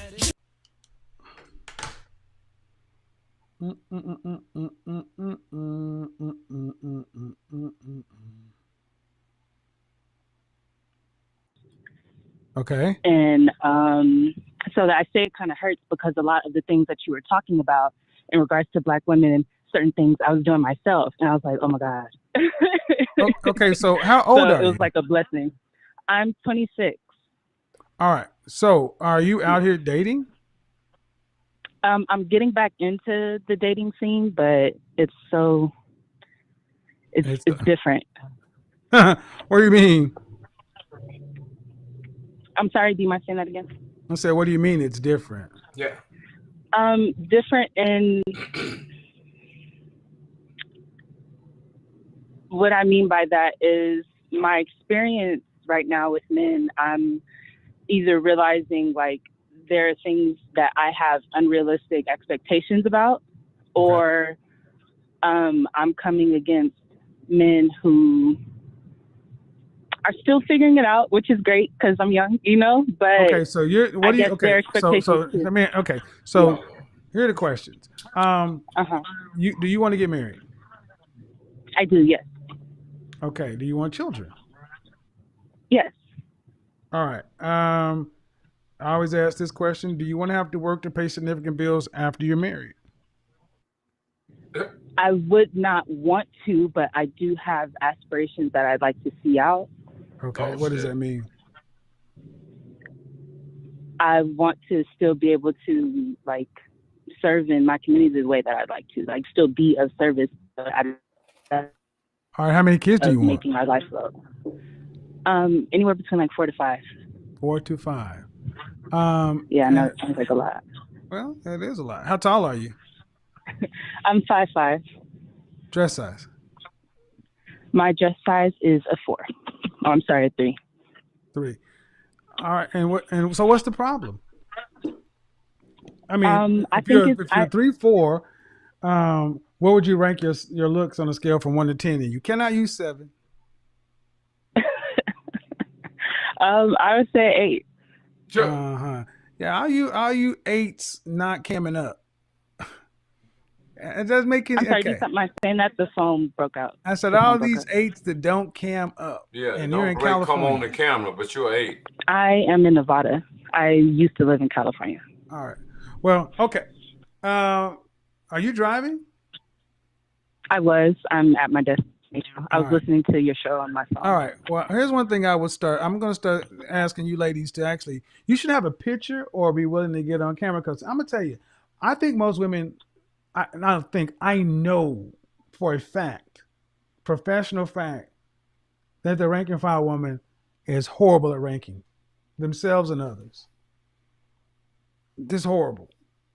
Mm-hmm. And the thing is, our lives kind of reflect back what we are. So the kind of men that you're talking about being able to marry 4 or 5 kids, you talk about a man who's earning $350,000, $400,000 a year. Mm-hmm. What percentage of men earn that? Not a lot, honestly. Like top 10. No. Give me what percentage? Give me a number though. Percentage-wise, I would say about 15 to 20%. Girl, please. That's top 3% of men. 3. 97% of men do not earn that. Do not earn that. 97%. And if you want a black man too? I do, yeah. Okay. You're talking less than 8% of black men earn 6 figures or more. Your expectations are insane if you think you can find a man like that who's single in your area.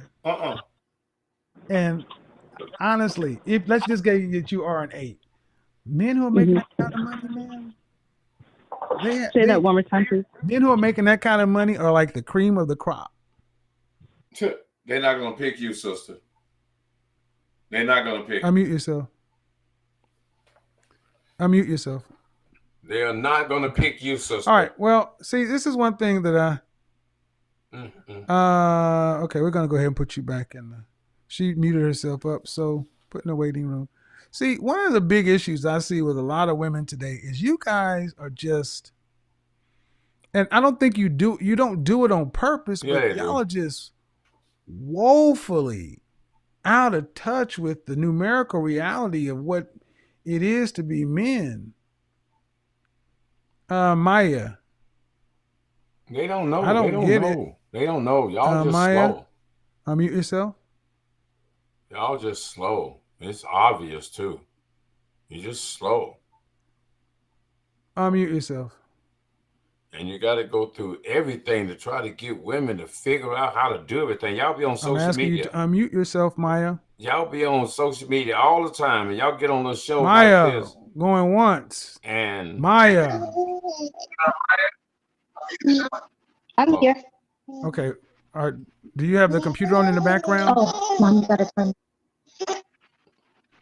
Okay. Why can't I hear you? What is all that noise going on in the background? Wow. Turn off the TV. Turn off YouTube. I'm going to take the Bluetooth. Wow. I mean, you have to go through. Yeah, you need to take off the Bluetooth. Okay. Hello? Yes, I'm here. All right. So it's kind of low. I can't hear you as well as I was hearing you. Well, you might want to get your audio because it's fine. So good Lord. You probably still have your Bluetooth on. Anyway, what can I do for you? Well, I was listening to your speech earlier, or to what you were saying, and it just sounds a lot like you're targeting the angry Black woman. I just want to know, like, what is that about? Are most Black women angry, or is it just some, or Okay, is first it a let me ask you. particular First group off, let of me ask you. women? Hold on. You have background noise going on. Is there a kid or a TV or something on? I'm sorry. Yes, that's my son. He's awake. He's Okay. awake. Is there any way you can get into a Hold on, place give me where a it's second. just I'll you? change rooms. Yeah. You want to go upstairs? Thank you, mommy. Oh Lord. Oh. Okay. Targeting. Good Lord. This is So my specific question, or what I was wondering, was, so check this out. what is it about? I mean, really, it could be women in general, but what is it about the angry Black women? Because I also saw How your old are you? video with the other young lady who How was long? quote unquote average. First off, hold on. You gotta listen. How old are you? 27. How many children do you have? 1. Are you married? Nope. Okay. Angry Black woman. I put a poll up and almost 7,000 men responded. 7,000. 93% of those men said women are not happy today. I put the same poll up and almost 4,000 women responded. 4,000 women. And 80% of those women said that women aren't happy today. So, due respect, most people seem to think women are unhappy today. So, what do you mean by targeting? Targeting the majority of women? But because it just seems to be a repetitive statement being said about angry Black women. Well, That's what I mean. okay, ma'am. Well, if It's true, 9 though. out of 10, So it kind of hold just on, sounds like no. If 90%, if 90% or 80%, let's just say 85% of men and women think women are angry today. 8 out of 10, 85 out of 100. I'm talking to the majority. My question is, do you see the minority as the majority? Or do you not think that most women today are upset? I can see it. I'm not going to say that it doesn't exist. No, It's it definitely exists. present. Well, what And percentage of women would you say are happy today? it depends on what you would consider a label as happy. No. See, that's why I asked you as general. I would say it's 50-50. Whoa. I don't think most women are angry. You think 50% of women today are happy? Really? Yeah. I mean, I know I'm not angry. I can really only speak for myself, but I would say it could be 50-50. Yes. And what state do you live in?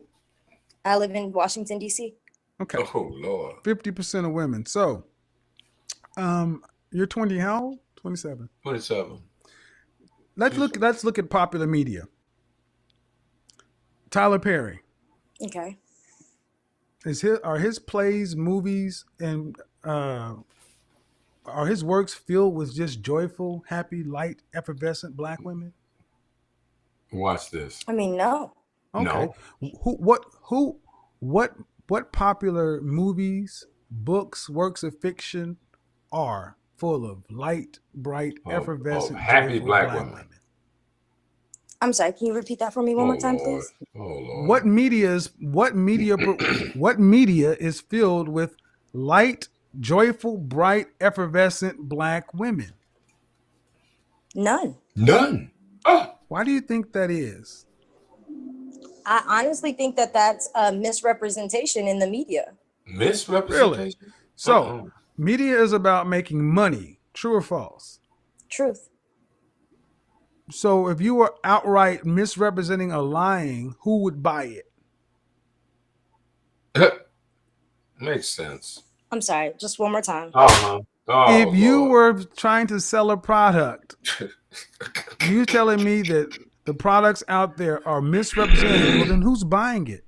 Even better question. Let me rephrase this. Shonda Rhimes, Black woman. How does she depict black women in her works? Well, one show that I am actually especially prone to by Shonda Rhimes is Grey's Anatomy. She's one of the executive writers on there. Right. And And hold on. No, you're Dr. not gonna Miranda overtalk. Bailey. You're not gonna Hold overtalk me. on. Not gonna Y'all overtalk try me. to just Not talk gonna about overtalk bullshit. me. You need to get to a place where you can hear, because I think you're having a problem hearing. No, she ain't. She just don't want to hear. She don't want to hear. Unmute yourself, please. Yeah, you're having a problem hearing. So here's the thing, ma'am. I'm confused because I have an iPhone. I'm not understanding why. I have an iPhone. And everything else is playing fine. I was just watching the live YouTube and everything sounded just fine. Let me drop on you the back out and YouTube. come I'm just back trying in. to understand why now I'm on. Put you back out and put it back in. I don't know. I'll put you back in a second. See, what I think is a lot of women just don't like the fact that more people are starting to come out, and honestly, my view was never a story. Okay. It's just a shame. And neither was mine. Neither is mine as a black man. Many times black men's stories aren't told. So I was that early. If you want to get on camera, because that's who priority goes to. And see, the thing is, a lot of black men's stories aren't told because black men just too chicken shit to damn tell their story that they've been fucked up by women. That they done took this and took. Hello. Hey, how you doing, Kevin? Are you cooking? Yes, I'm making my New Year's dinner. Okay. What do you got for me? Okay, so first of all, I want to say Happy New Year. Happy New Year to you too. You and your audience. And I did not really hear about you until that whole viral video when you was giving the woman the feedback on the, she said she was a 5 and 6 and stuff like that. But since I found you, I am really happy I did, because you do give out a lot of great information.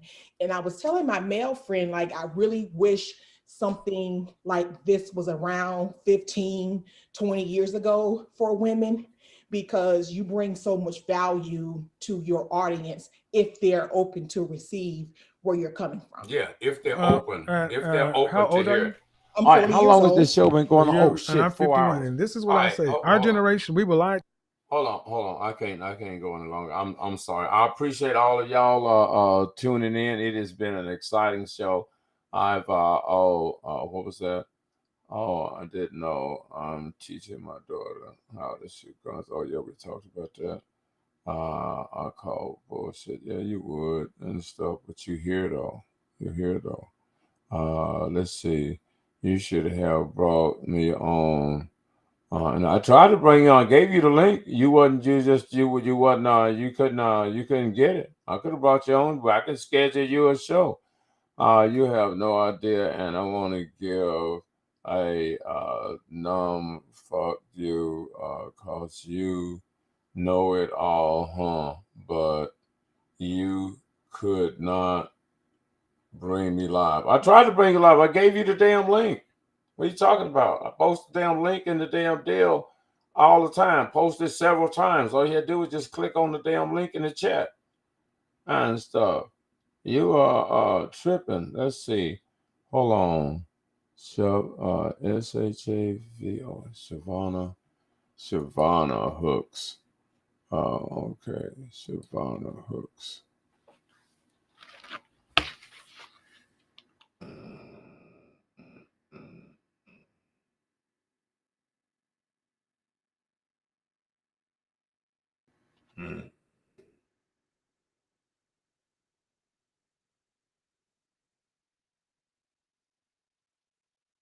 Shavana Hooks. Oh, her right there. Shavana Hooks. Oh shit, you got the damn. Oh, hold on. I'm thinking you already had the damn deal. Shavana Hooks. We put the damn shit, you tripping. You could have been in the show a long time ago. You tripping. And shit, if you don't get in tonight, you can get in tomorrow, today, later on. Don't play and stuff. And stuff.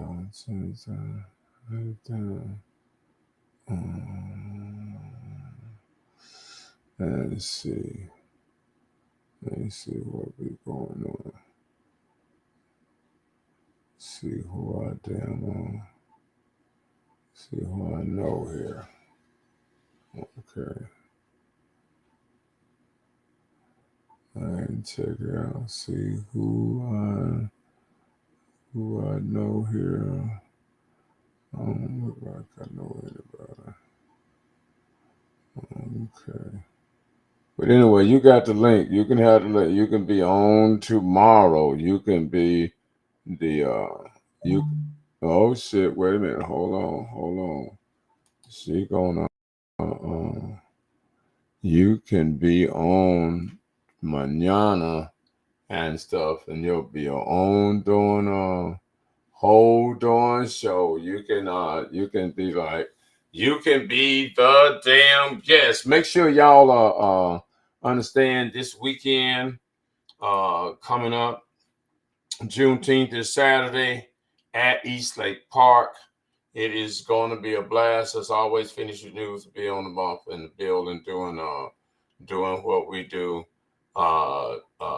Check out Wasted on Wheels. Wow Wagon, Wasted on Wheels, mobile bartendering service at your service whenever you are having a function. And Our Destiny, Our Future is a foundation that was started by Miss Gillum, and it is for parents that have lost children, and not necessarily to gangs and drive-bys and madness, but even those that have lost their children to sickness, illness, and so forth, car accidents or whatever. So that's what this foundation is about.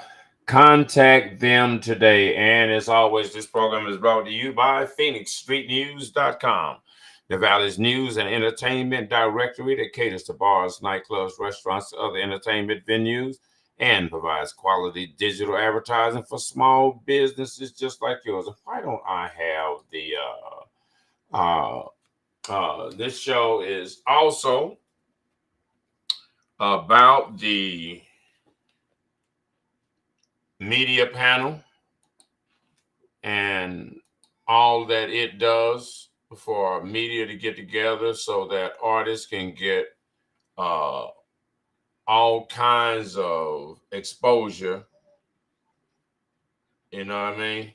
So, and artists need exposure. And speaking of getting exposure, let's give the main man, the top dog in Phoenix right now and stuff, top male artists in Phoenix.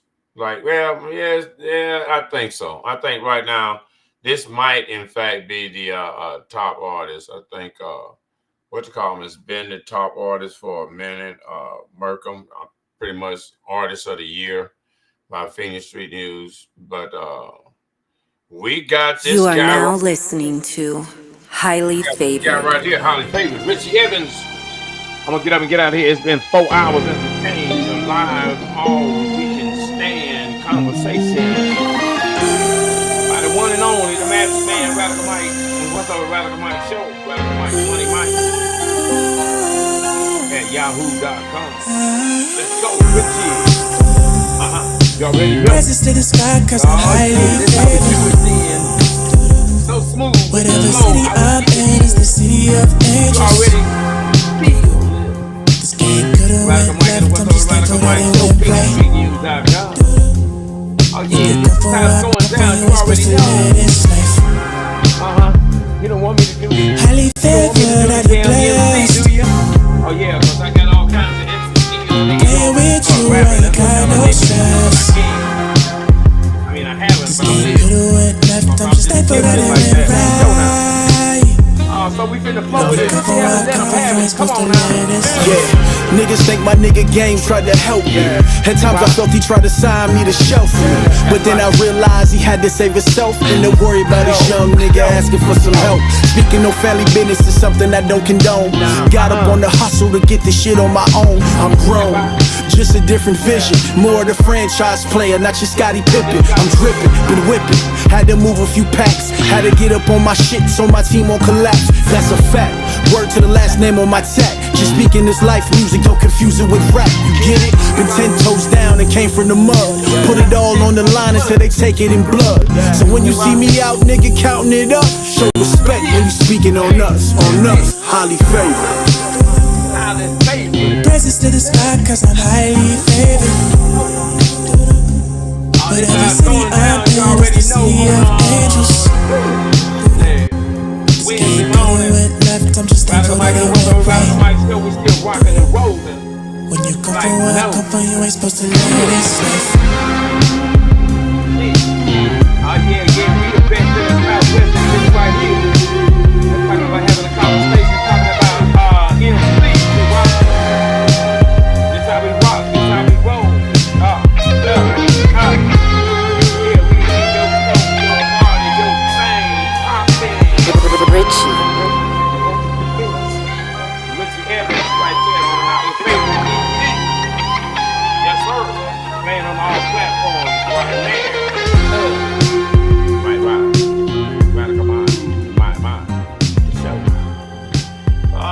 Yeah, I make it look so damn easy, don't I? So I'm gonna do a little bit of something like this before I get up and get out of here. I got one more song. We're talking to top female artists in the Valley of the Sun.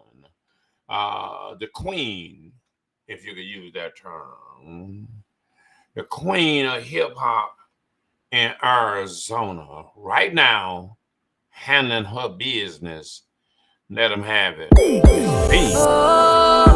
Miss Bean, my black is beautiful. Beautiful, beautiful.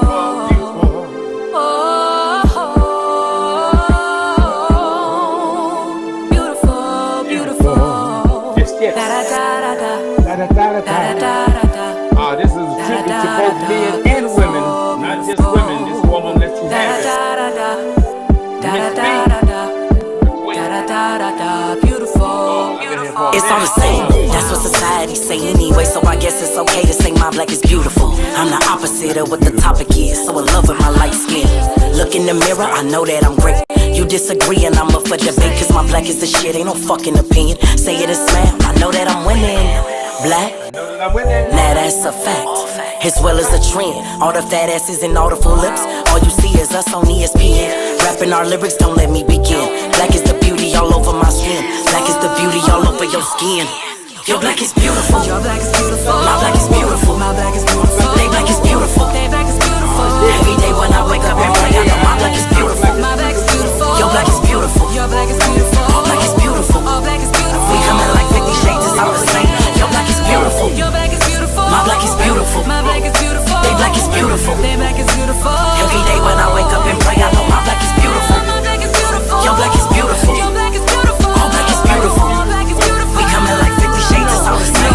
It's all the same. That's what society say anyway, so I guess it's okay to just cock back and aim. Shoot and destroy, cause see you no name. Just another kid going insane. Wondering why the world feeling so cold. Wondering why he be feeling alone. Beautiful, beautiful black man. Just take a second to understand, cause you are original Pac-Man. Once you figure that out, it's a rap, man. Know your purpose in life and then go hard. Man, nobody could stop you, so go hard. Got no time for the weak. Eat up the sheep, keep your focus and stay on your campaign. Cause we gon' take over, we coming for victory soon. Bust out the champagne. Beautiful. Your black is beautiful. My black is beautiful. My black is beautiful. They black is beautiful. They black is beautiful. Every day when I wake up and pray, I know my black is beautiful. My black is beautiful. Your black is beautiful. Your black is beautiful. All black is beautiful. All black is beautiful. We coming like 50 shades, it's all the same. Your black is beautiful. Your black is beautiful. My black is beautiful. My black is beautiful. They black is beautiful. They black is beautiful. Every day when I wake up and pray, I know my black is beautiful. My black is beautiful. Your black is beautiful. Your black is beautiful. All black is beautiful. All black is beautiful. We coming like 50 shades, it's all the same. Individual on here on social media. Radicalmike, this is how we get down. My black is beautiful. the urban queen, Miss Vinny. What y'all talking about? What y'all talking about? Y'all know what y'all talking about, damn you. Y'all know what y'all talking about, do you? Oh Lord, I got all kinds of motherfucking damn phones and shit ringing. I got phones ringing from every situation. What is going down? Start video. What's happening? What's happening? Man, you better know it, man. I had to damn do them. You live too. Shit, why you tripping? Why you was talking, man? Why you wasn't telling the story right, man? Man, what the spit see, man? What's the whole story? You know the whole goddamn story. Don't be playing for them niggas, man. Man, I don't. You skip some pieces to the. You skip some parts of the story. I feel like you tried to summarize it. Oh, okay. Well, I mean, you know, we don't always. That's the reason why I try to do the news. So at some point, I'm gonna get the whole story, because a lot of, you know, you get bits and pieces, story over here, and everybody trying to hide the story and like 3-card Molly and stuff, you know. So, shit, man. What you know about the story? No, you know the story, man. You got me like I'm by that damn shit. Mike, I hear you. Oh, okay. All right. Well, I mean, you know, shit, man.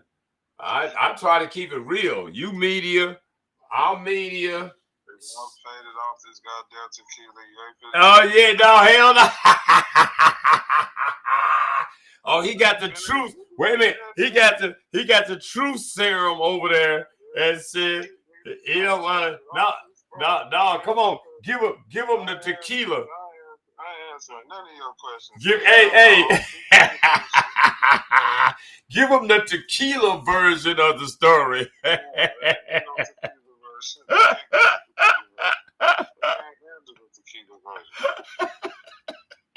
The tequila version is going to probably be the most exciting version of all of the versions. All I know is somebody got a restraining order on the bitch. I want to know why.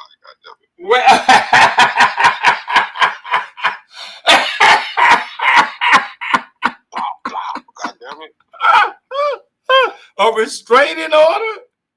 Somebody just put a restraining order on the bitch. We ain't got to say no names.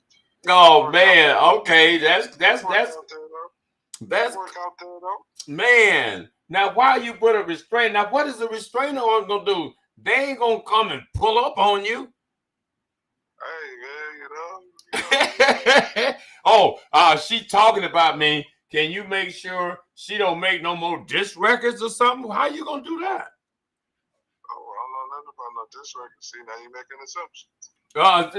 Hey, look. This girl did something so cool. I don't even know how she even thought of this brilliant ass shit. Nigga, what is you live on, man? I'm live on. I'm live. Okay, I'll send you the link right now. Oh shit! Hold on. Let me play this song. I'll send you the link. All right, bet. All right. Hey, send it to my email so I'll get on my computer real quick. Oh shit, man! I don't know your email, man. Damn. The late hour show at gmail.com, man. The late hour show at gmail.com. I'm gonna set back up one more time for you, man. Arizona Media Panel. We're gonna get on here.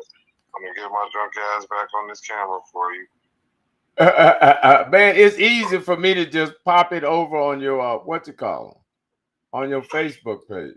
Oh shit. So you want me to have to email it to myself? Oh yeah. You know your email better than me. You ain't shit, man. See, it be your own people.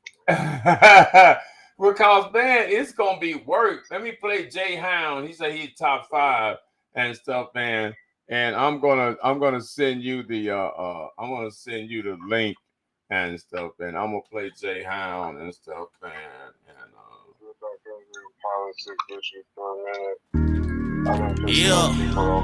Top 5. Yep. Okay, shit. Let me see. Hold on. Let me get over here to. What's happening? Yogi over here. Stuff the 9 in the wood, this shit getting drastic. I took that bitch to the next shit, I ain't even pass it. Just rolled the 12 in the zip shit. You got the It's getting tricky, suckers trying to get me cause they bars in me. Dog, really, I don't think you cowards wanna start with me. When your best, I'm only aiming for the head, really. I'm on what you on, plus I'm on some other shit. And I spit bars like 100 clips, shit ain't it obvious that I was made for this. And I know, I'm doper than all of you niggas. I'm sick, ain't no cure, get a talking for niggas. You can't get a verse, so quit calling me nigga. You trash and I'm not finna argue with niggas like, whew. Straight bars, who this nigga hard? Switch got stuck on fully auto. Oh yeah, so we got somebody else about to pop up on the show. I'm finna kill him again. Body for body, who fucking with Chauncey? I murdered the track, I did it again. Boss, Sun Tzu, all the war. Look what you started for. Boss, Sun Tzu, all the war. They ain't ready for it. Father, forgive me again. I'm finna kill him again. Body for body, who fucking with Chauncey? I murdered the track, I did it again. Boss, Sun Tzu, all the war. Look what you started for. Boss, Sun Tzu, all the war. You ain't ready for it. I mean, who really trying to challenge him? I am the boogeyman. They be like, mama, there go that mannequin. Leave him stiff as a mannequin. Damn it, could you imagine it? If rapping was a sport, the type of stats that I be averaging. I can take my words and flip them hoes to an establishment. I really need a bag, so bodies going in the bag again. I meet the meat wagon at the dock and tell them back it in. And I don't know Drizzy, but it's back to back and back again. I'm really him. Yeah, nigga said I'm really him. I was in that water with them sharks and you ain't never swim. How you mention bars in Arizona and don't mention him? I'm top 5, King Drama, J-Hound, I'm really him. Father, forgive me again. I'm finna kill him again. Body for body, who fucking with Chauncey? I murdered the track, I did it again. Boss, Sun Tzu, all the war. Look what you started for. Boss, Sun Tzu, all the war. They ain't ready for it. Father, forgive me again. I'm finna kill him again. Body for body, who fucking with Chauncey? I murdered the track, I did it again. Boss, Sun Tzu, all the war. Look what you started for. Boss, Sun Tzu, all the war. You ain't ready for it.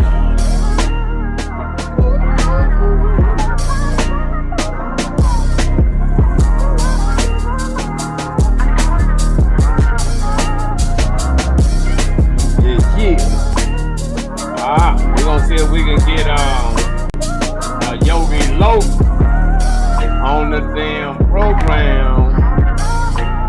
Oh shit, there he is right there, man. Y'all done fucked up. Y'all done fucked up. J-Hound finishing up right here. Y'all done really fucked up, boy. Y'all got Arizona media damn panel. Anything could damn happen. Anything could damn happen when you got the damn media panel in the damn building. We got the big dog in the house. What the fuck is going on? You already know who it is. It's your boy Yogi motherfucking Loco, man. Late hour show, Hunter on the building, man. Shout out Arizona media panel, man. We in that shit. Radicalmike, man. What's the word? Lost my life, man. Oh man, damn! This bitch been going crazy, man. They was sending the wolves out at me. I had everybody on one side for a minute. We started talking about women, and then everything went sideways and shit. Then they was like, "Oh my God, y'all know." You don't learn to quit playing around with them black queens, man. Man, cause the black queens forget that you can't be a queen without a king. And they trying to go past, they trying to break the chain of command and become a queen and say, I don't need no king. And I'm like, you don't need no kingdom either? I'm like, I don't know how all of that is supposed to work.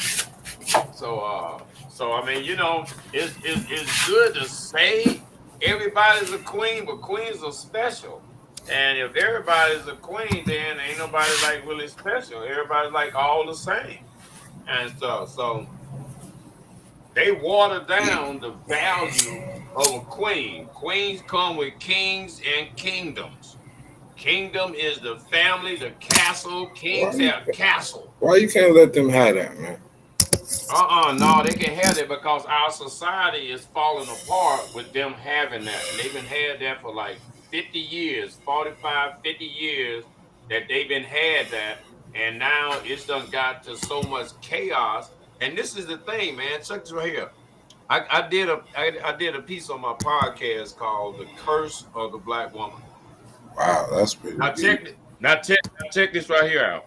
Think about all of the children for generations are going to be cursed with the idea that we don't need family, I don't need no husband, and a man can't tell me nothing. They're going to be cursed. They're going to be cursed for generations and generations. Boys ain't going to know what it is to see a father, just like in your situation. What's your email? Your father. What's your email? Radical Mike, Money Mike at Yahoo. Whoa. Did you say Radical Mike? Right. Radical Mike, RADICALMIKE. Radical Mike, Money Mike at Yahoo. I got the same thing at Gmail too, but I just use Yahoo for like lately for other cool shit. But yeah, I tried to get Radical Mike and they wouldn't let me get Radical Mike. Somebody already had Radical Mike. I tried to get Money Mike. They wouldn't let me have Money Mike. They said, well, hey, look, nigga, we can get you both of them together. I'm like, well, what the fuck? Give me both of them together. Right. I just sent you an exclusive song of mine since we on the family subject here. Oh, okay. I didn't send you an exclusive, man. Oh shit. I got an exclusive over here in the going on. The song is called Box. All I Got. Since we was on the subject and not too many people make songs promoting family and all that shit, I actually got a song that kind of fits that bill. So. Right. I think I'll send it in to you, Radical Mike. I know you like songs like that, so let me send it to my nigga Radical Mike. Okay, well, I'm hoping that this motherfucker like jump over in here, Mike and Ocean Cut. Okay, what we got? Oh, there we go. All I got. This ain't like the master version of them, but you can still listen to it. But you can still play. Oh no, it's the damn real real damn TV, a real radio. No preview, download. Hit the download button. Okay, we're gonna put that over here, and this is we're gonna put this MP3. We're gonna put this over in music, and that's gonna be we go right there, and what happened? And shit. Let's see what's going down now. I got that saved over there. Let me get back around here. Too many damn screens. All kind of shit. Trying to figure this stuff out. Okay, so now let me go get this song here real quick. It is in the music file. And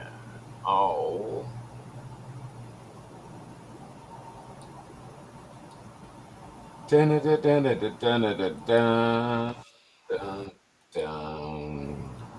Let's see what we got heard in. Where's my damn operations at? We're taking a long time to download this. Oh shit. Hold on here. What we got happening here?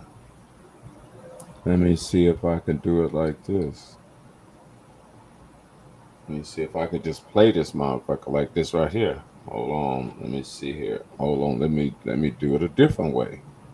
We got a different way to do things around here. And let me see here. Window. This right here. That's right there.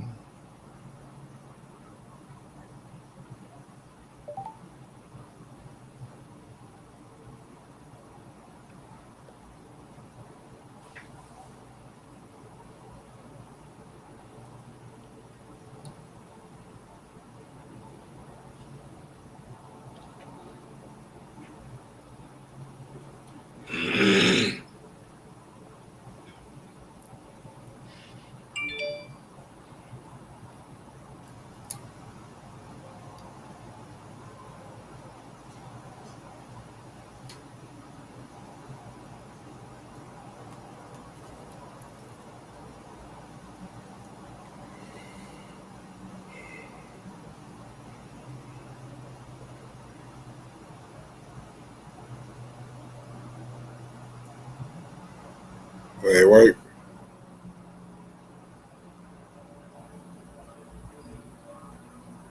Yeah, work.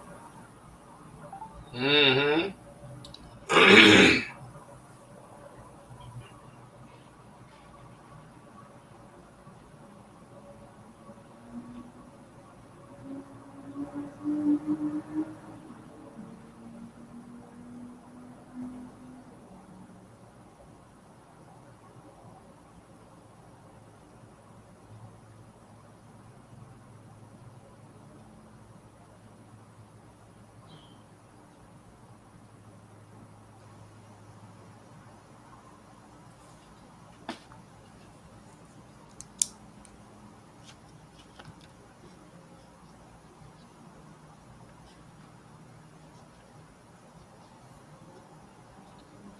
I don't hear nothing.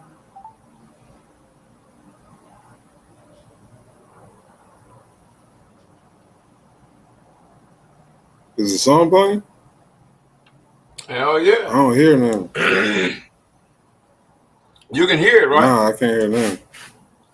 You can't hear it now? What? I played the whole damn song. What's going on here?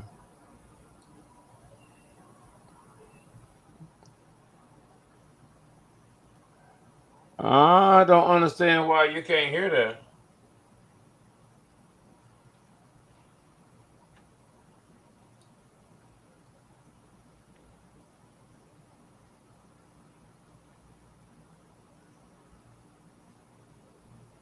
Oh no, I think it's going out on the damn air. Let me see. Hold on. Hold on. What the hell is going on? Hold on, I'm gonna have to do that. What the fuck is going on over here? What the hell? Okay, let me see. Let me see what happened. What might have could have happened. I'm still live. That was over there. Let me do. Okay, let me play this again and see if I got some audio. I'm still live. That was over there. Let me do. Okay, let me play this again and see if I got some audio. I'm still live. That was over there. Let me do. Okay, let me play this again and see if I got some audio. I'm still live. That was over there. Let me do. Okay, let me play this again and see if I got some audio. I'm still live. That was over there. Let me do. Okay, let me play this again and see if I got some audio. I'm still live. That was over there. Let me do. Okay, let me play this again. I don't think that did. I don't think that did work. I'm hearing it in my headphones, but It's all good. I'm hearing it in my headphones. Wait a minute, hold on. Why is that? Why did that not? Why did that not work? Let's see here. Let me try something else. Let me try something else then, because if that didn't play, hold on. Because I played this other song, right? Same damn, I think same damn format.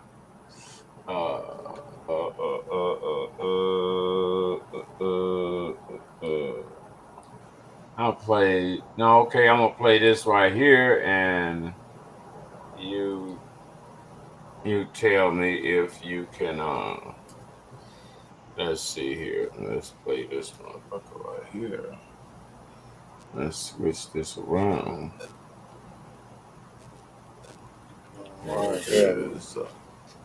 Yeah, that is crazy. I don't know why that didn't, why you couldn't hear it, because I could hear it, but I was having some feedback trying to play it on. Hold on, let me try to play this other song, because that one didn't play. I don't understand why that one played. Because I played this. I played this song right here. Let's see if this song right here plays. Let's see if this right here plays. Same format, and if I ain't mistaken. So what I'll do is I'll try to play it a different way. I'll play it on another screen and see how that thing. and see how that thing works. So I think that might be the ultimate way to make this happen. Where is my damn files? All right, let me try something else. Let's try something else since that's fucking up. Since that's just fucking up, let me do it like this. Let me play it like this right here.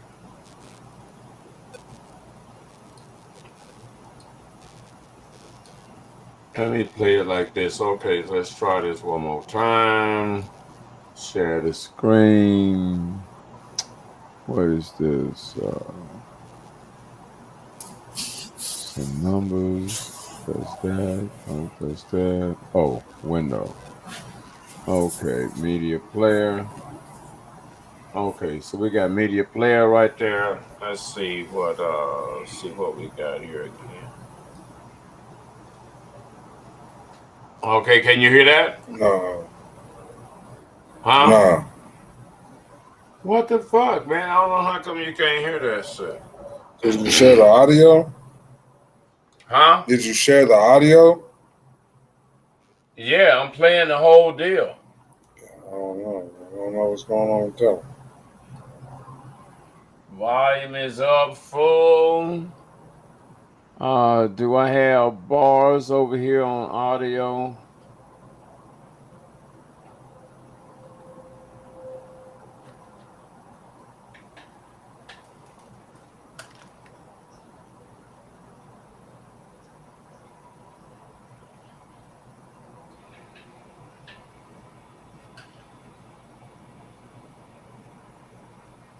Now that motherfucker is not playing it. Motherfucker's not playing it. It's playing in my ear, but it ain't damn. The audio ain't playing in real life. What the hell am I gonna do to do that? Hold on. Yeah, for the family right there. What the fuck? What am I gonna do? How am I gonna do that? I can't understand why that's not playing. Okay, let me try to do something else. Let me try to do something else here. If that's gonna be a problem. Let's see. What I'm gonna do is I'm gonna do is go to YouTube over here. I'm gonna do is go to YouTube and upload this song. That's it. You finna do what? I'm gonna upload this song. I mean, it's gonna be private, but I'm gonna see if I can put it on my I can just upload it as a audio file without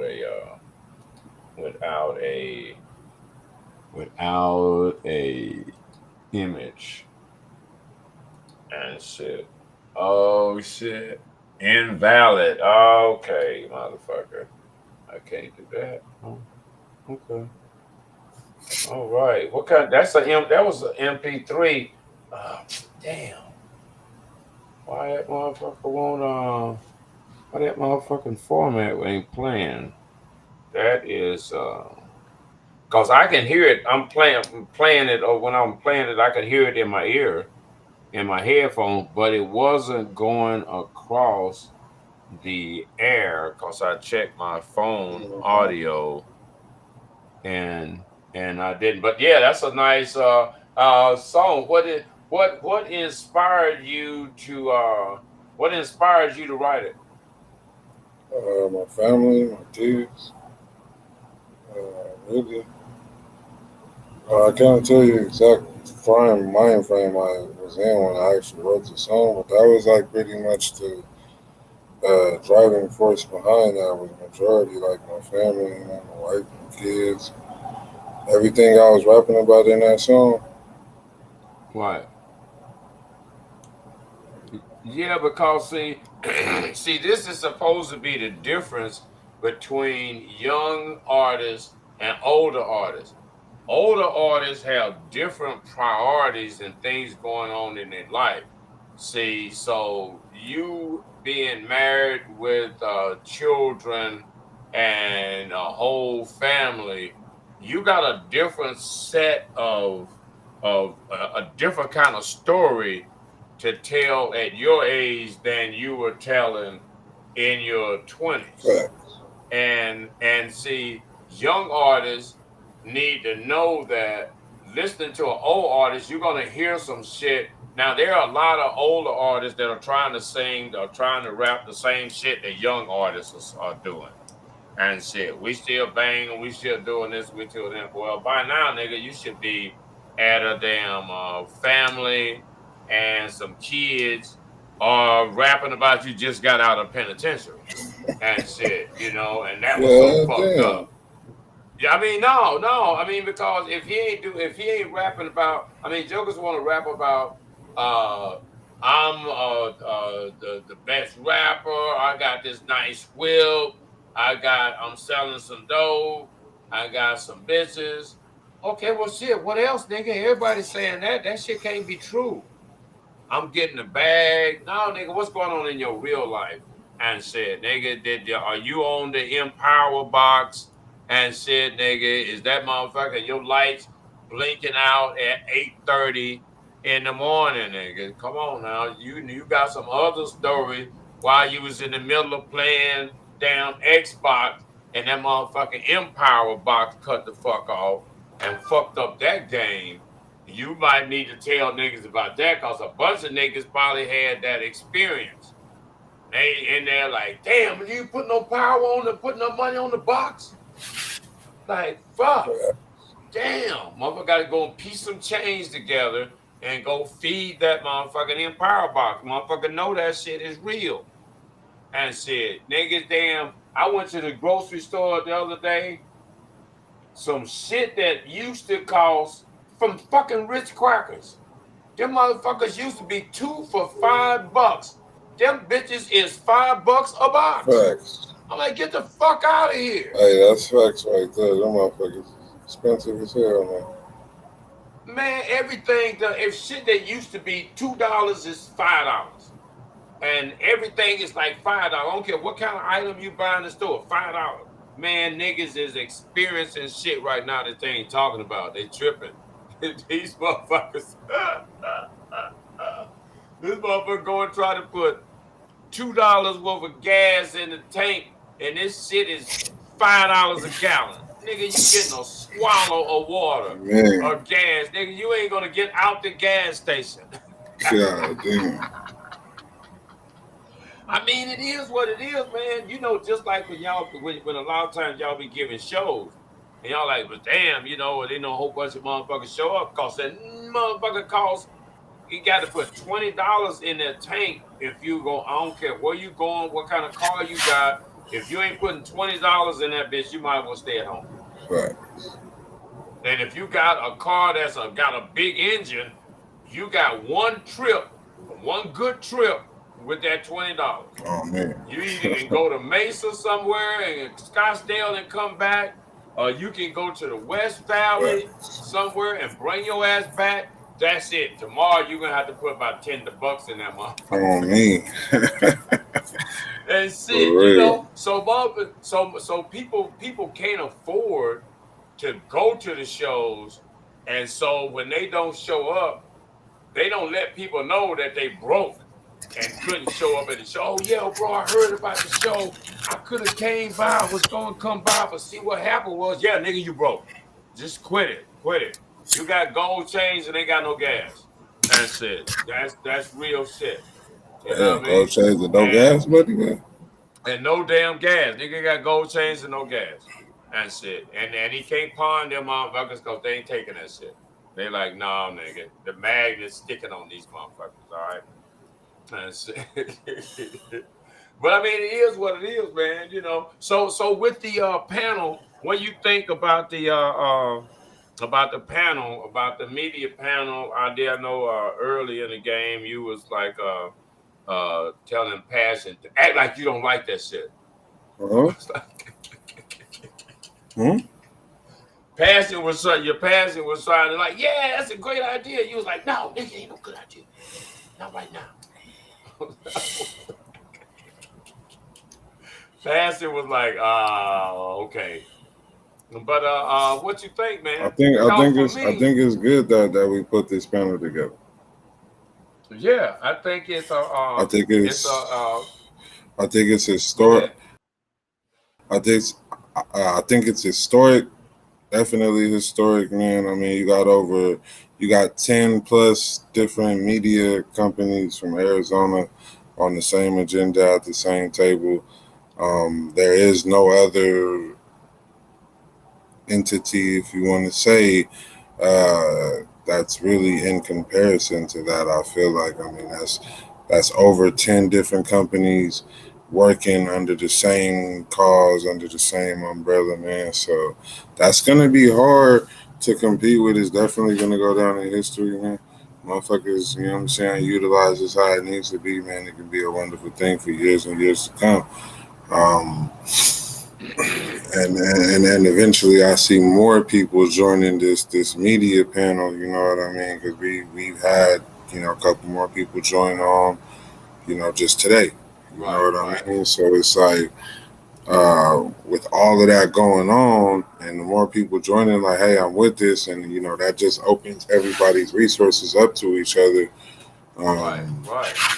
You know, which should in turn help everybody solely and as a panel, which should reflect back to all the artists, which is what we're doing this for, as the artists, the hip hop community itself. So, you know what I mean? Just us being in this organization together, man, on this panel, but it's gonna help a lot of artists get the recognition that they really deserve, spins they deserve. We got a couple radio, you know, shout out Power 98.9. We got Real Riders on the radio, Party Network, Late Hour Show, Phoenix Street News, Let's Vibe TV. Got Swerve in there, 411 Show. You know, you got a lot of different brands that are all stamp verified and respected out here working under the same cause. So, like, that's always going to win in the end. You know, it don't matter who hate on it or try to hate on it, you know what I'm saying? That's going to be something hard to hate on just because of the manner in which, you know what I'm saying, motherfuckers is really out here doing this shit. Right. And you know, the thing about it is people are gonna try to hate on it because they just don't want it, because they just like to hate. Not necessarily that they don't want something to work. They just don't want something to work and somebody else did it. They want to be like, fuck, I should have thought of that. That was a good idea, so fuck it. I ain't gonna fuck with it. But at the end of the day, like you was saying, but just for the artist, and I was talking to Stick last night.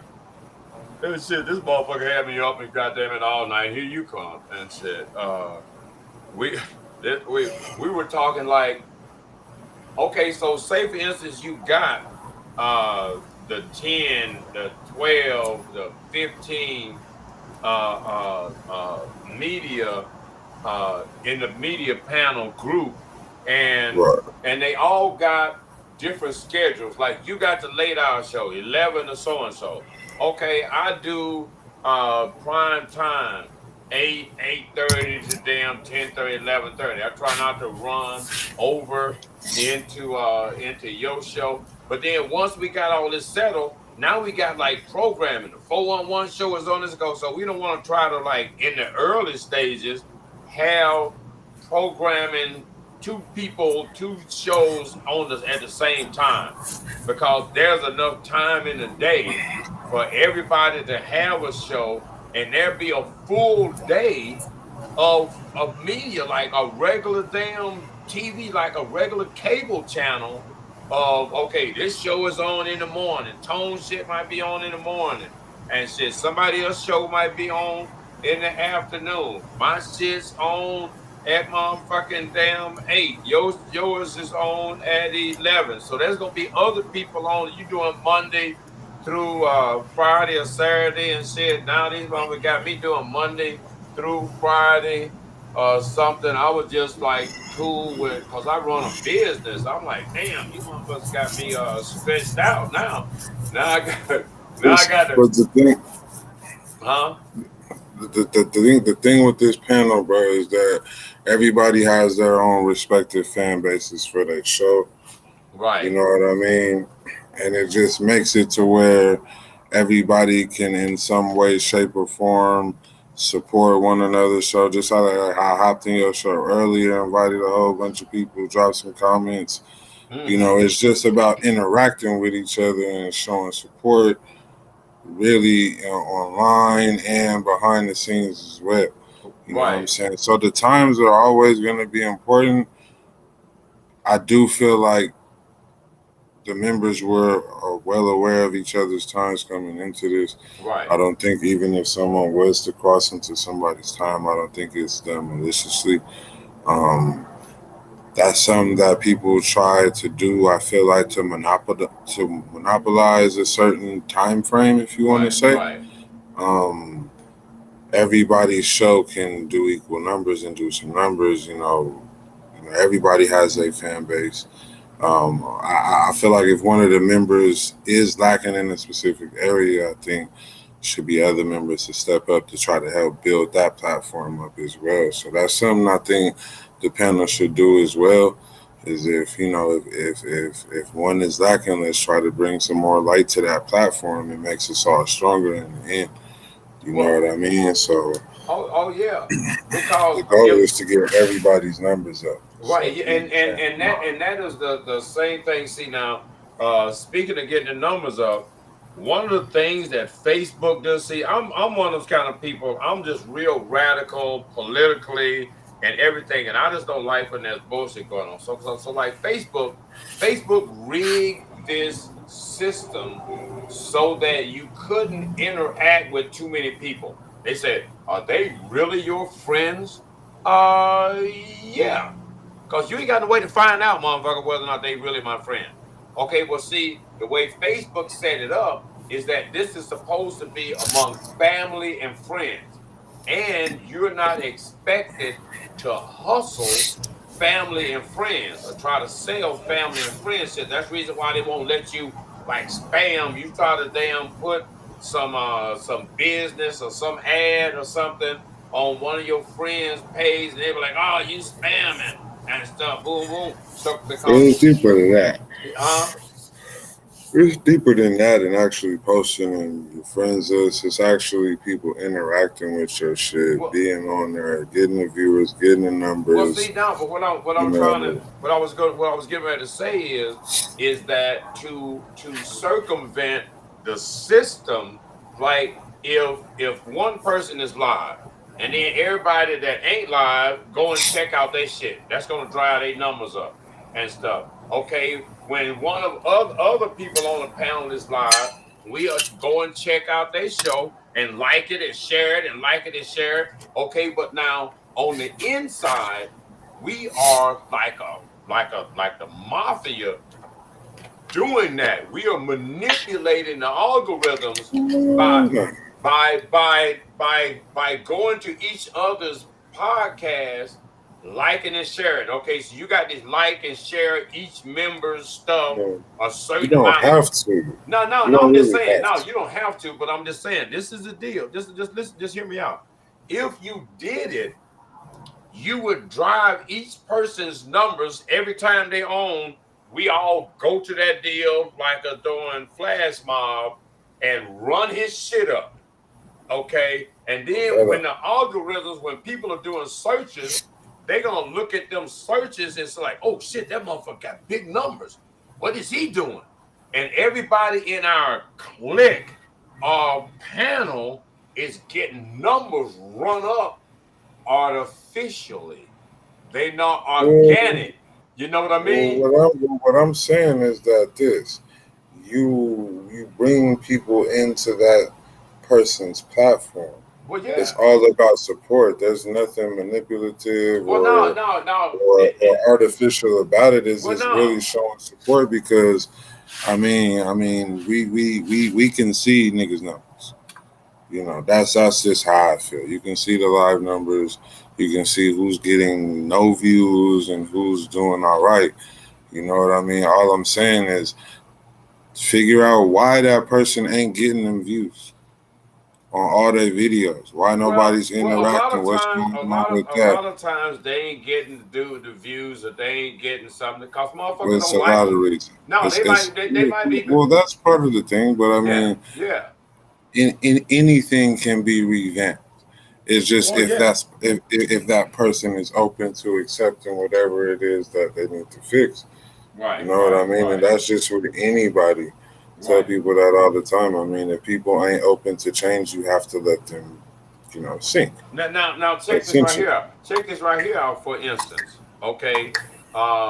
When the majority of everybody that got on platforms during COVID and stuff was in, probably 80%, 90% of people use StreamYard, right? Okay. Now I got StreamYard, but I'm on Restream now. Restream gives me a little bit more versatility and stuff with stuff I can do. It got some limitations, other areas or something, but it give me a look that I can really manipulate real this way or that way. They got a couple of other ones that's better than this one, that's free and shit, but my damn computer just can't handle the processing. So, but at the end of the day, if in the panel everybody's got like a consistent look, you're like, okay, them motherfuckers in that panel, all of they shit look like CNN, nigga. You know what I mean? To me, the panel is deeper than however people look when they on the camera. I mean, the panel is here to essentially grow this scene, to grow this music scene, to push the artists who ain't getting pushed.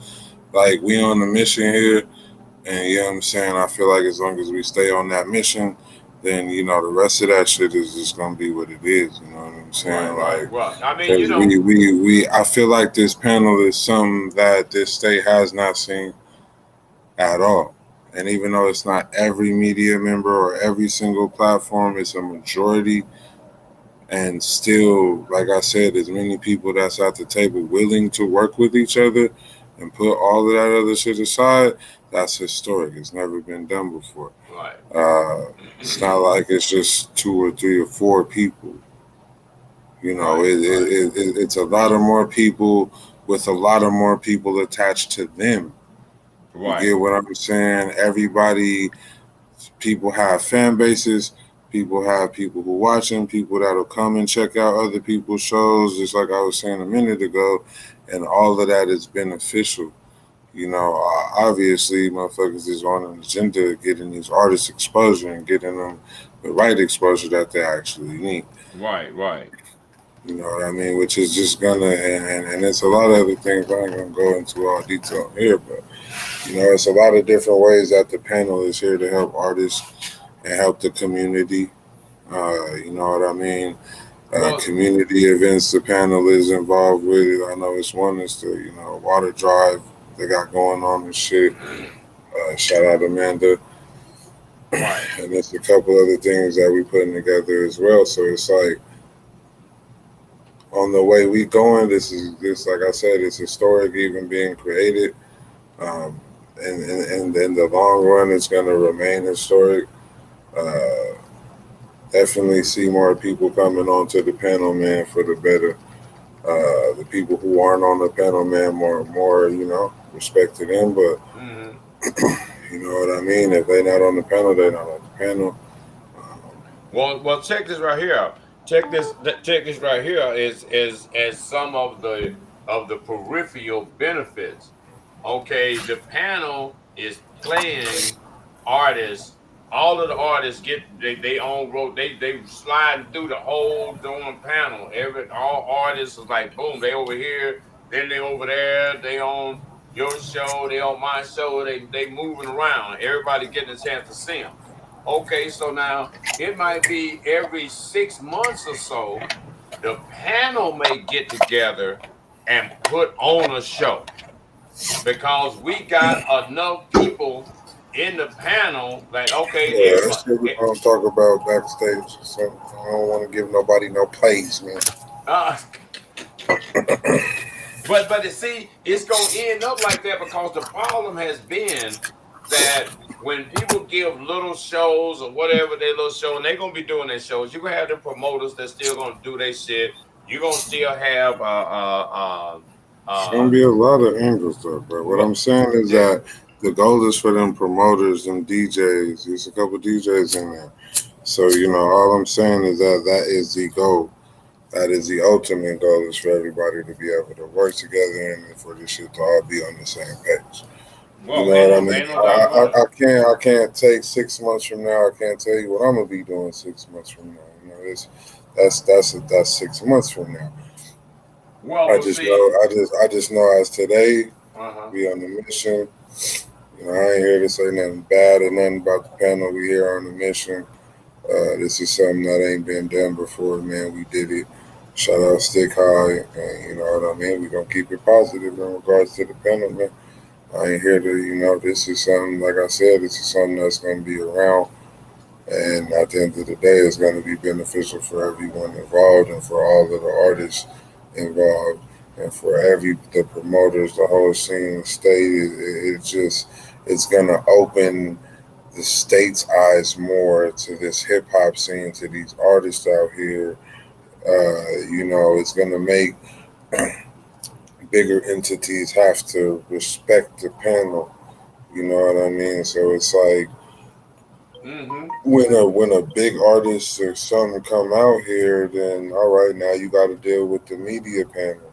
Right. You know what I mean? So like, if a real big artist come out here, then all right, the media panel's on it or something. You know, there should be some type of contact. Somebody should have some type of something. So it's like, a lot of things this panel can do. I'm about to have to get up out of here in a second.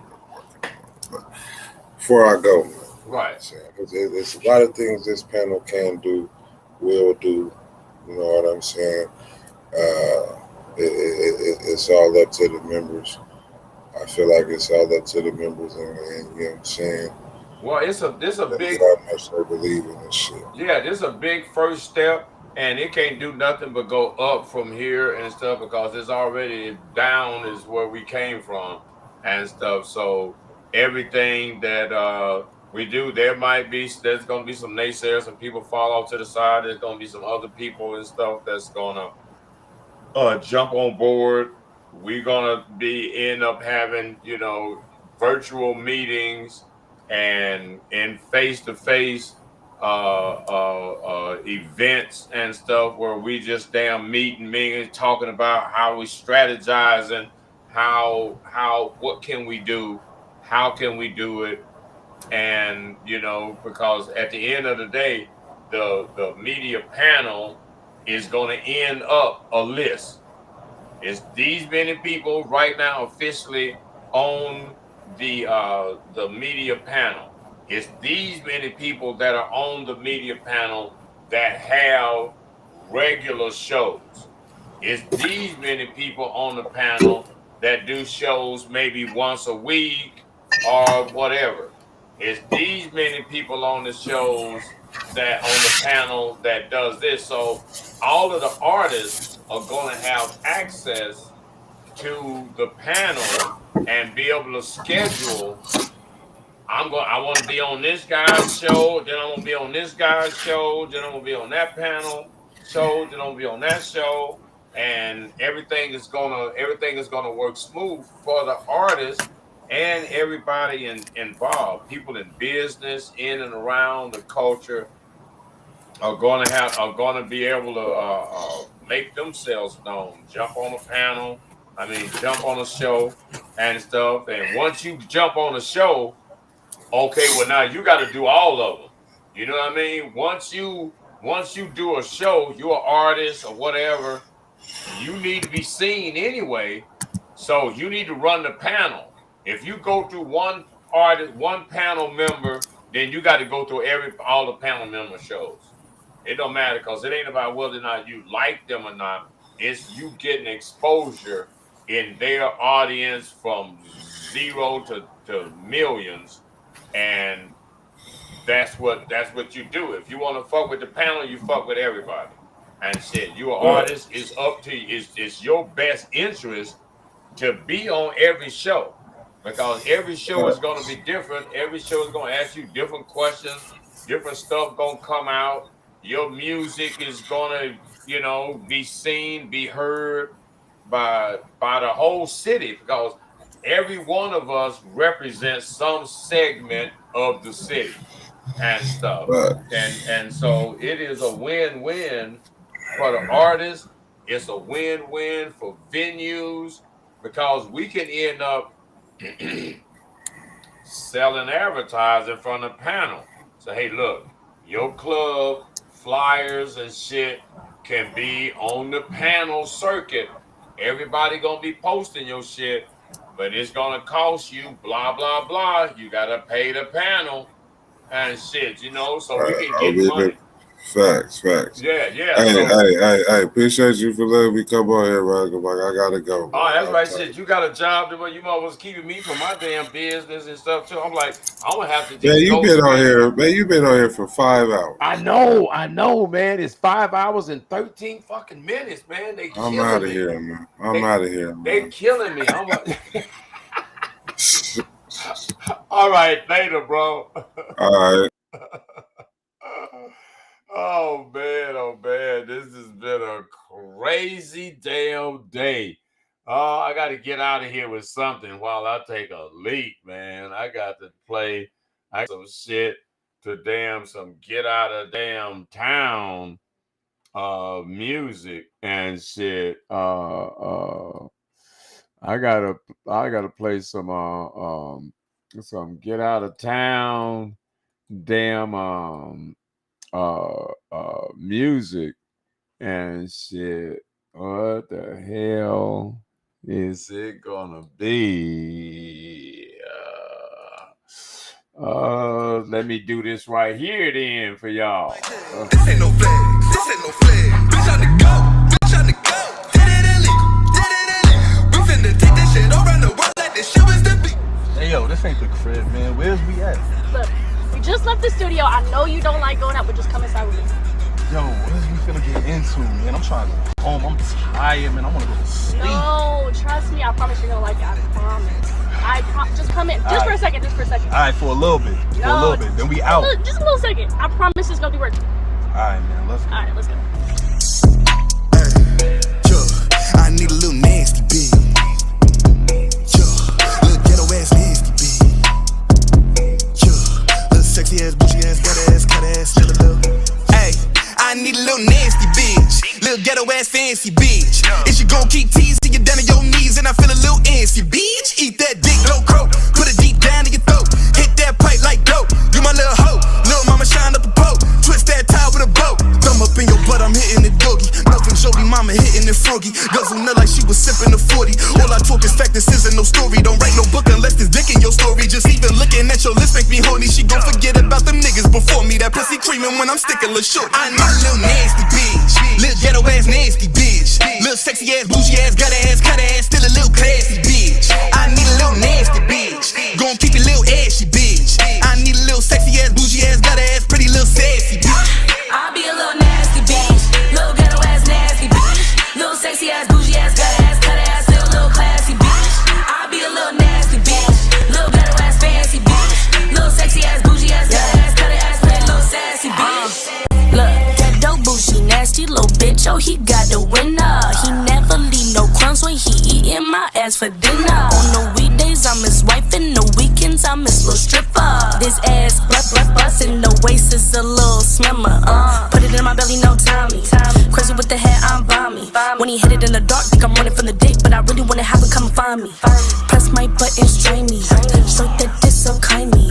Slipping in my butt while that rose made me nut. Flip me over, baby, put it deep inside me. I ain't talking T.I. when I slobber on the T.I.P. Also eat the P, she quick to put it on my L.I.P. This little bitch a free. Got him and her weak in both they knees. Chris Paul ain't got nothing to do with it when I said only 3. I need a little nasty bitch. Little ghetto ass nasty bitch. Little sexy ass, bougie ass, cut ass, still a little classy y'all don't know what's going bitch. I down. need a little nasty bitch. Gon' keep it little ashy bitch. I need a little sexy ass, bougie ass, nut ass, pretty little sassy bitch. I'll be a little nasty bitch. Little ghetto ass nasty bitch. Little sexy ass, bougie ass, gut ass, cut ass, still a little classy bitch. I'll be a little nasty bitch. Little ghetto ass fancy bitch. Little sexy ass, bougie ass, gut ass, cut ass, still a little sassy bitch. I need a little nasty bitch. Keep a little deep voice raspy bitch. If I see an iPhone block, I ain't got my Glock. Tell my young boy pass the bleed. Got to these hoes, I need a little brown skin Betty with a big old booty, make a grown nigga cry. Legs bent back while I'm digging in your thighs. Hand on your throat while I'm looking in your eyes. Drop a little bit of jewel in your mouth. I might even take a cruise to the south. Bro, you don't know what I do to your spouse. Why you think she acting new in the house? Baby, this gon' for a murk, I'm straight. Pimpin', cover that dick like Thanksgiving. Hoes love me my way, different. Last night fuck like 8 bitches. I don't give a fuck, so my bitch gon' shine that dick like a brand new trophy. Ride that dick like a brand new pony. Fuck it in the church like damn you hold me. Bitch, put your Merc shirt on when you ride it. Dick all in the mouth like bitch, be quiet. Pipe game, make a shy bitch start a riot. Say your Merc wasn't that nigga, why you lying? I need a little nasty bitch, little ghetto ass nasty bitch, little sexy ass, bougie ass, cut ass, still a little classy bitch. I need a little nasty bitch, gon' keep it little ashy bitch. I need a little sexy ass, bougie ass, cut ass, pretty little sassy bitch. I'll be a little nasty bitch. Little ghetto ass nasty bitch. Little sexy ass, bougie ass, gut ass, cut ass, still a little classy bitch. I'll be a little nasty bitch. Little ghetto ass fancy bitch. Little sexy ass, bougie ass, gut ass, cut ass, still a little sassy bitch. God damn. Yo, you's a nasty ass little bitch. If you need some juice or something, baby, I got you. Don't even worry about that. I'll be right back. I appreciate everybody that tapped in. Ain't no doubt about it. Radical Mike, the What's Up Radical Mike show tapped in. Yogi tapped in. I do want to apologize. It's my damn girl. And because she's a great sport, a very intelligent woman, and she's going to go far in this industry. So we're going to put some more damn Miss LEXXI.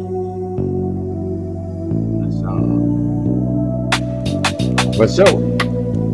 Right here, What's Up Radical Mike show. We in the date night. Yeah, look, I always kept it 10 toes since 10 years old. Summertime, babe, sure I couldn't be controlled. You feel me? On punishment, picked up the pen and penciled in my feelings. The musician inside of me started to be revealing. My innocence started decreasing. My third eye, you started seeing. Finding life was so misleading. I started feeling deceived and I started feeling defeated. I struggled to find the meaning of unconditional love or just dealing with some demeaning. I turned into something mean and God knows that I didn't mean it. And now I'm trying to redeem it. The devil get in between it. I left my heart out to show you, but I don't know if you've seen it. So now when you say I love you, don't know if you really mean it. Grind blessed and the rest manifest. From the northeast down to the southwest. Now I'm riding on this beat just to get it off my chest. Cause I gotta heal the hurt if I'm trying to be the best. Get done. No matter how slow I go, I'ma keep on growing. And when the sun don't shine, I'ma keep on glowing and glowing.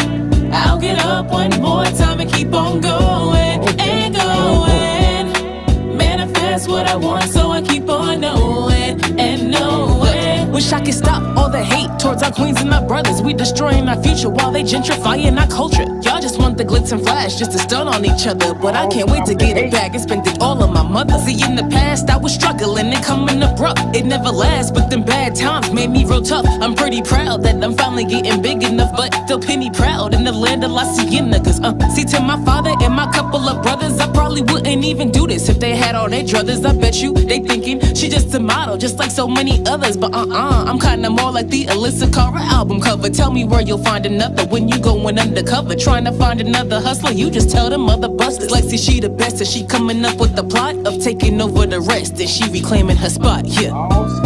No matter how slow I go, I'ma keep on growing. And when the sun don't shine, I'ma keep on glowing and glowing. I'll get up one more time and keep on going and going. Manifest what I want, so I keep on knowing and knowing.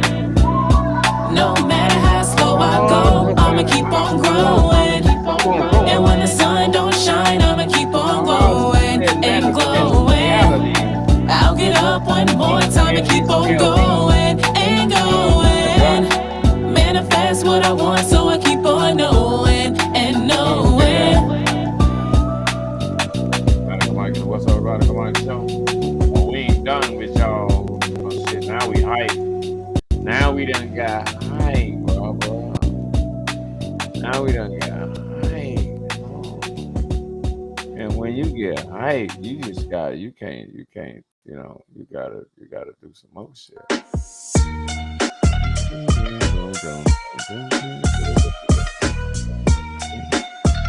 Oh yeah, Miss LEXXI. It's on. Giving you more. Giving you more. And more. I've been working on this dream, getting the lyrical fitness, balance on the talent beam, flowing like a gymnast, numbers going up, building fans with the quickness. Can I get a can I get a witness? Can I get a can I get a rest beat? Can I get a real ass nigga that don't test me? Can I get a real ass deal on the life I don't feel, all the stress and the strife that's against me? Can I get a can I get a real friend? Like these lame bitches acting funny, trying to pretend. Talk about the ladies that be loyal and they grinding when they working, when they step on the weekend, they get big 10. Can I get more bread with a side of cheese? Can I get another bag for my hustle, please? That's all I want. Yeah, I know it's all I really need. I'm a bad chick with a real good energy. Lay the track down and spit this truth. Yo, can I get a rest beat? Can I get a real ass nigga that don't test me? Can I get a real ass deal on the life I don't feel, all the stress and the strife that's against me? Can I get a can I get a real friend? Like these lame bitches acting funny, trying to pretend. Talk about the ladies that be loyal and they grinding when they working, when they step on the weekend, they get big 10. Can I get more bread with a side of cheese? Can I get another bag for my hustle, please? That's all I want. Yeah, I know it's all I really need. I'm a bad chick with a real good energy. Lay the track down and spit this truth. You fucked up with me, then that these lame bitches acting funny, trying to pretend. Talk about the ladies that be loyal and they grinding when they working, when they step on the weekend, they get big 10. Can I get more bread with a side of cheese? Can I get another bag for my hustle, please? That's all I want. Yeah, I know it's all I really need. I'm a bad chick with a real good energy. Lay the track down and spit this truth. You fucked up with me, then that's on you. I'm waking up, they're still sleeping on me, but that's a bet. I bet I hit snooze. Then I'm thinking back on my grind. Snooze and you lose. And I think it's my time. When I see it to the top, man, I swear I'm going blind. When you tell me that you know me, and that you dream mine. Yo, I'm LEXXI. I told you, don't test me. My success be such a thrill. Got a whole plan and some people I can build. I'm a cop of bags and I'm spending all that. Then I make it all back when I die. I can chill. Yo, can I get a bucket and a mop as a spill? I think it's another rapper I done killed. Ha. Yeah, I'm with it. You done fucked up, telling me sky's the limit. Watch me suit up, RP to the scrimmage, even though I'm all black, but I still gonna get it. Wait. Oh, I get it. You done fucked up, telling me sky's the limit. Watch me suit up, RP to the scrimmage, even though I'm all black, but I still gonna get it. So, can I get that? Can I get that? Can I get that? Damn straight. Can I get that? Yeah, I'm tired. Y'all done wore me out today. I got a lot of shit too tomorrow, too. Y'all fucking me up, boy. I'ma get that. Damn straight. Already I'ma late. get that. What's Damn up? straight. Can I get that? Can I get that? Can I get that? Damn straight. Can I get that? Can I get that? Can I get that? Damn straight. Can I get that? Can I get that? Can I get that? Damn straight. Better get back. Damn straight. You better get back. Damn straight. Oh yeah, y'all might need to hit the damn cash app. You know, pay the motherfucking piper and shit. That is Miss LEXXI, MESHAN, and getting down, doing her damn thing right here. PhoenixStreetNews.com. Radicalmike, what's up, Radicalmike show? It is over, baby. 5:25 in the motherfucking morning. 5 hours and 25 minutes. Oh Lord, of the show. I'm tripping. It is actually 2:06 in the morning. That would be going down right now, man, in this damn town. Y'all please like and share the show. This has been a very exciting and informative show. Not so much for some people. They thought, oh, like, my God, this shit is like, this nigga is wicked and stuff, you know, because the truth comes off like that. Like, oh, my God, you want to put a cross up Dracula and some more shit has arose. But at the end of the day, this shit is real. I keep it real talk. Earl in the building, Michael Hinton in the building, Radicalmike in the building, Miguel Hinton in the motherfucking building, Uncle Ruckus in the building. We all up in here and stuff, and it's been fun. But like everything, we gotta run. Thank y'all for tapping in. Like and share the show. Hit that motherfucking cash app though before you go. And I'm about to get flock out of here and shit. I appreciate everybody that tapped in, all of the damn views, all of the damn comments. The chat was like chopping, was like bopping. And this is the reason why, see, I try to tell people what's up. And there's going to be, just like with this with Miss LEXXI, the give and take back and forth, and the people in the chat like, rah, rah, rah, rah, rah, rah. That shit creates major organic traffic right there. That because people are gonna take sides in a conversation. They don't care if they are right or wrong. They're gonna take sides. And there has to be a black woman that can stand in the kitchen when it's hot. You know how they say, if you can't stand the heat, get out the kitchen. Well, you got to stay in the kitchen. You don't get to break camp from the kitchen. You don't. You got to stay in the kitchen. You got to keep cooking. You got to keep flipping them skillets around and shit, checking what's in the oven. And we got to keep on baking shit up in here. You can't abandon ship. Dang, dang, dang, and jump. You can't. Black woman, you can't. You got to stand in here while it's hot. It's easy to stand in here while it's cool. It's easy to stand in here while it ain't like no real hella controversy, no real hella conversation. But when it comes down to the real shit, you got to be able to stand in there because it's a learning process. Life is a learning process. Making incremental adjustments along the way and stuff. You don't go too far one way or too far the other way. Get off track. Get off the path, or straight and narrow. Shortest distance between 2 points is a straight line. Shortest distance between not having shit and having shit is a straight line with a hella plan. And move on. Until next time, y'all, I appreciate everybody tuning in, tapping in. Radicalmike, and what's up, Radicalmike show? Y'all been so smooth and easy. And when you got this voice like this, and like Barry White and shit, Isaac Hayes or somebody in your motherfucking ear, like, yeah, baby, you know you so motherfucking fine. You know, I've been waiting for a long time to find a woman like you that I could call mine. But at the place and time that we in, as I make up this old bullshit rhyme, I want to take the time to appreciate the fact that your motherfucking ass is always on my mind.